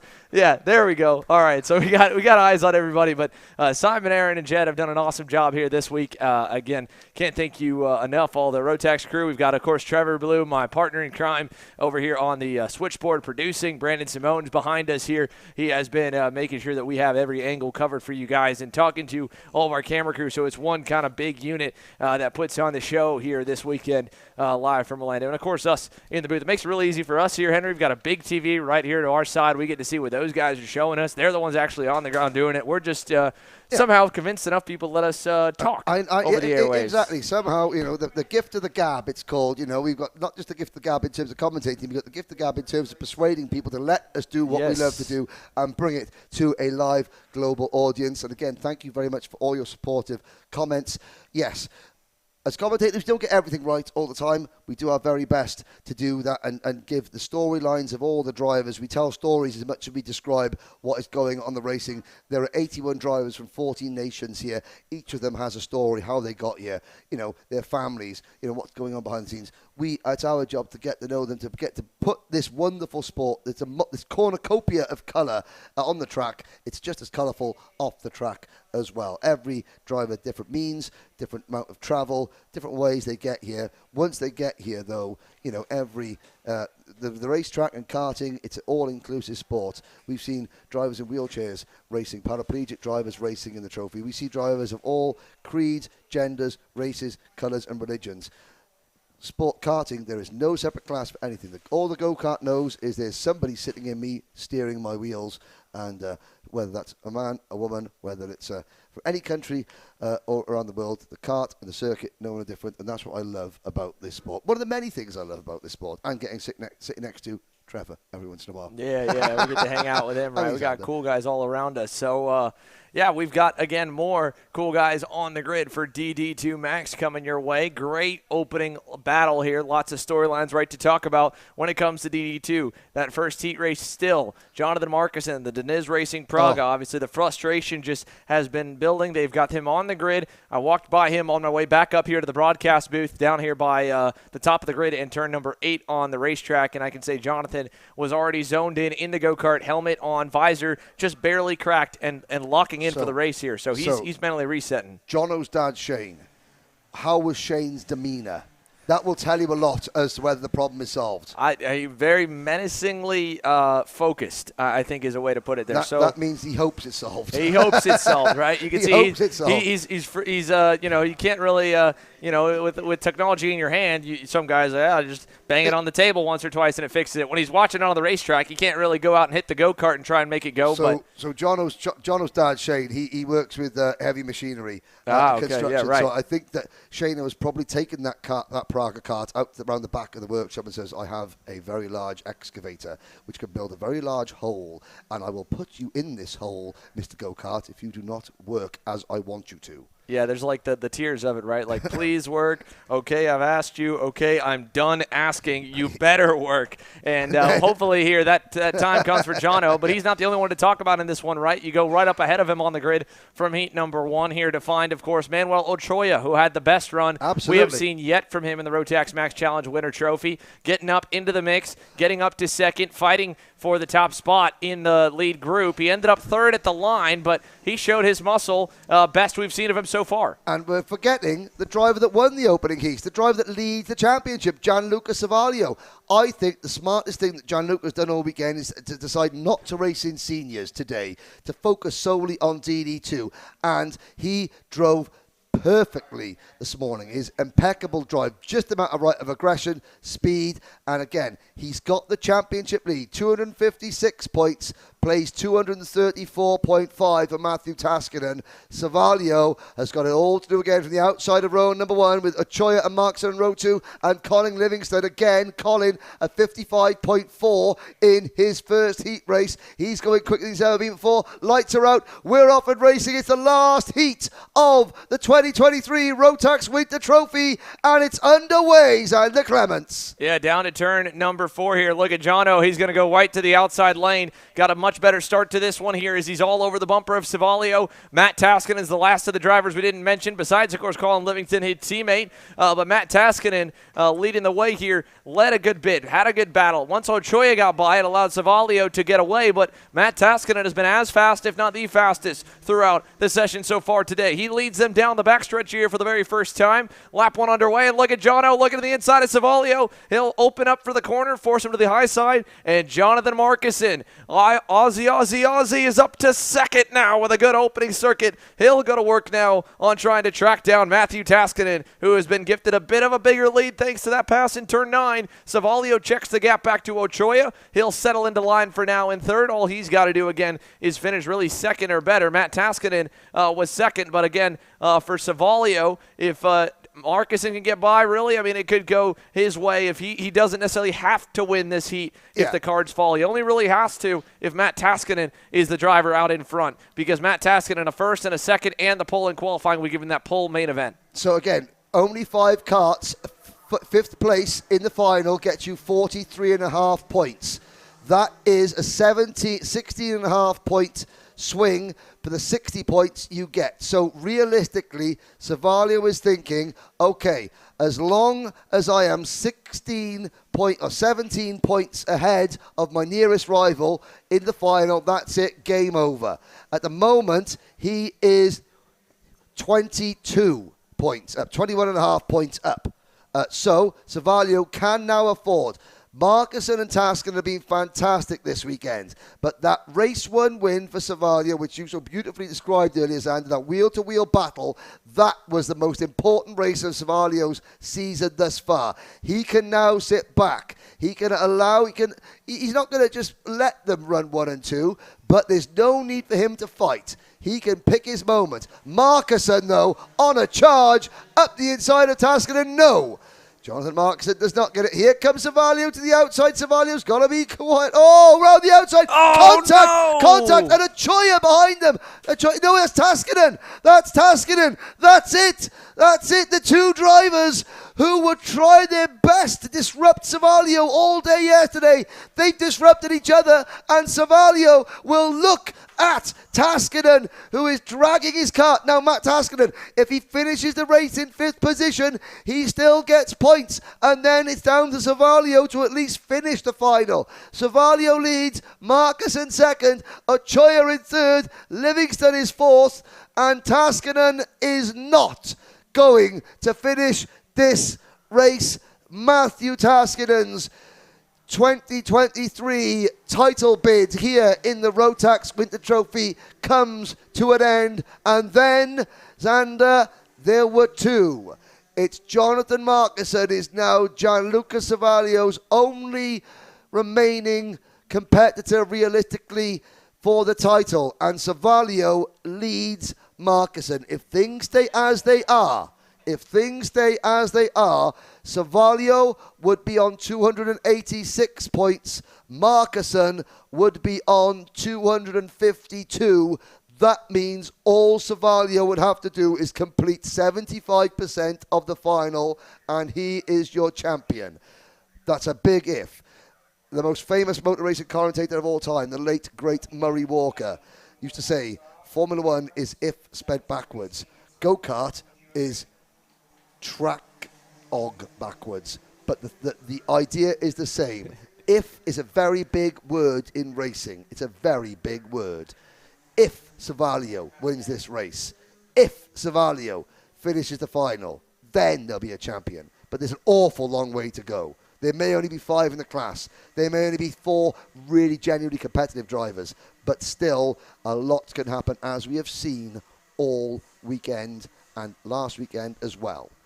Yeah, so now, again, with Matt Taskinen, like you said, the reason we don't mention him in the points because that crash happened so early on, just 2 laps completed for Matt Taskinen. It's going to put him with 0 points scored for the second and final heat race, which is unfortunate. Again, that move was a great attempt at the pass, and I think it caught Taskinen off guard of Jono Markison going to the outside, sending it around the outside lane. We've seen Jonathan Markison have some of the most spectacular moves for the lead and the win here. It got him the win yesterday and was about to put him into the lead here in turn number 9, but it was just a little bit too tight. Again, I talked with Colin Livingston right before he went out on the racetrack here for this heat race. He said, man, this track is still tough. It's not as bumpy as last week, but man, is it tight. He said, I've never seen a hairpin that tight in radii when it comes to any kart track he's driven on, period. And I said, yeah, this is the tightest hairpin, turn number 9 on this circuit here in Orlando that we go to on the North American National Circuit. So it is so non-traditional for many of these drivers to get through there.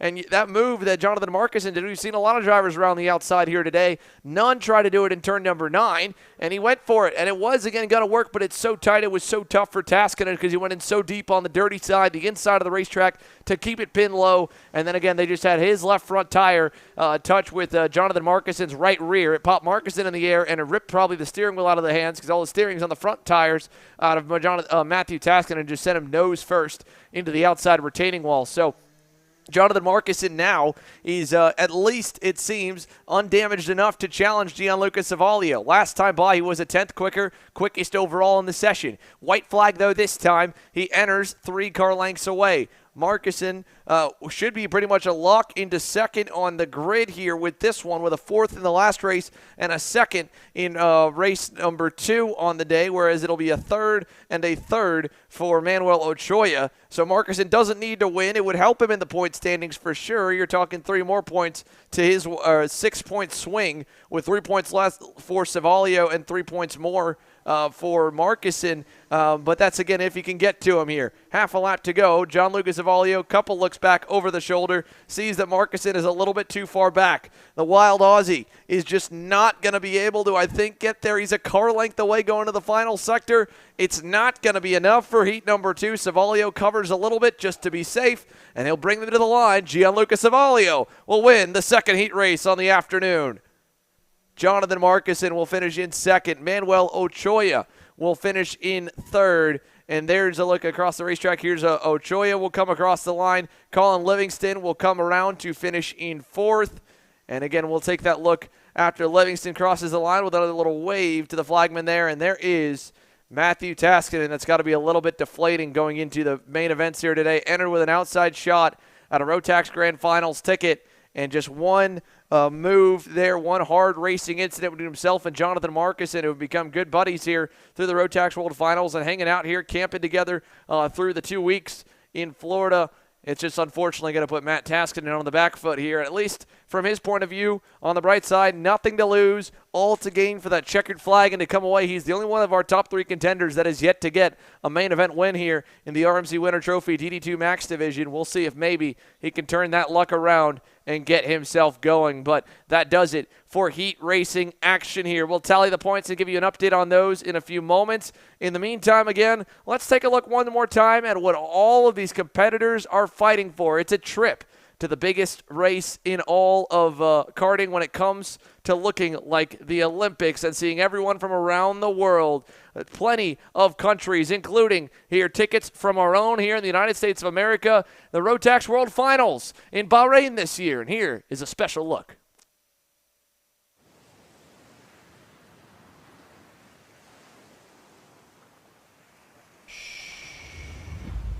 you hear it? 1 week where the silence is broken.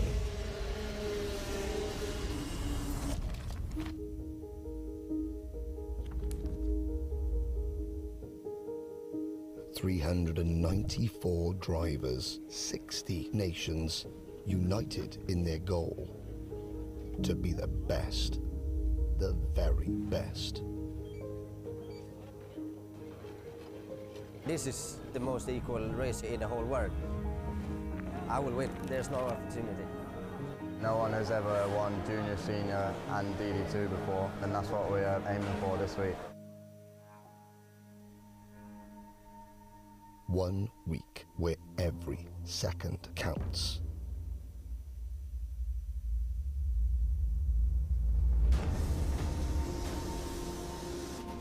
Every corner, every pass. The competition does not get tougher than this, closer than this, more intense than this.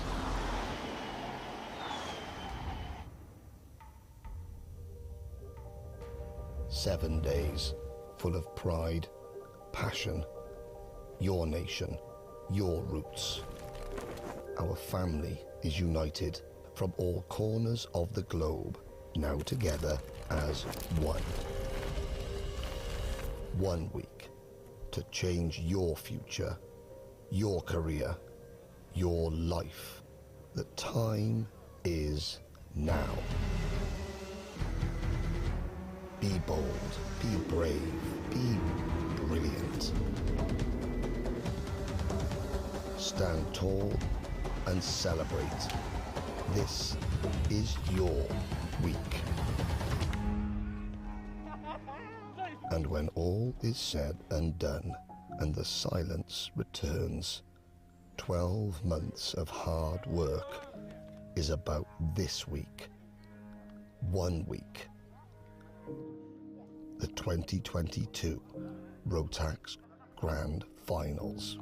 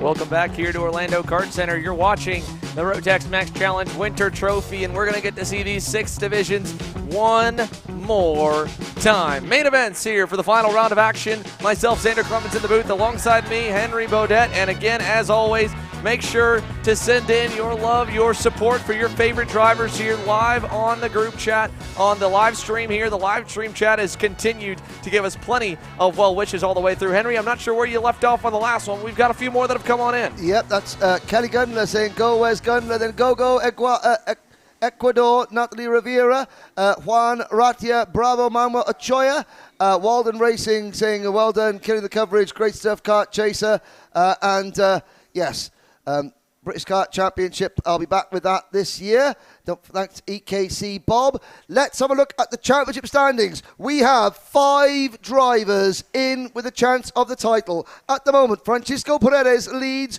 on 224 points. Nathan Dupuy, 217.5. Eric Cuesto, 214. Salvador Della Vecchia, 212. Gennaro Trapper, 208. 60 points for a win. 55.5 for second, 51 for third, 46.5 for fourth, 43.5 for fifth, 40.5 for sixth place. So if those 5 drivers, well, what a treat we have in store. It's going to be Canada's Nathan Dupuy on pole position, driving kart number 213 for the Goodwood Kartways team out of Ontario, Canada. Alongside him on the front row with the yellow sleeves, that is Ecuador's Francisco Paredes, 13 years old, also for the Goodwood Kart team from Quito in Ecuador. Eric Cuesto will start third. Fourth will be Javier Chaparro will be in, Frederic Lemieux in fourth, with Paul Hart and Salvador Della Vecchia on row 3, Javier Chaparro and Wyatt Downing row 4, Josh Sankapasand and Luis Pelletier on row 5, Victor Alencar and Wes Gundler, yesterday's winner, on row 6, Gennaro Trapper, who came into the day leading the championship, now finds himself 5th and finds himself 15th and last on the grid. 14 laps. Who is going to be the first driver in the Winter Trophy to book their ticket to Bahrain? We are going to find out. Here we go into the tram lines. What a great setup. What a great story. The Titus Championship will kick us off, and we are underway. Main events are green here on Sunday in Orlando. Great start for the leader, Nathan Dupuy, as Francisco Paredes rebounds from losing the second spot. He gets back by Eric Cuesto on the opening couple corners. He gets to second. Cuesto is third. Paulie Hart with a great start there. He's up into fourth. Frederic Lemieux under fire from Javier Chaparro in turn number 5. Oh, man, it got a little bit argy-bargy there back for the 4th and 5th positions. However,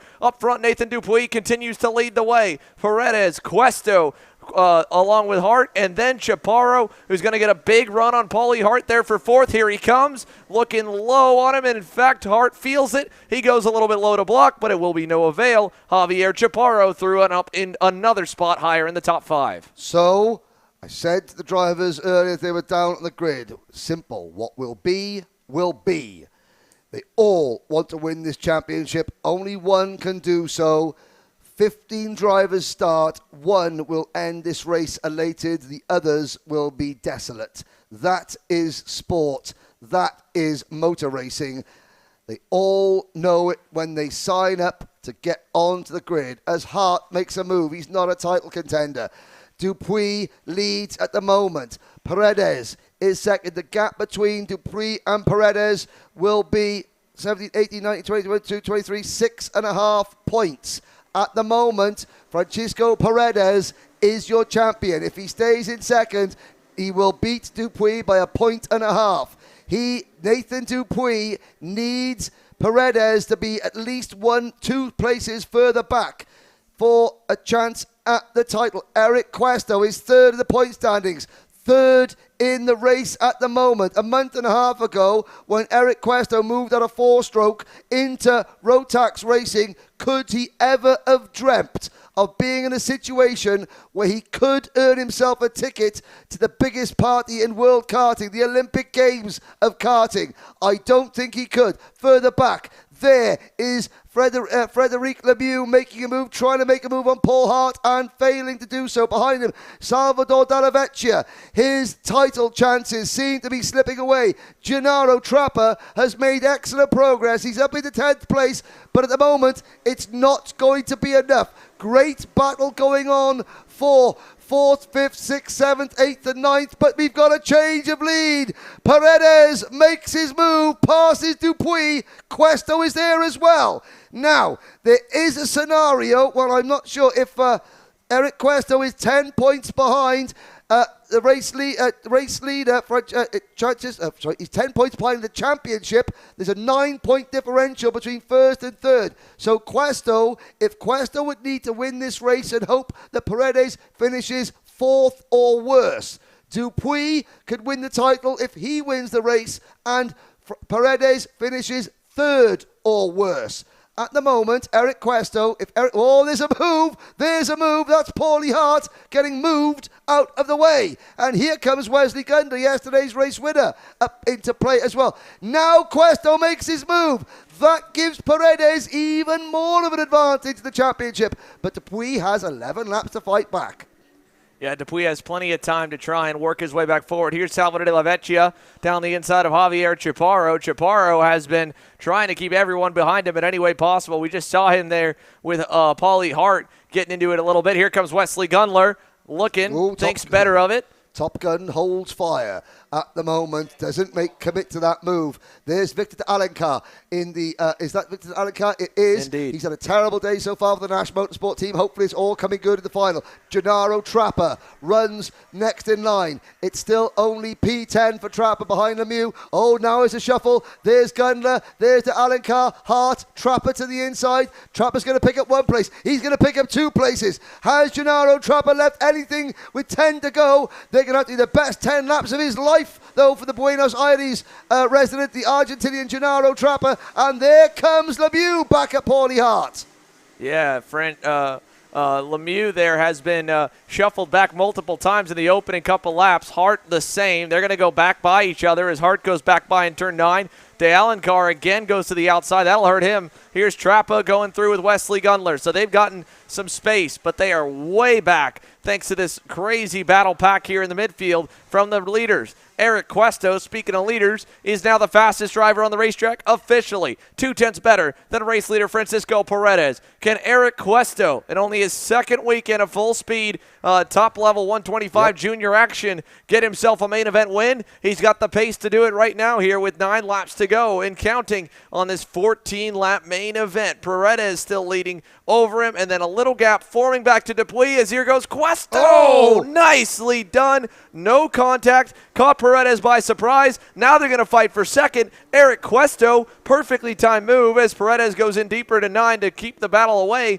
But now Eric Questo doesn't have to worry about blocking, can get himself a little bit of breathing room. Hit your marks, Eric, and try to pull away as Paredes goes back to work as well. Neither of any of these 3 drivers up front have won a main here yet this mini season. Riders Paredes got one. Paredes, no, he's got a 6th, a 9th, and a 2nd.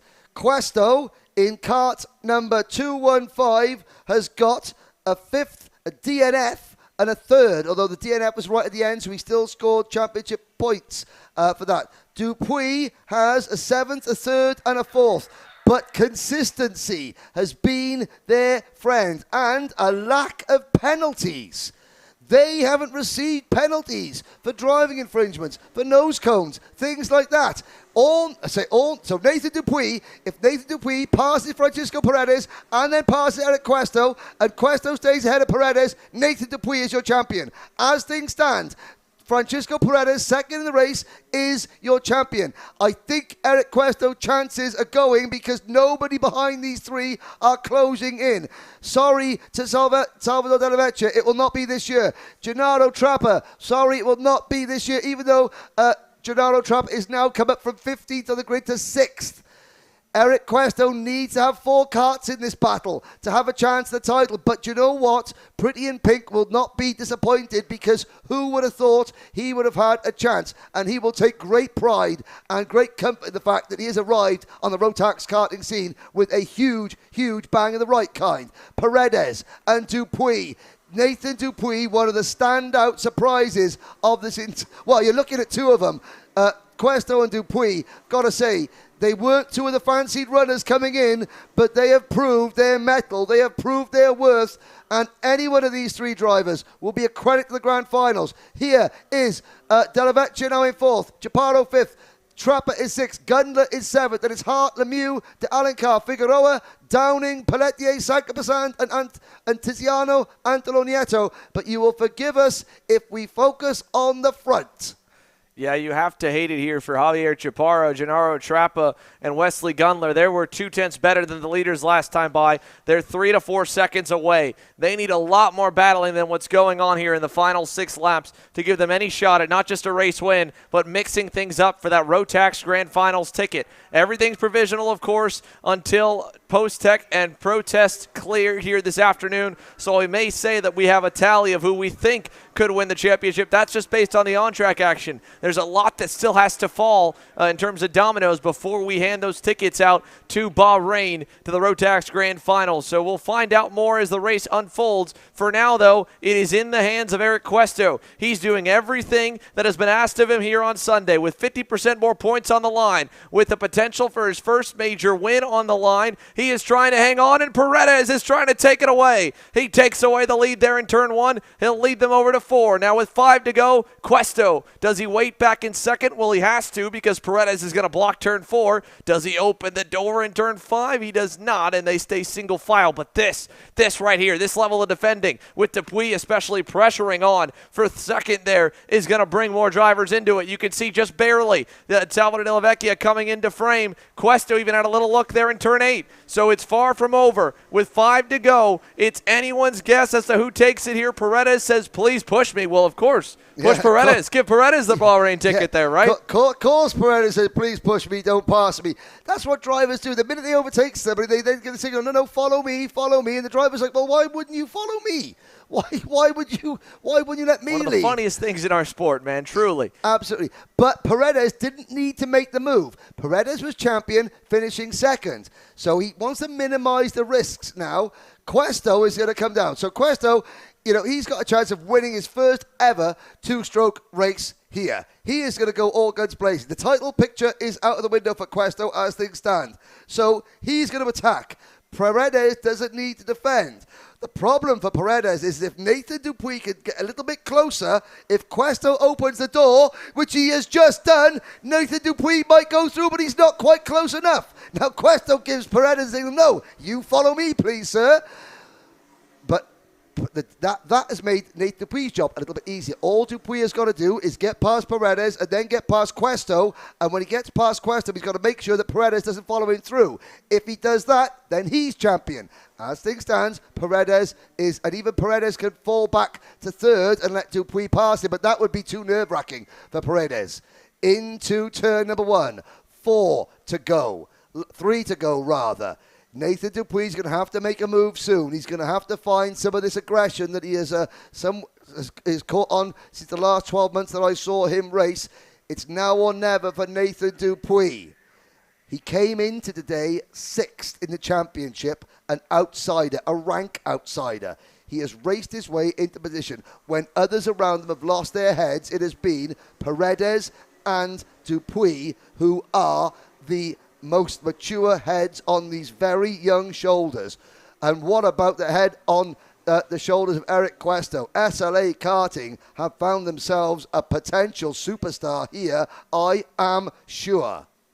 So he'll lead them this time to the 2 to go signal with the biggest lead he's had all race long, 2 to 3 car lengths back to Francisco Paredes. He put 2/10 on him. In the gap, exactly 3/10 behind him. Gennaro Trappa will not be denied to trying to fight for this championship. He wants to get himself back into it. He knows how big the heat points hurt him. The best he can do is just try and make the most of this main event. Well, he's gone to 4th. He's set the fastest lap of the session while the leaders head into the pit bend here with 2 to go. They're only 2 seconds away. So if a big battle breaks out, 4th and 5th could really start to mess with them. But they might be a little bit too far back for their own sake to fight for the win. Never say never, but Eric Cuesto is doing a great job, and he stayed on his normal line so far. He'll have 1 more lap here and 3 turns as there comes Trappa, De La Vecchia, Chaparro, and Wesley Gundler there. 4th, 5th, 6th, and 7th. As up front, Cuesto will head for the white flag as he is 1 lap away from his first career main event win in a 125cc junior division across the line. He looks back. Francisco Paredes right there through turns 1 and 2. What is going through the mind of Francisco Paredes?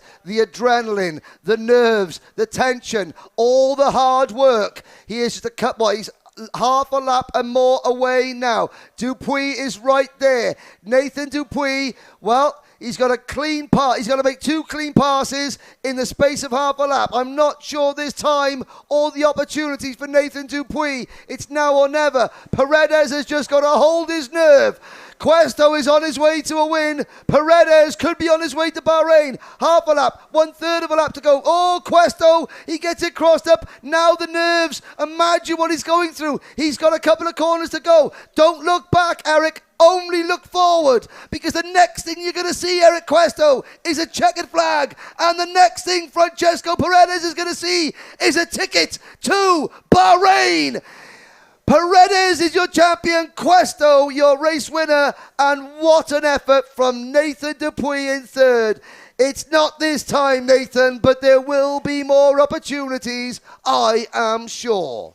Eric Cuesto is fired up here, ladies and gentlemen, as he should be. The SLA kart racing driver giving some fishtails there for the fans across the Turn 4 complex here in front of all the mechanics and parents here live trackside for the Rotax Max Challenge Winter Trophy. Oh, look at that. Paul Hart with a rough final lap there. You can see a heavily dislodged front NASA panel for Paulie Hart in the number 204. So obviously some chaos went on towards the end of that main event there. Broke the lower bracket. That's why that's got it's still hanging on from the upper bracket up by the steering wheel, but the lower one broken. And Eric Cuesto, congratulations. You're a main event winner in a 125cc junior division in only, again, his first full month of competition. Big win yesterday for Wesley Gundler. Big win today for Eric Cuesto and the SLA kart racing team. Congratulations there. Here comes some congrats coming from his competitors and from many of the officials around the paddock as they give him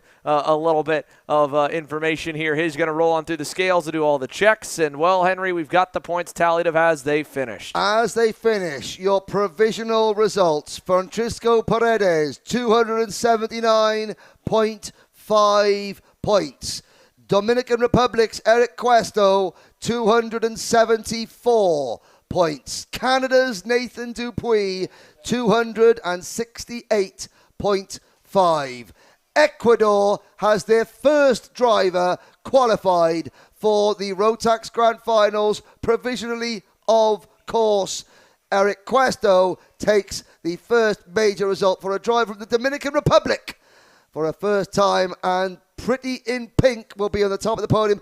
A word about the driver in green there, Gennaro Trapper. For every winner, there must be a loser. For every moment of exaltation, there must be a moment of desolation.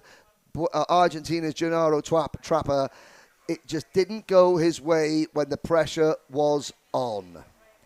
So there goes the number 1 plate there. Eric Cuesto, congratulations here for the SLA kart racing pilot. He's going to come into applause there. I believe that's probably Dad. Wanting to give him a big hug and a congratulations there. His team owner, Sebastian Ardizzone, going to give him as well a big congrats for putting SLA kart racing on top for the first of 6 main events here from Orlando. Lots of cheers and congrats coming to the way and that's of Eric Nathan, Cuesto. That's Nathan Dupuis' That's dad awesome. Giving Eric Cuesto a big round of applause.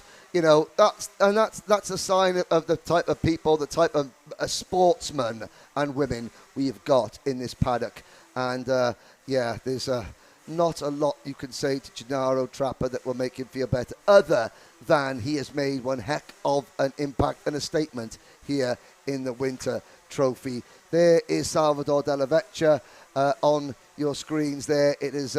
Well, considering that Salvador Della Vecchia started this Winter Trophy by going underneath a fence at PK Raceway Park and having a trip to hospital, he has done well. You can see the disappointment. He's only Della Vecchia, just 12 years old, just turned 12. But your champion, your provisional champion in the yellow, navy, and red colors of his beloved Ecuador, Francisco Paredes. While it was only 64th in the Grand Finals last year for Paredes, he will do a lot better this year. There we wait. There's a smile there. The Goodwood Kartways team will be waiting for him. And Francisco Paredes takes the applause. There he is. And it hasn't sunk in just yet. Folding, you can see Nathan Dupuis just folding his race suit up there. A driver that literally finished way out the back of the pack last year has taken the title fight down to the last lap of the season this year, and he will only get better, and he will have more opportunities to qualify for the Grand Finals. There's Dad waiting to, I'm sure, give him a well-done hug. But as one race finishes and another one is set to begin, who's going to take the next set of tickets? Is it going to be Noel Leon from Mexico or Eduardo Barrichello from Brazil? Leon has 277 points, Barrichello 254.5.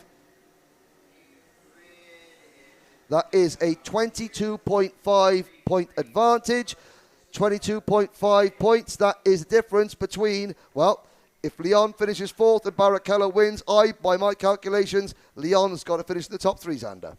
Yeah, he's got to stay in the top three there. 22.5. Sorry, so that'd be what would that be? That'd be sixth or better. Oh, is it? Okay, yeah.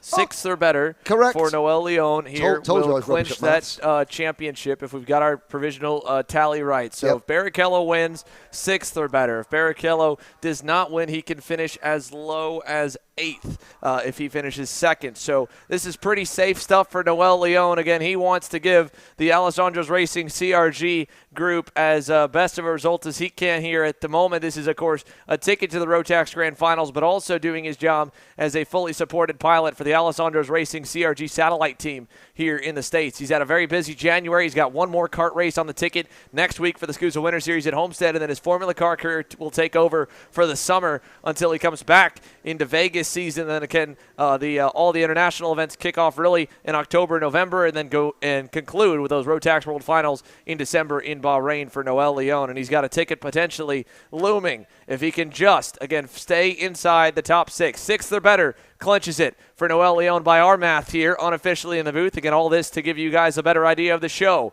Let's give you the rest of the lineup, though, as Leon gets to start from the best position possible on the pole. Eduardo Barrichello will join him on row number one. Yesterday's winner, breakout star Aiden Fox, and the Fox and Son Lando Norris kart having one of his better weekends of his karting career thus far in the third position. To his outside, Camilo Trappa in the 308 X-Spree. Row number three, Ethan Thorne on the Nash Motorsports EOS kart to the inside. Timothy Pernod in that PSL Karting Bureau Art to the outside, looking for redemption after the penalty took him off the podium yesterday. You see Jorge Ortiz lining up at the back of the grid. He got involved in multiple incidents in the heat races. More other drivers looking to go forward as we're green down to turn one. Leon, great jump. Fox takes advantage as well. He gets into second, and Noel Leon will lead by 3 car lengths over to turn number 4. Eduardo Barrichello quite happy to let Aiden Fox go into turn number 1. Didn't fight it too hard. Lots of side-by-side action down in the pack. You see Jorge Ortiz in the red race suit right up the inside. At last year's junior champion. Now he's going to get squeezed wide by one of the Nash Motorsport karts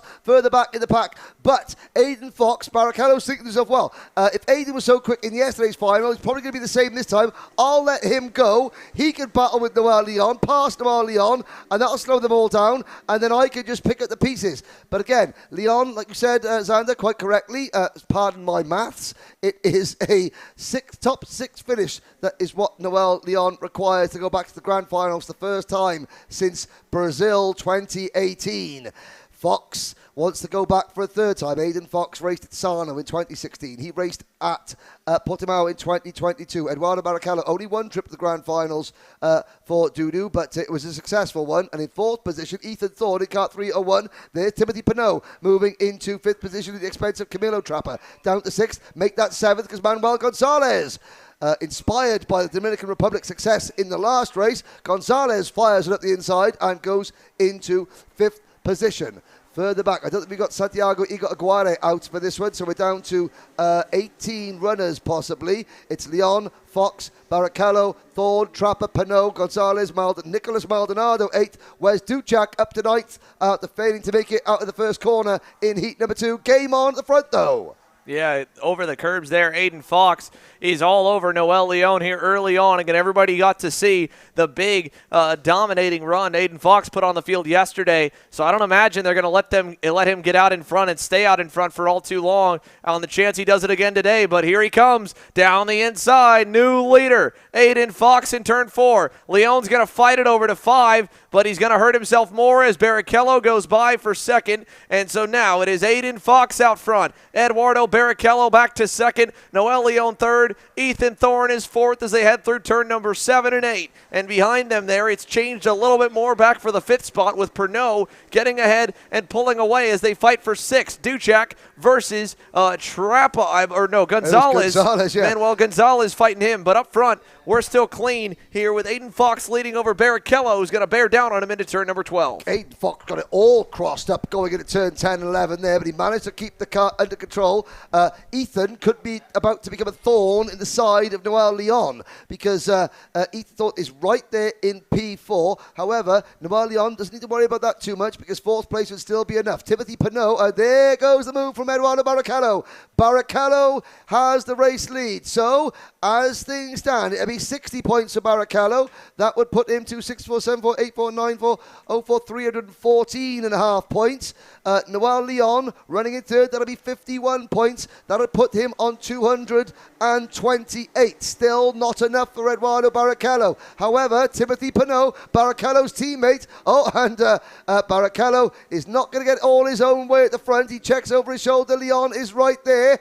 Timothy Pinot is on his way to the front as well. That would maybe give Rubens Barrichello a little bit of help. They drive for the same PSL karting Birrell Art race team. Behind Pernod is a bit of a gap. Back to Wes Duchak in 6th, Gonzalez 7th, Camilo Trapper 8th, Fernando Barrichello in 9th position, and Nicholas Maldonado rounding out the top 10. New leader, Eduardo Barrichello. New 2nd place driver, is it Noel Leon? 3 wide, only 3 wide, Xander. We expect more from this.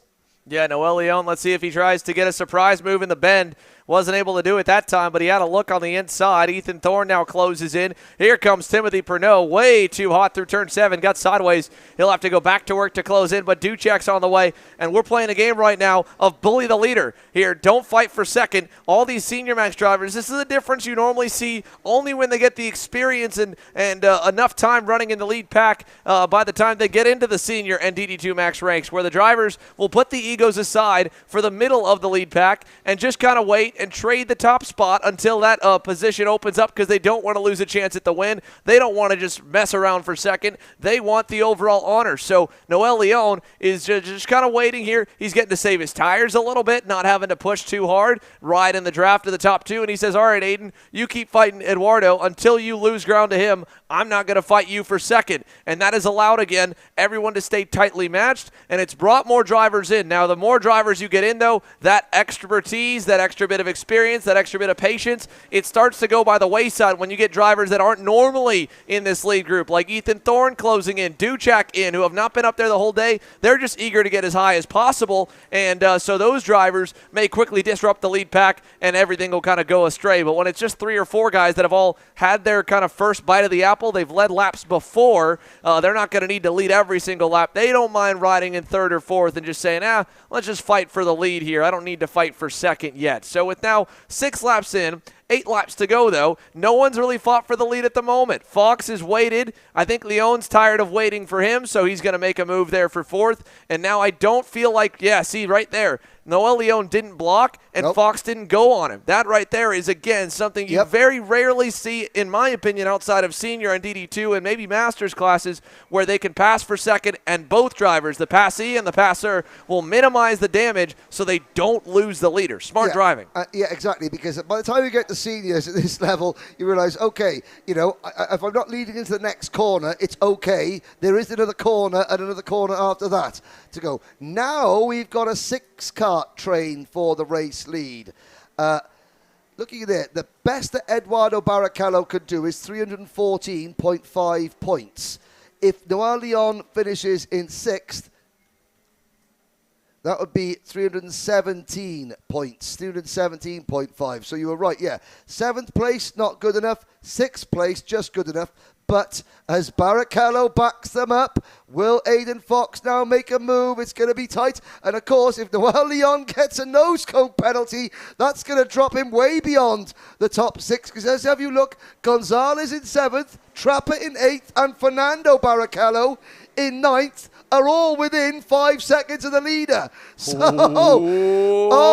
Leon! I think Noel Leon has either the best form of defense is attack, and if I'm at the front, then I can control nothing else apart from my own destiny. Eduardo Noah says, hello, remember me from last corner? Well, I'm back. And here comes Aiden Fox going, remember me from yesterday? Well, I'm back. And here comes Timothy Pinot saying, you haven't met me yet because I haven't been on the podium, but I want to be.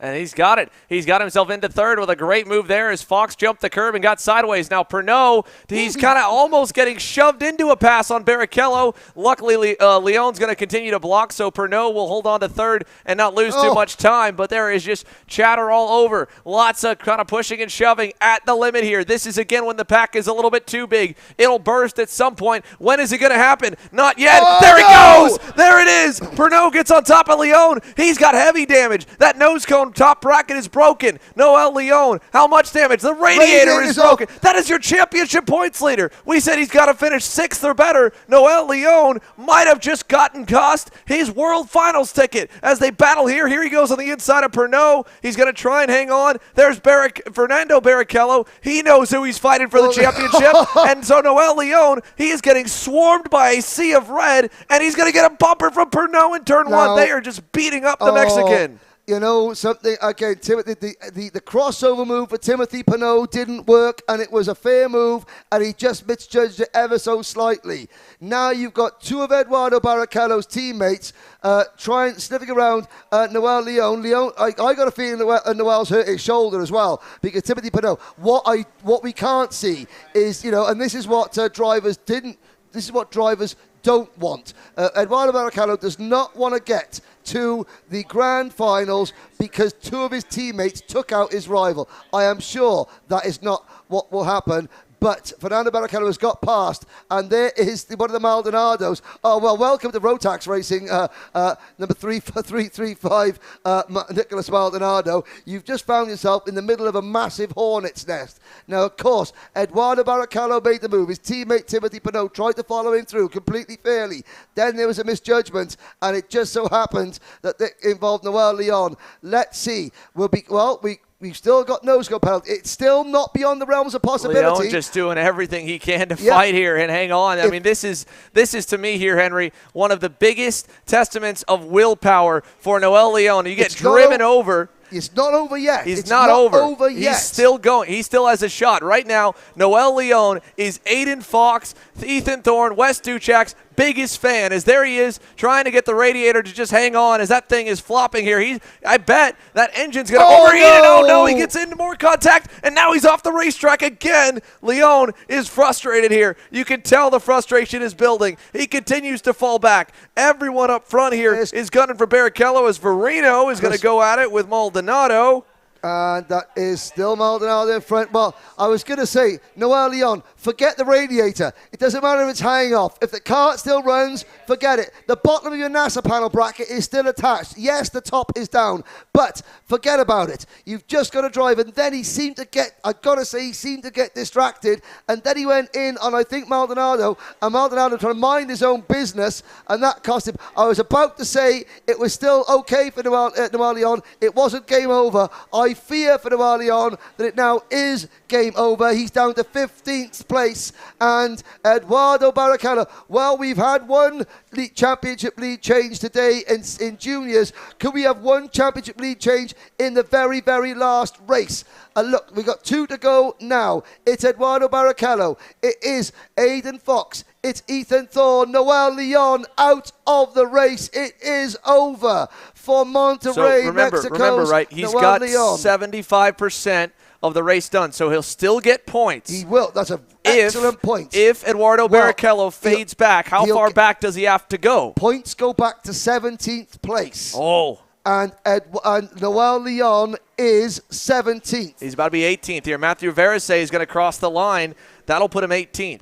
So he'll get 0 points. 0 points. So, again, that's 60 points as they run. I mean, that's massive. For Eduardo Barrichello to end up falling behind, he'd have to go all the way back to, it looks to be 13th. So Noel Leon will stay on 277 points. Eduardo Barrichello, at the moment, moving to 314.5. That is different to 87, 97, 07, 8, 9, 10, 11, 12, 13, excuse the maths, that is 14, that is 37.5 points you'll have to drop. It's going to be, if Eduardo Barrichello is classified any higher than 12th, he is your champion, I believe.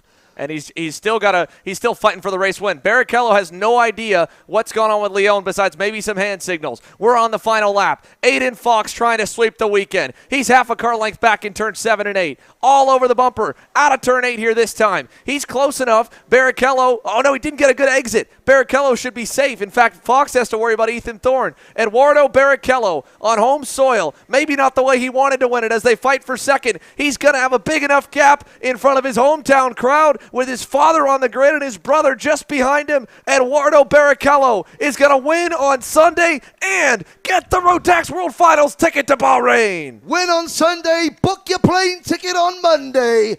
Eduardo Barrichello provisionally goes back to the Grand Finals for the second year running. There is the PSL Birrell Art team. You see Marion Kramers in the middle of the frame. There is the signal. Now, well, he knows it. It was a messy race. It was a great race. And then, and look at that. That's what you want to see. Timothy, there's Fernando Barrichello.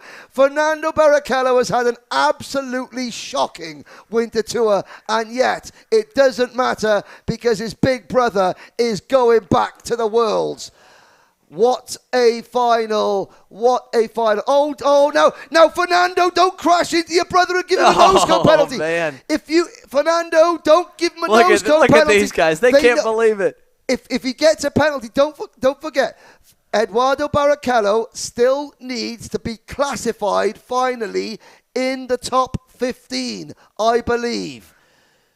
How many drivers finished within 5 seconds of the race leader? That's the question. That is the question. I really, really hope. Oh, my goodness. Right, well, we're not going to say it. Rubens Barrichello is there. Ruben's probably like, boys, are you kidding me? Rubens is probably you got Rubens freaking out over there, man. He's pumped up at least for Dudu. I think he's just hoping, hey, can you signal that your bumper's all good? Oh, man. The last bit of stress that he'd need right there is a 5-second penalty because that would put him. Now, all that being said, 5 seconds would only put him back to. There's the emotion. There's the emotion there. There's for the Rubens brothers. and his boys, and there are tears flowing. And now Rubens has got to wipe those tears away. And it just at the end of the day, and I know exactly how he's feeling. That is just a sporting dad. He's not an F1 driver. He is a dad.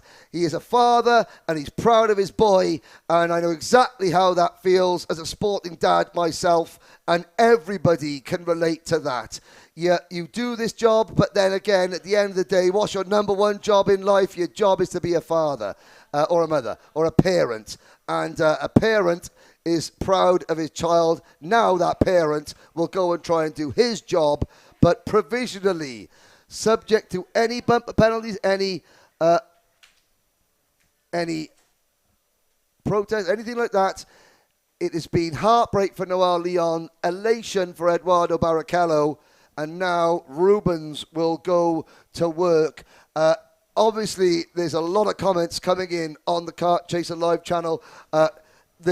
People can have very different opinions about what you've just seen, but we're going to keep it positive. We're going to keep it for everyone. There's for every smart move. There's maybe a not quite so smart move, but this is just it's what the adrenaline does to you. It's when all the marbles are on the table and, people react different ways. Could Noel Leon have stayed on track and maybe held on and waited to see if Eduardo got a penalty or if Eduardo got a bumper penalty? That could have kept him in. But I think Noel was a little bit distracted by the radiator coming off. Obviously, he was furious with the way the incident took place with himself and, one of the other Birrell karts. And then it all went downhill and wrong for him. But again, like you said, Xander, bigger picture, Noel Leon will look ahead now and start and commence his single-seater career in earnest. We've got Masters up next. And one more thing I wanted to add. I mean, the part of the reason, right, we were like, well, why was he messing with the radiator? Well, again, these are water-cooled go-karts, right? You could imagine that not only was the radiator mount broken and flopping around, but he was worried about, the hose coming off, and then at that point, the engine could have been overheating. Oh. And so he was worrying about the engine lasting all the way. There's a look over at the damaged Alessandra's Racing CRG. So you can see the hose was still connected. The bottom part, so it has a hose connection at the top of the radiator and a bottom part of the radiator. The engine has a internal pump that circulates it, right? So the way that thing is, we can see that the top hose is still connected. The bottom hose might have disconnected, and he might have been leaking a little bit of water. There you can see. It is disconnected, so he was pushing water, and he probably pulled in to save the motor because it was about to blow up. It was about to get very expensive. Look at the tire mark on top of that NASA panel there. That was Timothy Pinot's rear wheel going over the top of Noel Leon. I just hope that, number one, that before the rear wheel got to that NASA panel, it had to go through Noel Leon's shoulder. So I really hope that Noel Leon is okay first and foremost. There are members of the Alessandros Racing team there.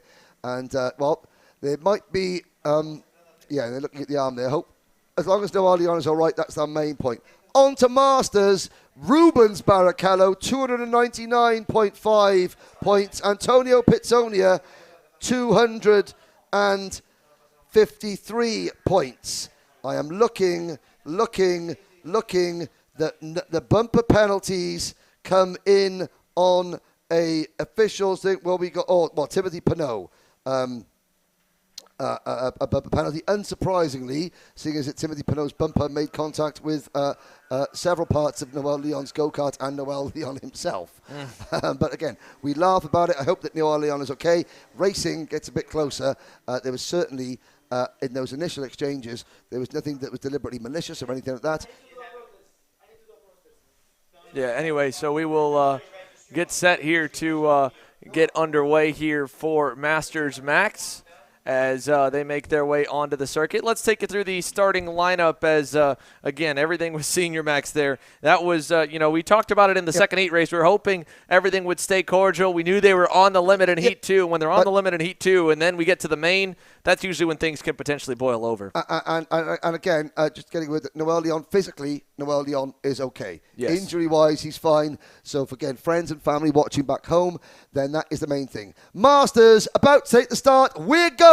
It's Rubens Barrichello looking to join his son on the plane to Bahrain. Antonio Pizzonia, the only driver that can stop him. Vince Carey in third of the championship. Fourth on the track now is, he is just out of the title picture. And don't forget, GP racing fans, the Italian Racing League, Fluellen, Kuzmachov, or Le Provost, whoever finishes first, it's 3 shots. Whoever finishes second, 2 shots. Whoever finishes third, 1 shot. Hope you're having fun watching in Toronto. Not as much fun as the Barrichello family in Sao Paulo watching. Here comes Antonio Pizzonia sideways into turn number 1. Outbreaks himself. But Antonio, it's one of those things. It is or bust for Antonio Pizzonia. It's win it or bid it.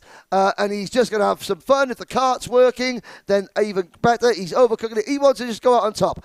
He looks as though the title that he won last year is going to slip away from him this year. Barrichello has won all 3 finals.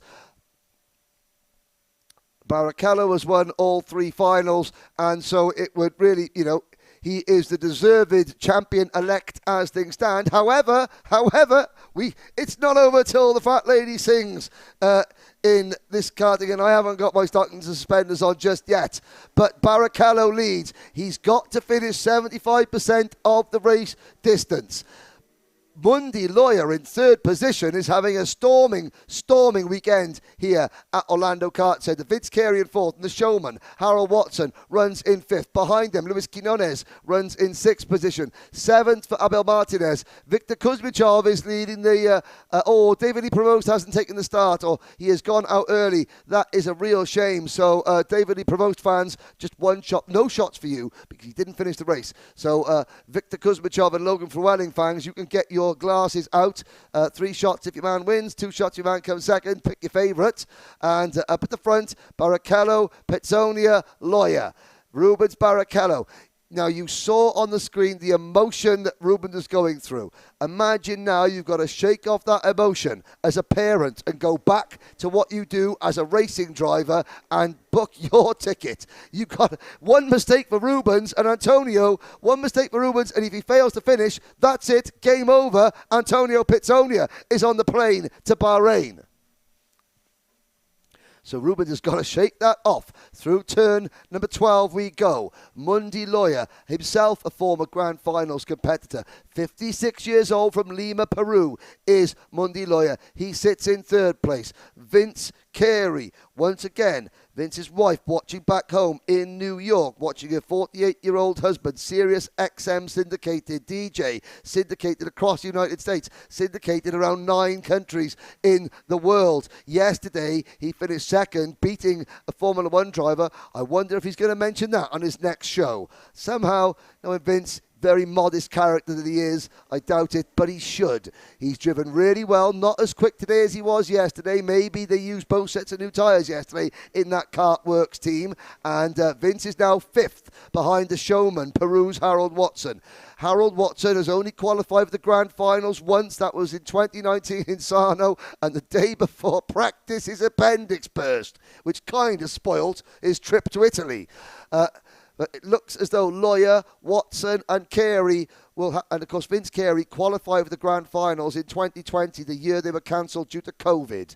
So he is yet to represent Team USA officially on the international stage. He will have to go and race in the US, the Rotax East Series, and then go to the Rotax US Nationals to try and get his ticket. Maybe we'll see Vince make a move into Europe and try his luck at the International Trophy at Le Mans in France, or the South America International Trophy at the end of June in Peru. Who knows? There are other opportunities available for the DD2 Masters class, which has got 36 tickets. Here's a look at the GP racing battle. It's 6-1-2. Logan Flewelling ahead of Victor Kuzmachov. There's Abel Martinez, the Spaniard in kart 600, trying to get involved. The energy chassis for the AKT racing team.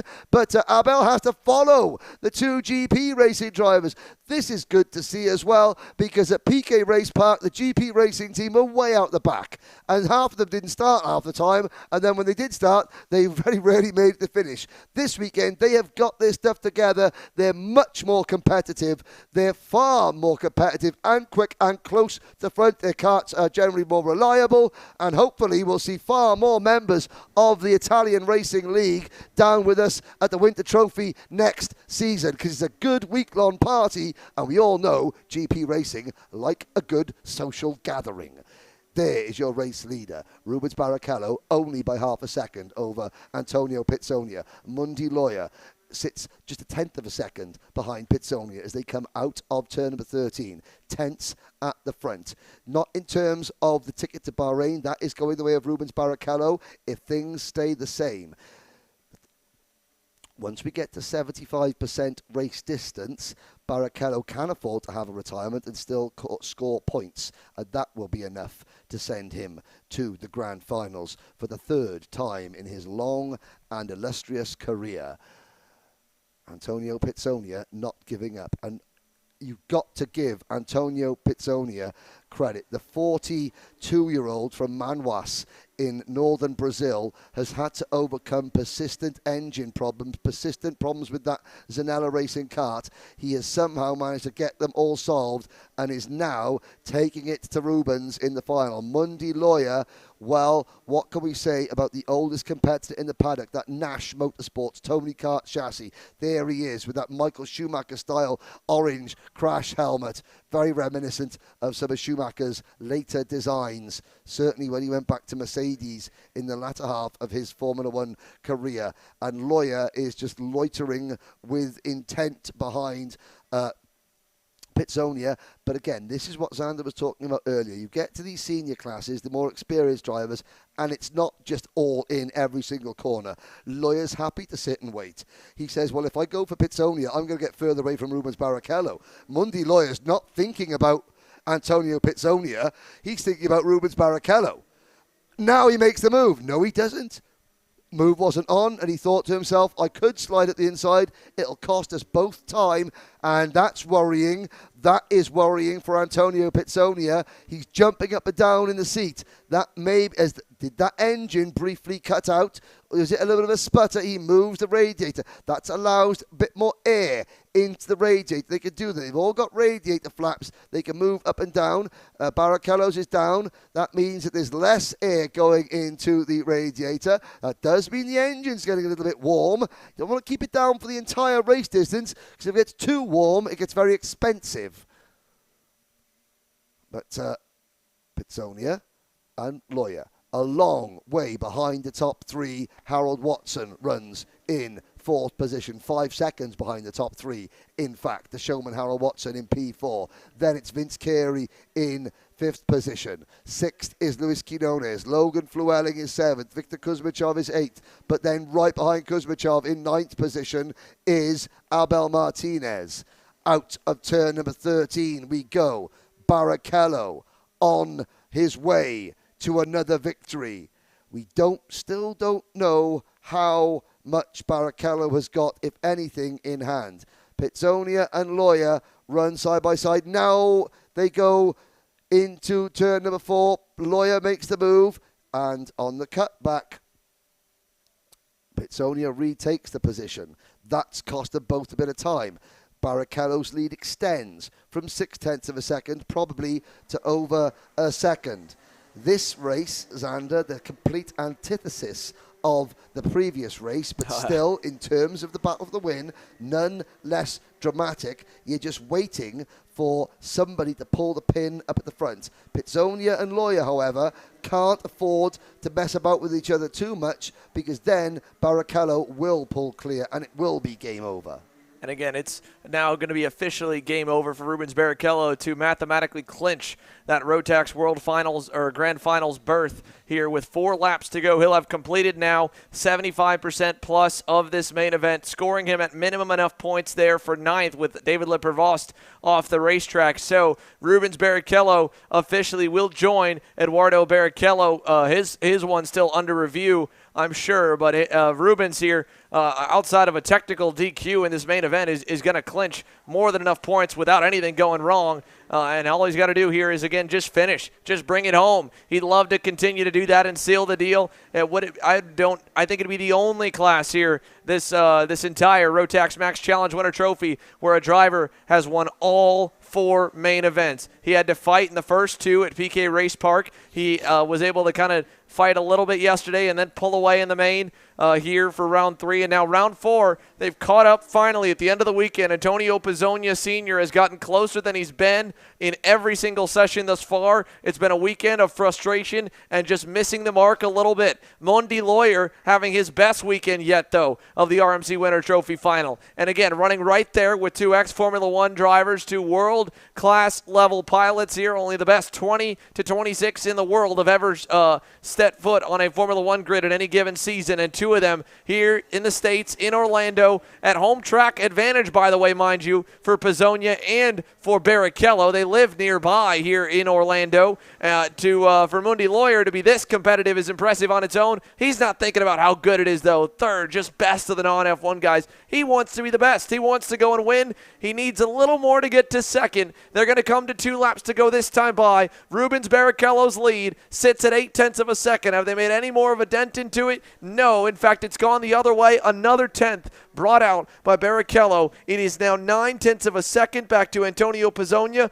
Mondi Lawyer applying some pressure is going to make Pizzonia have to defend here now with 2 to go. Spoke to Mondi Lawyer and just asked him what keeps him so competitive, and he said he fasts. He said he doesn't eat during the day. He says, and that really helps. He drinks lots of water and simply fasts. So, it keeps him in shape.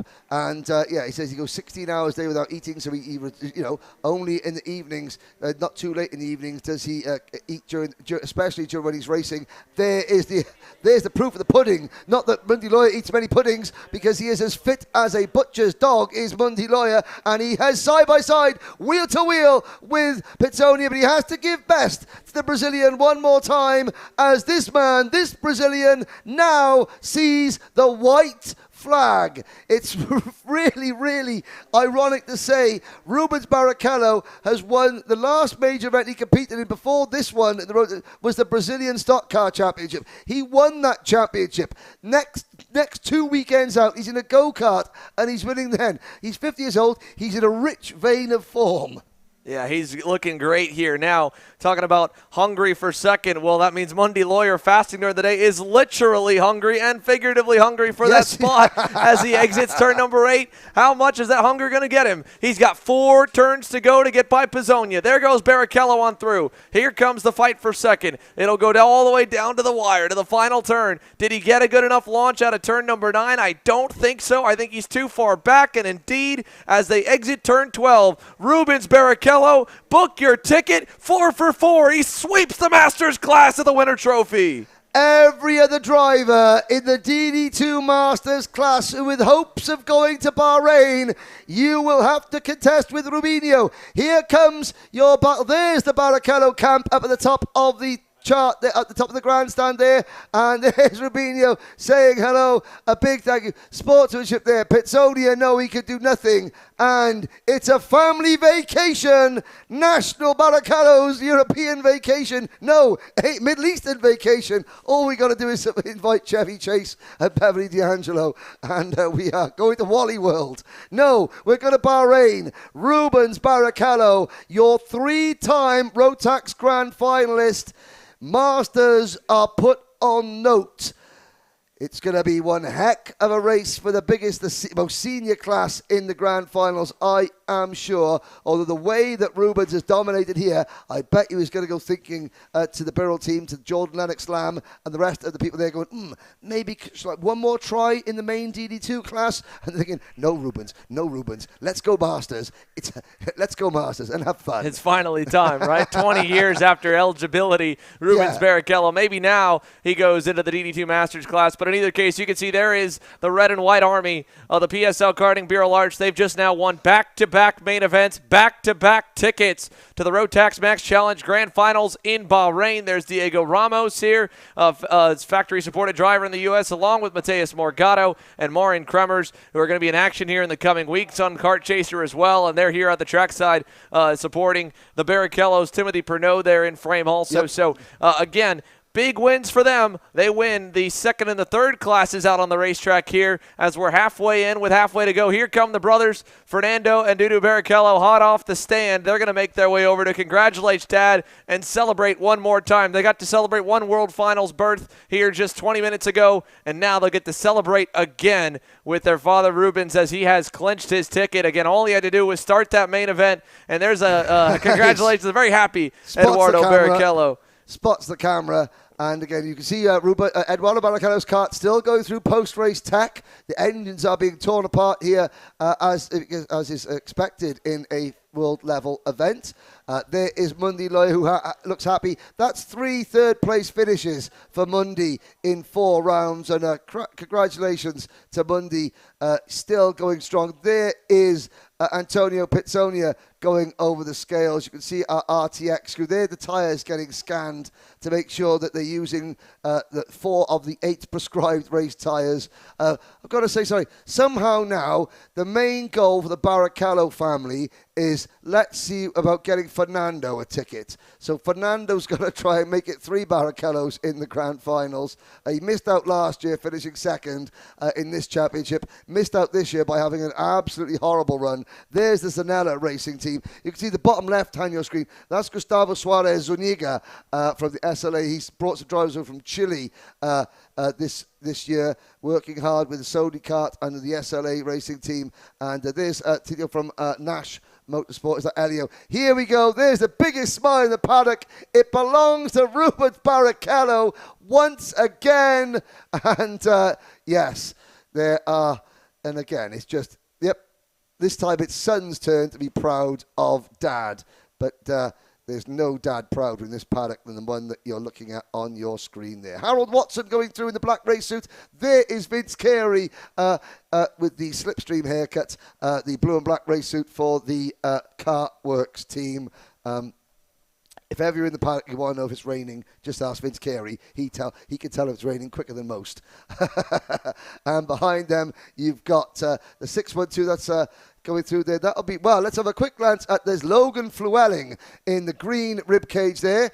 His supporters will be happy because they got to do 3 shots because he was the first, the GP racing drivers home.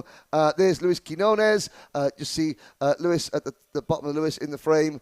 And we've got 3 races to go, Xander. 3 races, Minimax up next. But still, the celebrations continue down in the paddock.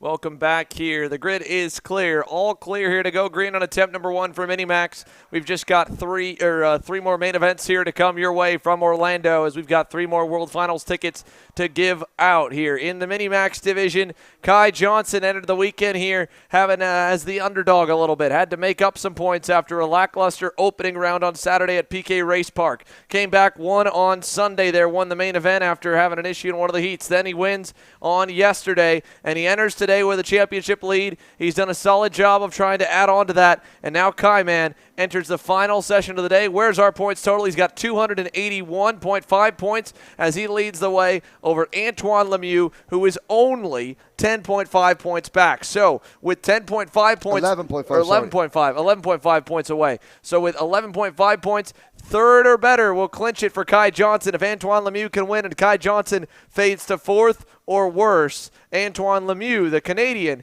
will get the ticket to the Rotax Grand Finals. But Kai Johnson's got the easiest way to get there. He lines up on the pole. Edward Kennedy will line up behind him as Felipe Benito lines up in 4th. Here comes, I believe, Lemieux. And there we go, your top 2 perennial contenders in the championship, your top 2 starters here in the Minimax main event. We're lined in the tram lanes, and here we go. We're underway down to turn number 1. Great start from Johnson. Appalling start for Antoine Lemieux, who is down to 5th position. Not good at all from the outside of row number 1 for the young Canadian. Up into 2nd place comes, is that Benito, I think, in P2? I think it is Benito or Kennedy. And further back there, I can see the number 115 car. That is Lemieux now fighting back. The 107 of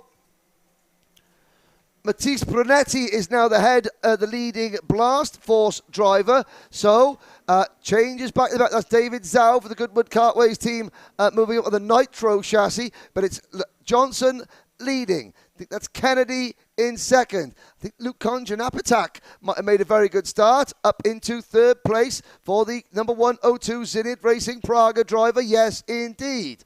Then it is Lemieux in 4th position. Behind Lemieux in 5th position, can't quite see who that is. It's Kai Johnson leading them out. Kennedy 2nd. Then it is Konjanapatak Lemieux. Felipe Benito is next. Then it's David Zhao, Brunetti and the pressure from Alexis Baerjon. And the 2 Blast Force karts swap positions there at turn number 4. Alexis Baerjon moves through. It's a head-to-head fight in the championship. 281.5 points for Kai Johnson. 270 points for Antoine Lemieux. For Lemieux to win, Lemieux needs to win this race and hope that Johnson finishes 4th or worse. A top 3, a podium for Johnson, seals his 2nd trip to the Grand Finals after finishing 22nd in Minimax, 29th in Minimax out of 72, that is, last year in Portugal. Luke Konjanapatak, though, on course for potentially a first podium. Luke in the number 102 kart, he's had a DNF, a 5th and a 9th in the 3 finals so far.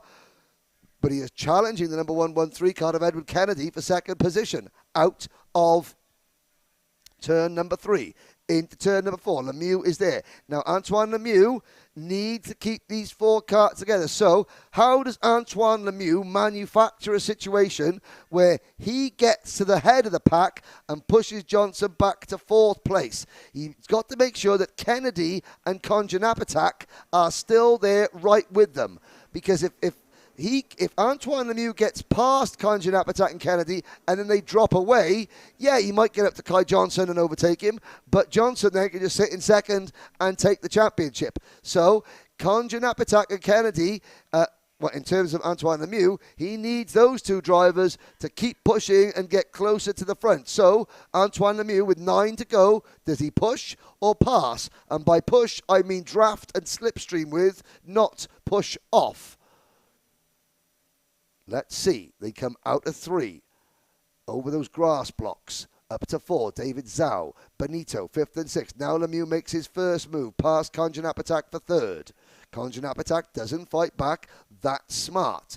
Doesn't need to do that. Luke, tuck in and try and work with Antoine Lemieux. That all-black liveried Premier karting machine. Now needs to close in on the Energy Core chassis of Nash Motorsports' Edward Kennedy. The Bennick kart of Johnson continues to lead the way. Behind the top 4, there is still a gap back to Zhao in 5th, Benito 6th, and Bayerjon in 7th. Then it is Mateus Brunetti, Luis Cifres, Max Mukarem, Isun Seng, Marix Ruiz, Iago Lempen, Diego Morales, Remy Guzman, Darren Kidd, and Bashi Jimenez. But still, Kai Johnson with a new fastest lap, trying to stamp his authority on this race at 58.197. So far, provisionally, in the first 3 finals, we have had champions from Ecuador and Brazil. We have not had an American here in Florida win a title yet. That could change in the next 7 minutes. Up scrapyard straight into turn number 9. No change. In fact, Kennedy begins to stretch away a little bit from Antoine Lemieux. Lemieux needs to peg that gap back. So we look briefly at some of the tail enders. Max Karim, Iago Lempen, Diego Morales, Remy Guzman, and the rest. There's Zhao, Brunetti, and Bayerjon. That's 5th, 6th, and 7th. Alexis Bayerjon just goes to show how one mistake or one issue can really cost you in this format of 2 heats in a final, because Bayerjon went out at this corner on your screen now, turn 5 of the opening lap of heat number 1, and he is still trying to fight his way back through, out of turn 8. Lemieux closing into Kennedy. Konjanapatak still there, driving really well, is Luke Konjanapatak. Now he needs to just balance smarts with aggression. 6 laps to go. The time for aggression will come, but it's not just yet. Not as the race pans out how it is. They're all focusing on trying to catch Kai Johnson.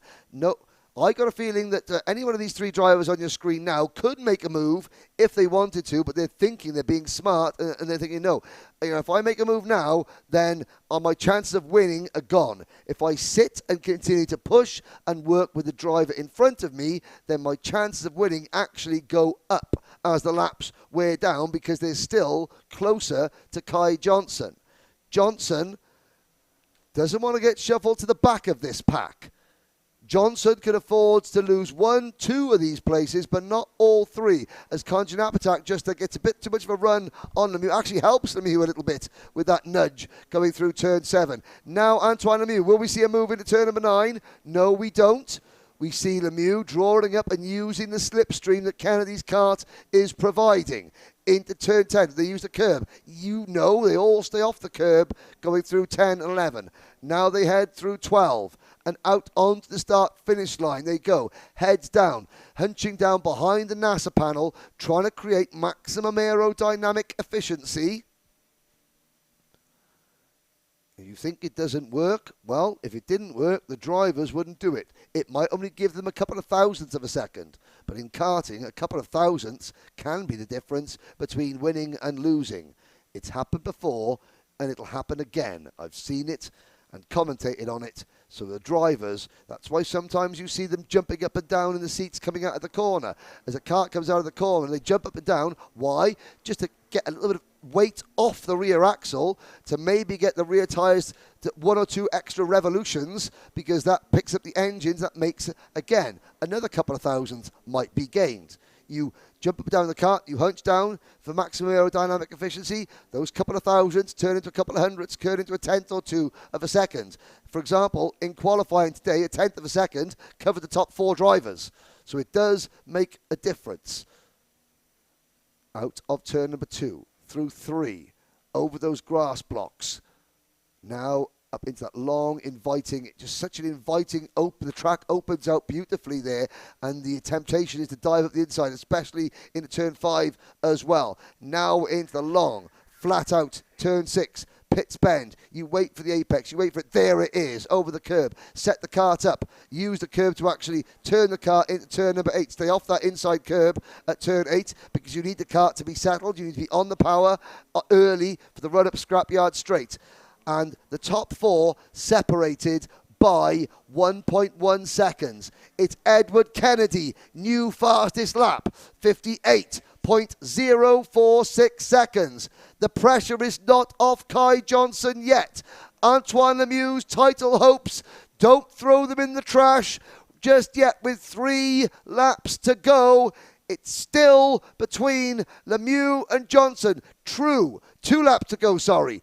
2 laps to go. Yes, Johnson is in pole position, but also Johnson could easily lose it. 1 missed apex, 1 slight misjudgment could spit Johnson into a spin, and that would be game over.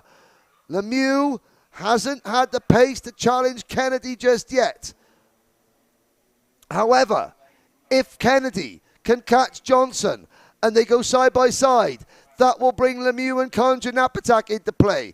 Johnson will still win the title if he finishes 3rd. He will not win the title if he finishes 4th. And the driver in 3rd place, that black chassis, white crash helmet, Antoine Lemieux, if Antoine Lemieux wins. Simple maths. Lemieux wins, Johnson finishes 2nd or 3rd, Johnson goes to Bahrain. Lemieux wins, Johnson finishes 4th or worst, Lemieux goes to Bahrain. Could not be clearer than that. And the key driver, believe it, as we enter the final lap, is Luke Konja in 4th place. Because Konja, with about 0.6 of a mile to go, is less than a second behind Kai Johnson. But we're now into turn number 6. Kennedy is not close enough. We're through turn 7. We're turn 8.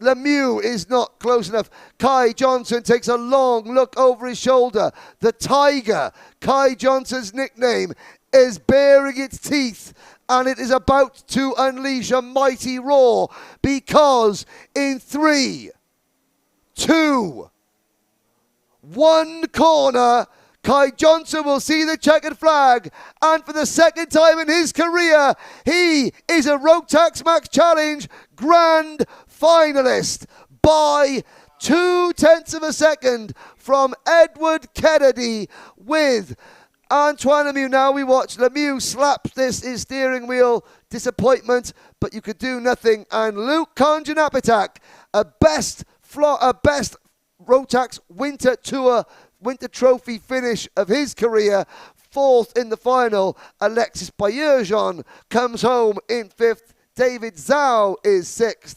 7th for Felipe Benito. 8th for Matisse Brunetti. Iago Lempert from Peru is 9th. 10th for Isun Seng. Antoine Lemieux stomps away from his kart. There was nothing more he could do. He made, from the outside the front row, he just couldn't recover from that poor start. Made a couple of moves, but yet could not quite do it. But Antoine has the Canadian Championships. He has the Canadian Open. He has the US Nationals. He has the US Rotax Winter Series. to become a two-time grand finalist. He's not happy at the moment, but that disappointment will melt away when he realises that another week brings another race. Behind the top 10, Marix Ruiz finishes 11th, Luis Cifres is 12th, Diego Morales is 13th, followed by Darren Kidd, Max Mukarem, Bashi Jimenez. Sadly, we lost Remy Guzman from that race. You can see Luis Thomas Pelletier there for the Blast Force team, waiting to greet Alexis Bourgeon.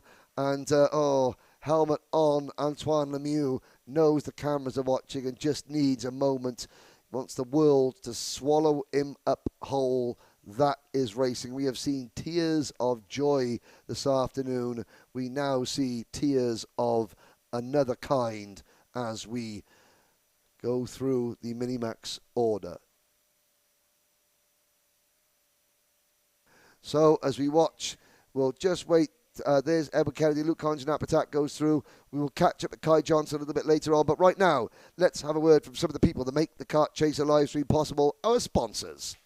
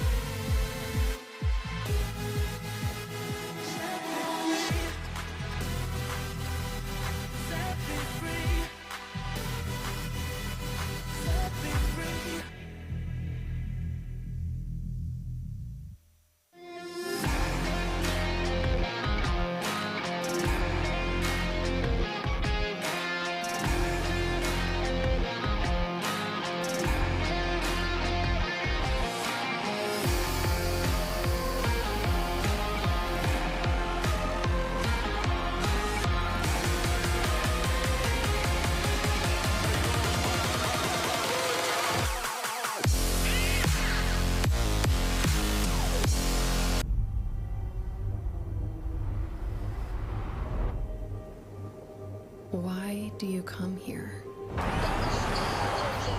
Is this your career? Or is it all about fun? A chance to get away and leave it all behind?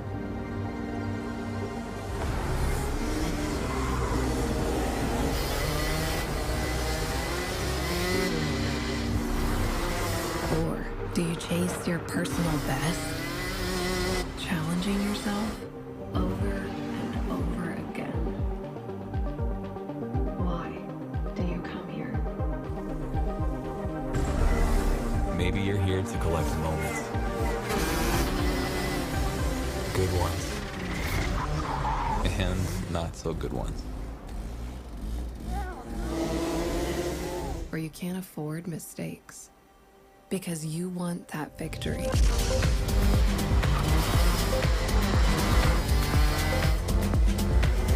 It's all about this one moment when the hard work finally pays off.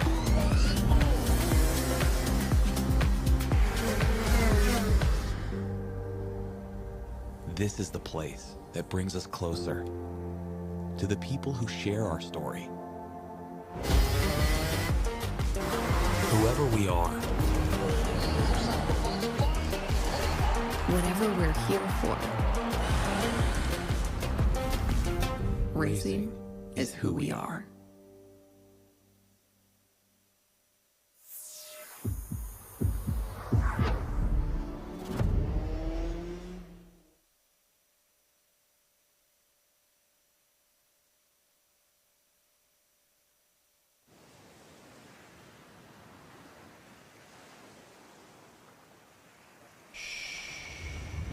Can you hear it? 1 week where the silence is broken.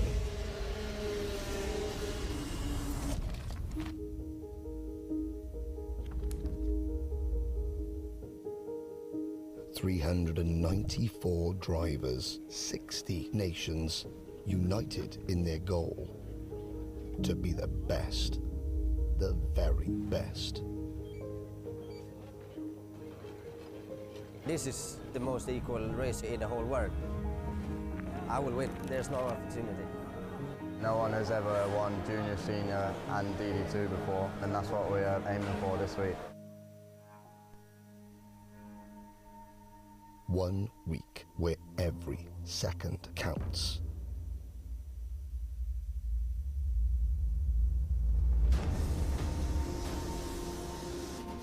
Every corner, every pass. The competition does not get tougher than this, closer than this, more intense than this.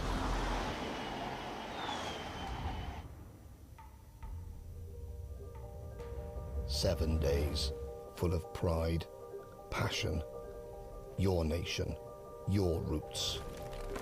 Our family is united from all corners of the globe, now together as one.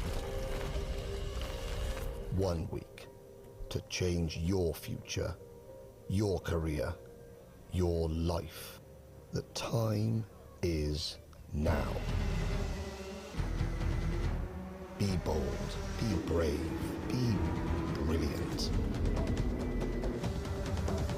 Stand tall and celebrate.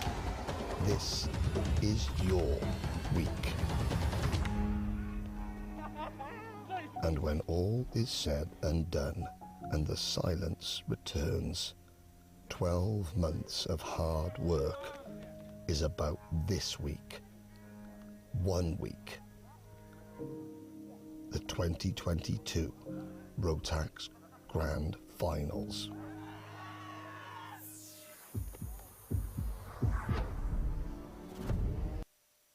Welcome back here to the Rotax Max Challenge Winter Trophy from Orlando, and we've got problems here on the grid for Dominic Vera. The Paralympic driver here has a swarm of mechanics around him, and again, this right here for the main events, we just heard through the radio, so using the tools on the grid, they are using tools on the engine to try and at least get him out for the race. If he does get out in time, he'll have to start at the rear for the use of tools, and he's running low on time.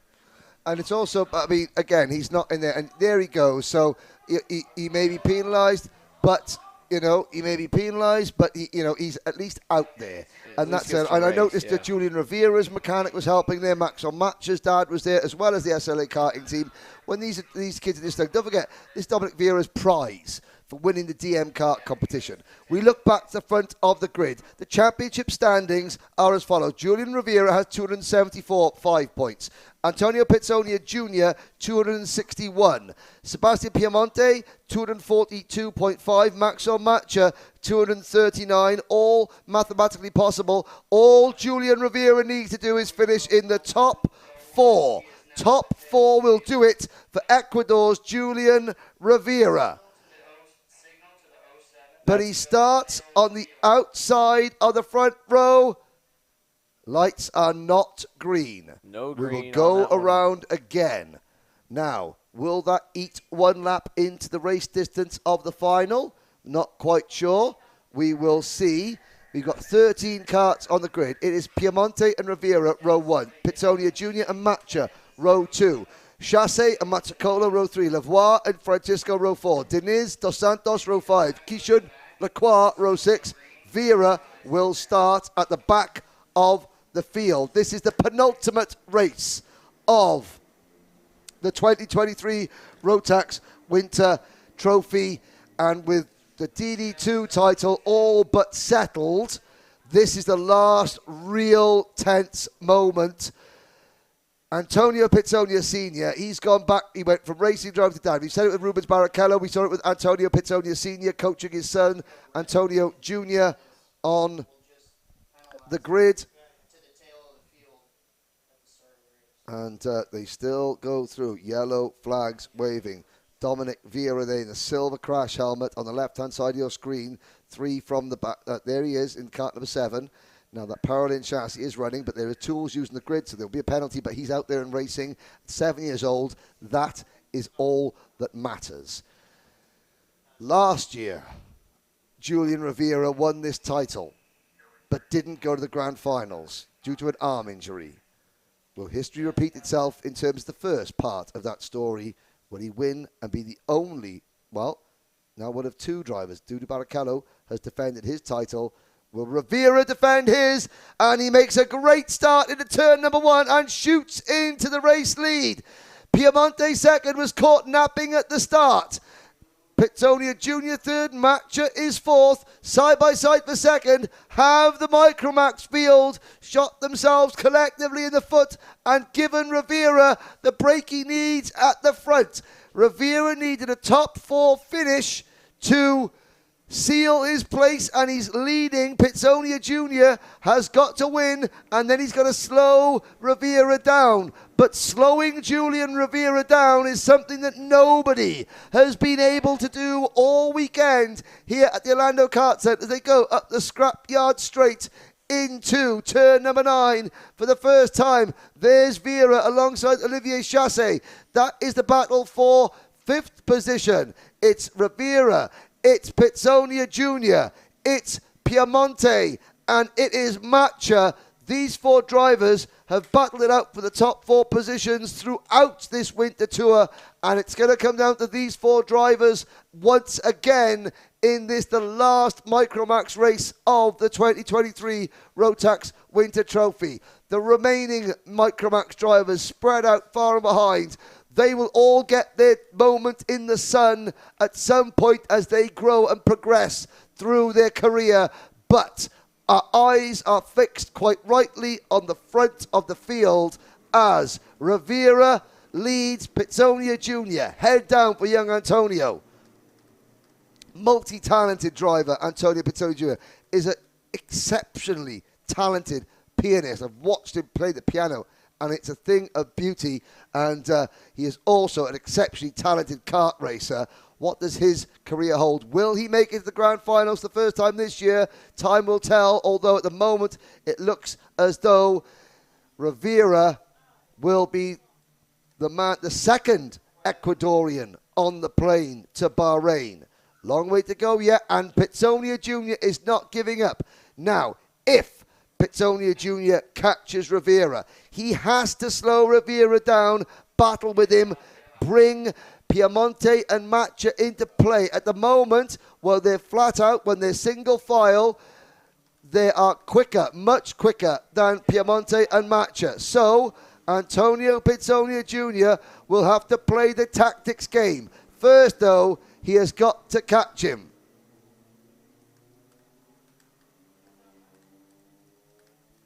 Rivera is the proverbial March hare, and Pitsonia Jr. the cunning fox. Reminds me of a passage of the famous book Watership Down, where the god of the animal world tells the rabbits that he is giving them strong hind legs so they can run away from their prey. And the predators say, but we need to eat. And say, well, if you catch them, you can kill them. But first, you must catch them. And Pitsonia Jr. has got his eyes squarely set on his prey. And his prey is the number 6 Goodwood Kartways machine of Quito, Ecuador's Julian Rivera. Pitsonia Jr. out of turn number 8. This is as close as he has ever been. Antonio Jr. looks to the inside. A brief glimpse at the race lead. Falls back into line. 8 circuits to go. 8 times around. Make that 7 1/4 times around this Orlando Kart Center track layout. Piemonte and Matcha are well behind. Lacroix's kart sits unoccupied, abandoned at the side of the circuit. Baptiste Lacroix out of the race. Will watch this battle unfold from one of the marshal posts here in Orlando. Pitsonia Jr. looks to the inside coming out of the corner. There'll be no chance of a move there because he's on the outside for turn number 5. He's got to pick his moment soon. Antonio Pitsonia Jr., well, there are two things on his mind. Number one, a race win. Antonio hasn't won a final yet. 2 second places in rounds 2 and 3. Now he looks to the inside. Now he's alongside. Who's bravest under braking? It's Antonio Pizzonia Jr. Antonio Jr. leads. And now will we see him defend? If he just tries to get away, will Rivera try and re-attack straight away? If Antonio defends, look at the gap. We'll watch the gap back to Piemonte in 3rd and Matcha in 4th. Is that gap shrinking?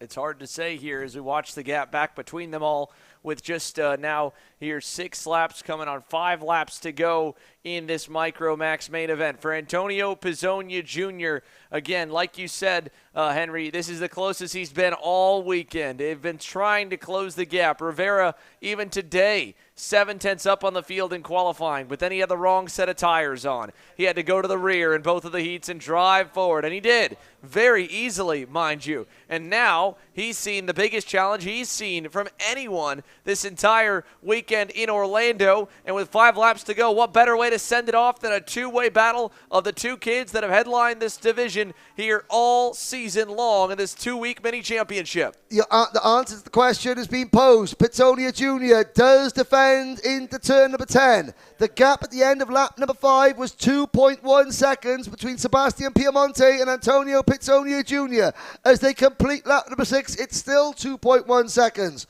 But for the first time in a long time, the 2 leaders didn't pull away. But now Pizzonia Jr. gives Rivera the signal saying, no, Lamont, let's work together. Antonio, that's great for you if you want to win the race. But if you want to try and get a ticket to Bahrain, Olivier Chasser and out of the race for the Blast Force team, that is Montreal's Olivier Chasser, becomes the 2nd driver to retire from this race. The 9-year-old out of Quebec makes it 2 Canadians now watching from the side.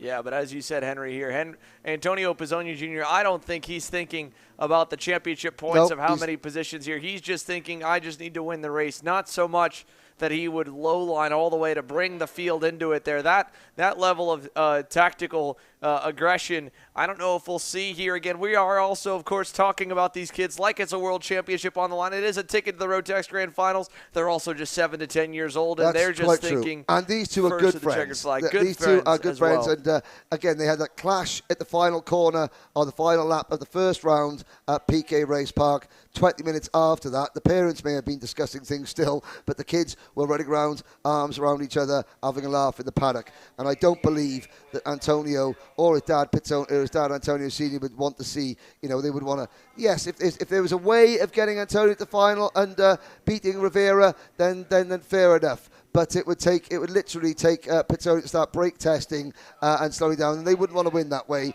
That is something that Antonio holds the values, and I speak to Antonio quite a bit, and he says he's teaching his son the values of racing, but also how to be a professional and how to be a good, well-liked member of the paddock as well. At the moment, at this stage of his career, he says that the personality side of it, making sure that he has got the correct values, is just as important as the amount of trophies there are in the cabinet back home. But Pizzonia is doing his bit. A year on.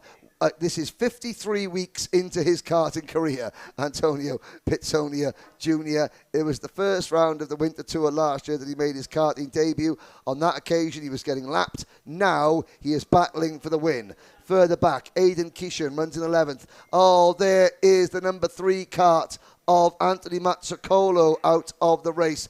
Sorry we're not featuring the rest of the field too much, but again, it's finals day, and these are the place that matter most. Mazzacolo dropped to 11th. Aidan Kishan is now 10th. Melville Dos Santos runs 9th. Blaise Diniz is 8th. Jaden Francisco is 7th. Christopher Lavoie is 6th. Dominic Vieira is 5th. Matcha is 4th. Piemonte is 3rd. And here is the battle for the race lead.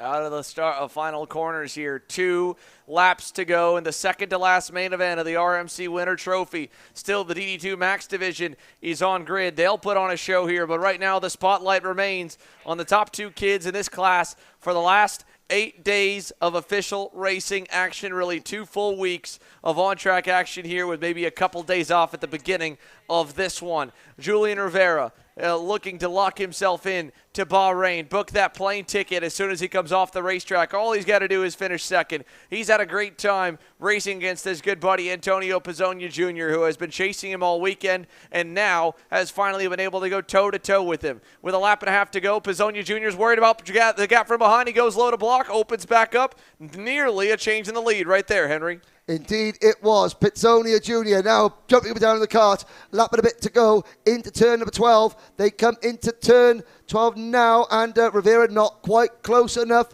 out of the final corner. They see the white flag. These two youngsters have provided us with 4 fantastic rounds of racing as they battle with Sebastian Piemonte and Maxwell Matcha, putting the occasional guest appearance in. But the 2 starring roles in this year's soap opera that has been the 2023 Rotax Winter Trophy Micromax class has been Antonio Pizzonia Jr. and in less than a lap taking center stage will be Julian Rivera. But is it going to be Rivera's day? And Pizzonia leaves the door open. The crossover move, it's still not game over. They are wheel to wheel, side by side, nose to nose, all the way to turn number 9. Here for the lead in Micromax. The final time, Pizzonia's through. Rivera does it a crossover as well, but he does not get the momentum out of turn 9. It'll come down to these final 2 corners. There were tears the last time this happened. How is it going to happen here in Orlando? Another crossover. Here comes Pizzonia. He's got the momentum. He's on the outside. They'll go wheel to wheel across the line. Who's it going to be? Julian Rivera by 27 thousandths of a second. He completes his championship run in the RMC Winter Trophy with a photo finish, clean, no contact, 3 crossover moves, 3 passing attempts, and then a drag race to the line. Pizzonia nosed ahead, and then that little right-hand bend in the straightaway. The final turn, turn 13, went with the inside lane for Rivera, and that was enough to get him on the shorter line to the checkered flag, and he arrives 27 thousandths to spare, Henry. And you know what? He won it the right way. That was a fantastic conclusion. Look at the emotion. Ecuador has 2 drivers in the grand finals. Pizzonia Jr.'s time will come. It was not meant to be today or this year. And I really, really hope that Julian Rivera gets his chance to wear that Team Ecuador race suit in the grand finals. He had it bought, delivered. It was there waiting for him 2 weeks before Portugal. He breaks his arm in a race in Italy and it goes back in the cupboard. He never got to use it and represent his country officially. He does this year. I hope beyond all hope that he stays healthy and clean all season so he does get to go to the big dance. Behind him, Antonio Pizzonia Jr., what a race. Sebastian Piemonte, 18th in the world last year, finishes 3rd here. And Maxwell Matcha rounds out the top 4. But Xander, talk us through some of these images. Well, right here, obviously, coming across to the scale line with a little bit of help for Antonio Pizzonia Jr. Nothing more for him than to hang his head high here because, again, what a great race to end the championship on, and what a great turnaround, and what a great turnaround 12 months have been for Antonio Pizzonia Jr. To show up here a year ago, 12 months prior, and to be 10 seconds off the pace in the first race of the 2-week mini championship, and then to come back here 1 year later and to fight for a title, to win races, to race for the win. He comes up a little bit short today, inches short here in a great battle between himself and Julian Rivera, and there is a very, very happy Julian Rivera. He's just got to make it through the scales, make it through post-race tech inspection. He's had no problem with it, and now once he gets through the scale line and he's officially weighed in, he's allowed to see and meet all of his family here, all the race team, the Goodwood Kartways Canadian group here have got to be stoked with the way this Energy Pilot has driven here this weekend. He'll get the number 1 plate to go on into post-race tech inspection. And you can imagine here that the rejoiceful cheers will surround the newly crowned back-to-back Rotax Max Challenge Micromax champion, Julian Rivera. He has been the only one to defend his title thus far and will be the only one to defend it here with the DD2 Max returning this year. There is a congratulations from Marco DeLeo. Here comes more congrats coming on through for the youngster here. What a great run he had. There's congratulations from fellow team owner Gonzalo Amponte and the Energy USA importer. Happy that, of course, his brand gets himself a win here this week. And there's Moira with RTX USA waiting for all the cheers and congratulations to be given out to this hard-fought win for this kid. And then we'll do a quick little interview with the youngest main event winner here today in the Rotax Max Challenge Winter Trophy season finale from Orlando. A beautiful scene here for a very happy kid who is all smiles as he talks through the results and was able to make the championship bid. Here comes some more congratulations there from, I believe that might have been, was that his father that came up, or was that one of the mechanics? It's one of the mechanics. No, mum and dad will be waiting. Mum and dad are going to be waiting. He's got a lot of family. There's Sebastian Piemonte getting a hug from his dad as well. And again, for every tears of joy, there's tears of heartbreak as well. But Piemonte should be well. There's Maxwell Matcher going through your shot. He's still got his helmet on. He's left his dad to push the cart there. The dad in that white hat there. Great look, I've got to say. Mr. and Mrs. Rivera will be celebrating. There's going to be an awful lot of emotions. And again, I've got a feeling that when mum and dad get that big hug, give that big hug, then the tears for Julian might begin to flow one more time. There's Dominic Vieira walking away, the number 7 cart. There'll be a penalty after that for tours in the grid. But for that young man, that 7-year-old, he has had his prize. And a big set that junior driver, Tiziano Antolo Nieto. There's the number 9 cart of Christopher Lavoie, the driver from Glastonbury, Connecticut. Same town name, different continent. Lando Norris from Glastonbury, England. Christopher Lavoie from Glastonbury, Connecticut. Further back there, just going over the scales, that's Melville Dos Santos with the luminous yellow stripes down the side of his cart. And the very, very talk about pint side, there's Blaisdon is off to the left-hand side of you there, just getting thanks from his mum on the spanners this weekend. Andre Deniz trying to run the Zenith Racing team, but it's a mum on the cart trolley. Well done, mum. It's not just dads who do the mechanics, it's mums as well. But the time has come for the last race of the day, the last race of the weekend, the last race of the 2023 Rotax Winter Trophy. Gianluca Savaglio has 286 points. Jonathan Markison, 252. Matthew Taskinen down on 234.5. All Gianluca Savaglio has to do is complete 75% of this next 14-lap race, and he is Canada's first qualifier for the Grand Finals. It will be his 3rd time to the Grand Finals. Jonathan Markison still in contention, and when you consider that the engine issues that Markison has had, Jono has done an absolutely fine job of staying in the hunt. But Savaglio, a nervous day yesterday. All the dominoes fell his way in the second heat when Markison and Taskinen collided.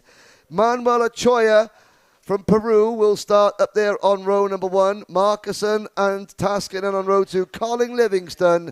And again, we've talked about Colin a lot, but we're so grateful for Colin's presence here in the paddock. Not only has it given the DD2 grid an extra number, it has given a bit of inspiration for all those drivers that maybe aren't, in the spring of youth, that maybe aren't quite bang on the weight limit. A real hope to say you could go racing as well. Here we go one more time, Xander Clements. Green flag down to turn 1. Jonathan Markison quickly on it, and Matthew Taskinen. What a quick start there through turns 1 and 2 in the final race of the weekend. After the dismay of heat number 2, Matthew Taskinen is wasting no time, and he's getting right down to business. 2 spots picked up already. He's up to 2nd. Markison 3rd, and they lock their targets onto Gianluca Savaglio. In all the lead up up here to this race, obviously, Henry. We talked about Savalio and then these two being his main two rivals in the championship chase and on the racetrack. And while last weekend wasn't great, they've done an awesome job of running Gianluca Savalio to the limit and pushing him past it. And while the points may be a bit more spread out, where Savalio just needs really to bring it home to get himself a ticket to Bahrain, that just means all three of them can race without any fear of messing a championship title fight up. It's time to have some fun, boys. Make the most of these final 14 laps. You've already got one down. It's 13 laps left here in Orlando for the Rotax Max Challenge Winter Trophy. So often in karting, the result sheets, those black and white bits of paper, don't tell the whole story, and that has never been more true than the DD2 class these last 2 weekends. Yes, there have only been 5 entries, and yes, if you look at the results from PK Raceway Park, you see that Savalio won every single race and took pole position both days, but it has not been a cakewalk. Far from it. It's been a fantastic return to these shores for DD2, and I just know that there are people watching this back home thinking to themselves, wow, they look a lot of fun. The answer is yes, they are. Rotax calls it their ultimate class because it is. To drive one of these things, you need to have all your wits about you. 2 speeds, over 130 kilometers an hour, front brakes. Every time you press brakes in the hard, your eyeballs want to pop out the front of your head. When you mash the gas and go up to the gears, you're pinned back into your seat. It is a 130 kilometer an hour roller coaster ride. The only difference between a roller coaster and it is that you are in control. As Savalio leads Taskinen, leads Markussen. It's Toronto, Edmonton, Sydney, the top 3. They'll exit turn number 8 here and head down the long scrapyard straightaway. Now, last time by, Savalio was a 10th better than Taskinen. Taskinen a 10th up on Markussen, and Markussen only a 10th up on Manuel Ochoa. And, hey, credit to Colin Livingston. He's only a second and a half off of where the drivers are, just under 2 seconds there as of last time by, which is really close for a driver, again, 50 pounds over the minimum weight limit here, typically in the DD2 Masters class. As we cross the line, 11 to go, the laps will kind of shift back in the favor as the pack tightens up here. 2/10 to the better for Markussen, 1/10 to the better for Taskinen. They're tightening up towards the front of the field after spreading apart for a moment. Colin Livingston said to me his goal was to get in the 55s today. Well, he's done that in every single race. He's already in the 55s, a 55.8 in this race. Fastest lap of the weekend for Colin, a 55.4. His second goal, he said he wanted to be as quick at the end of the race as he was at the start of the race. Well, in the last heat race, his last lap was 1/10 of a second slower than his best lap, which was, again, a 55.4.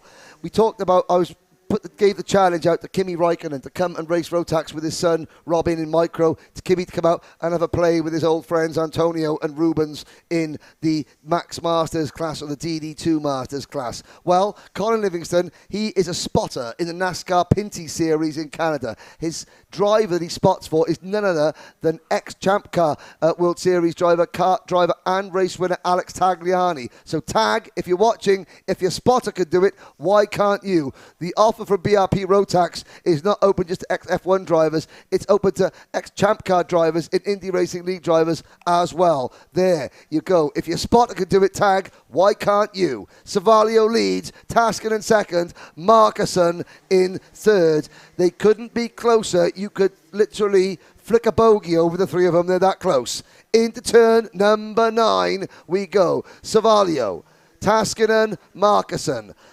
Cosmic, CRG, Praga, Canada, Australia, driver, 1, 2, 3. Run out of superlatives. Any way you want to call them here, that's really all that we have is a high-speed chess match of lap times kind of going back and forth at the moment here. Everyone's seeing where their strengths and weaknesses are. You can see how on the limit they are through turn number 3. Here's our first pass of the race since lap 1. Jonathan Markussen is through for second on Matt Taskinen. And again, going back to what we talked about in the early parts of that Senior Max main event where the veterans aren't just going to fight for second. They'll kind of wait a little bit till the end of the race to do that.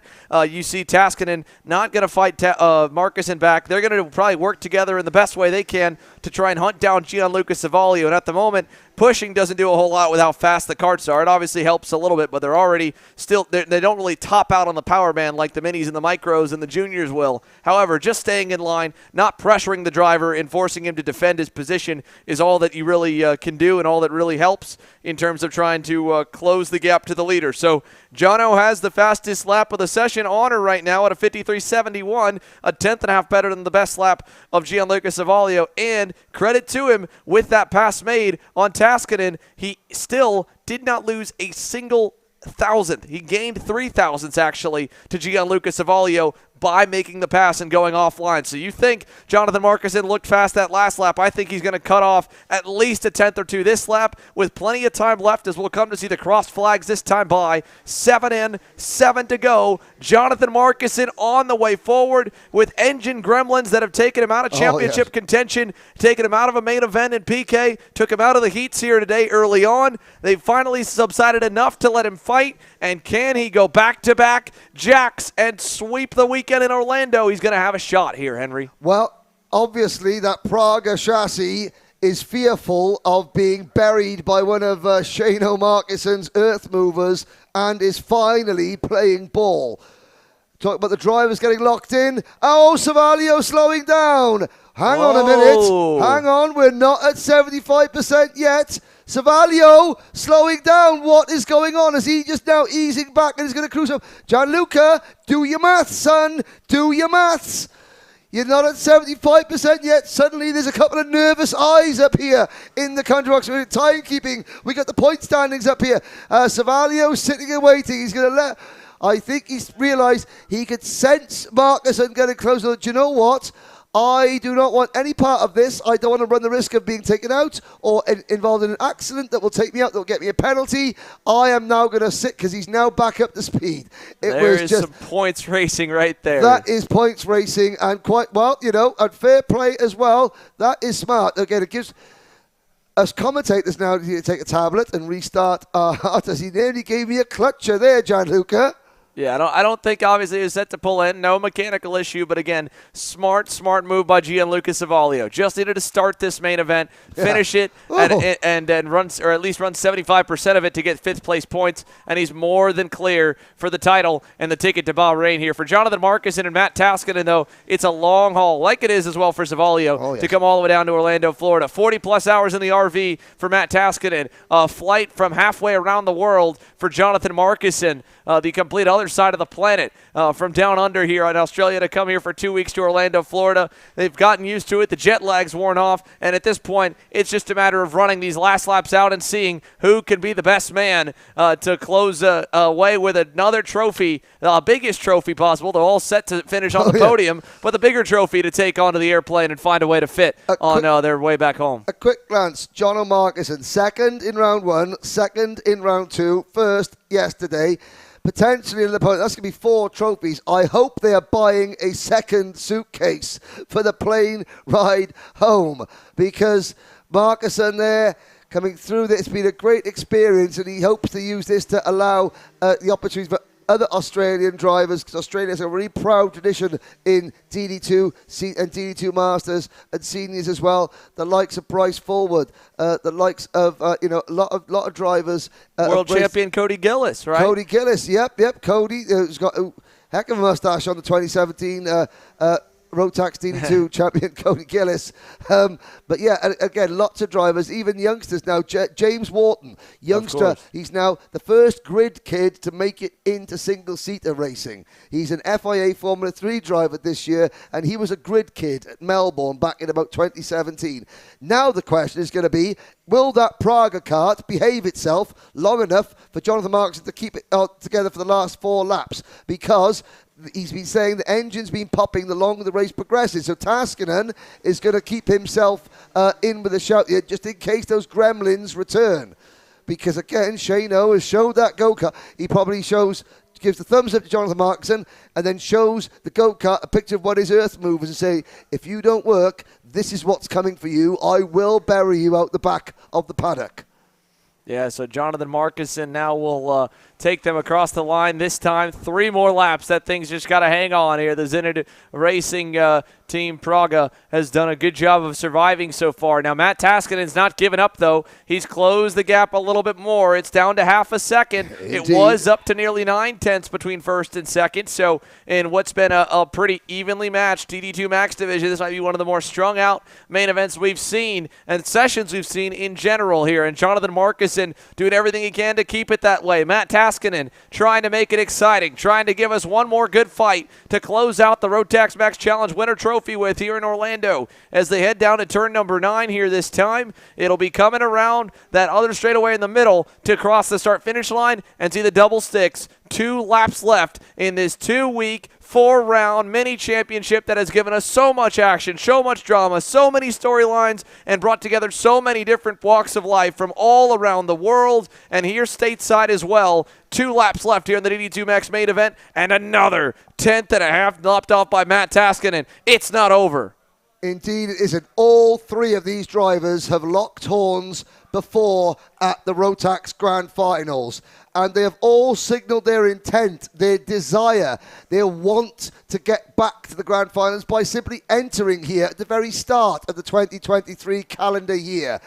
Markussen and Taskinen will have other opportunities. They will have more chances to get to the biggest event in world karting, the Olympic Games of karting. But it will not be here in Florida in January. They will battle it out for the win, however, and as they come to the white flag, the battle for race honours is not over. The battle could be won by one of these 2 drivers. The war is about to be won by the driver sitting 10 kart lengths off their rear bumper.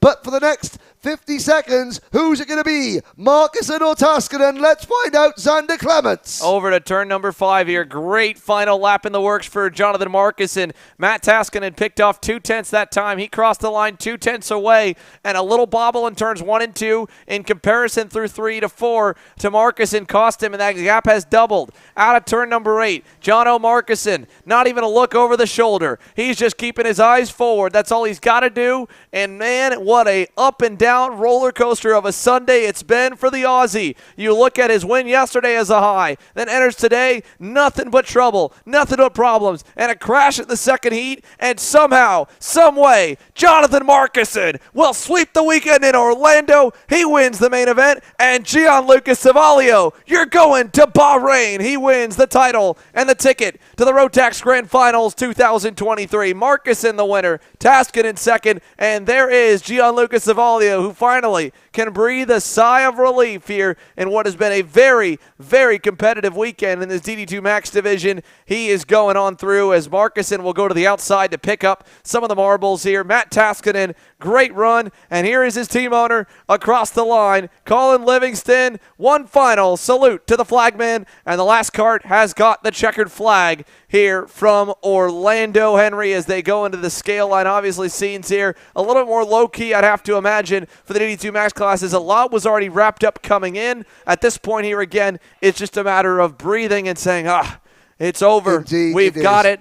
Nothing crazy went down. And a shake of the hands, a kind of shake, because again, they have competed very, very competitively. It has not always been with the most good grace, I have to say, between them, but there will be cordial shakes of the hands and congratulations. There we go. There is Gianluca shaking hands with John O'Marks, and he's already shaking hands with Matthew Taskinen. At the age of just 18, Gianluca goes back to try. He will get the opportunity to go back and beat his top 5 results from DD2 in 2021. He obviously loves this class and is suited to this class and is very good at this class. And Canada has its first grand finalist of 2023. Gianluca Savalio goes through. The Racing Edge Motorsport Esprit team will have that.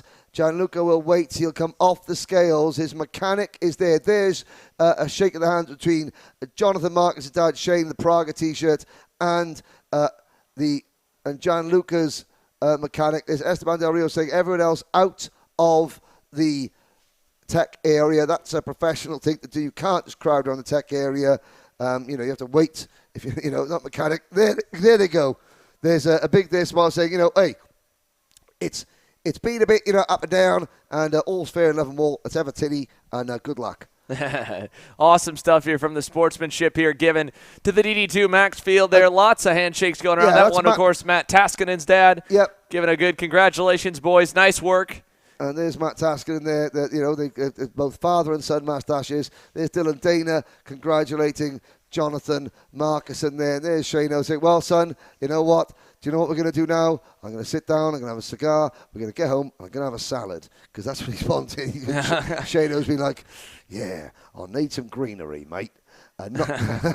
But all happy there. 2 wins, 4 podiums on that Praga kart. That Praga kart was in a box in customs in Florida 3 days before the opening race at PK Race Park. And Esteban Del Rio from Grid 14 Motorsports in the white shirt there in the foreground discussing the drivers. He has been the face of this championship. You've got Gonzalo Espinosa from RTX Karting, who has been the man behind the scenes making it all happen. You've got Maria in timekeeping, making sure that we have the results on time. Noel down in race control, our race secretary. We've got Rusty Ferguson here calling the shots. There's Gabriel, the tech guy, just in the middle there. He is making sure that everything is legal. At the back of the grid there on the scales, you've got Matthias, just part of the RTX karting crew here. Obviously, you've got myself, Henry Baudet. You've got all the camera crew as well. You've got Xander and Kart Chaser. It has been an absolute pleasure. I'm going to let you finish, but I've got to say a few things first of all. You have to. Rotax Karting is back in the United States. It had a couple of years away. It's back and we're growing. If you are a fan, if you've liked what you've seen and you're based in the United States and you want to go Rotax racing this year, the next major Rotax events are the Rotax East Trophy and the Rotax West Trophy. Again, a 2-weekend event. You score points in those 2 events. You need to go into J3 competition or look at the Rotax websites for racerotax.com. racerotax.com for those dates. If you completed those 2 events, you get to go to the Rotax Grand Nationals at Indiana at the Newcastle Motorsports Park, owned by ex-IndyCar driver Mark Dismore. RTX Karting are always there as well to support their drivers who come up from the south. Hopefully we'll see plenty of the Florida-based drivers in that event as well. If you're watching from around the world, in Canada, you've got the Canadian Series, you've got the Canada West Series. In Europe, the season starts in a couple of weeks' time at Campillos with the Winter Trophy. Then you've got the Euro Trophy, 4 rounds. You've got the International Trophy at the end of July in France at Le Mans. If you're in South America, you've got all the domestic national championships. Each country has its own domestic national Rotax series, which you could join. If you want to go racing internationally, in Peru at the end of June is the Rotax South America Trophy. You've got Kart Masters, the British Kart Grand Prix, the British Karting Rotax Championship with 90 drivers in junior and senior is one of the most competitive anywhere in the world. If you want to race Rotax, go to Rotax Karting, rotax-kart.com. That will give you all the information of how to get into the distributor network, to go to your nation's distributor to join this party. Because, Xander, you've covered a lot of karting over the last 2 years. There is a unique feel about the Rotax paddock. We have a lot of fun. We try to make it as professional but as fun as possible for drivers young and old. Those that want to become Formula One drivers, those that want to just stay hobby karters, those who want to make a career out of karting. It's been an absolute pleasure to join you, Xander. You're Mr. Kart Chaser. Your team have provided us with the pictures. I've said my thanks to all the team here. It's time for you, as they say in the business, to send us home.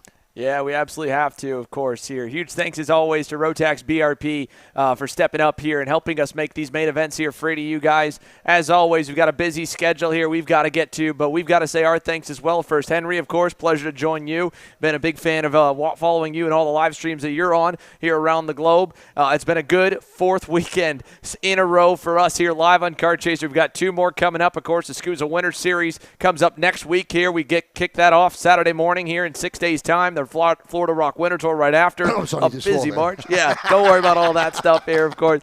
Anyway, Rotax competition, of course, comes back with the Rotax Grand Nationals. We'll be there live in September with J3 competition for the Rotax U.S. National Trophy live here on Kart Chaser as well. It's a busy schedule. It's been a great weekend. Thanks again to Rotax BRP, to RTX Karting, to the hardworking Orlando Kart Center team, for myself, Trevor Blue, and everybody here on the on-site Kart Chaser team as well. Thank you guys for tuning in. We'll see you guys when we are next live here in 6 days' time.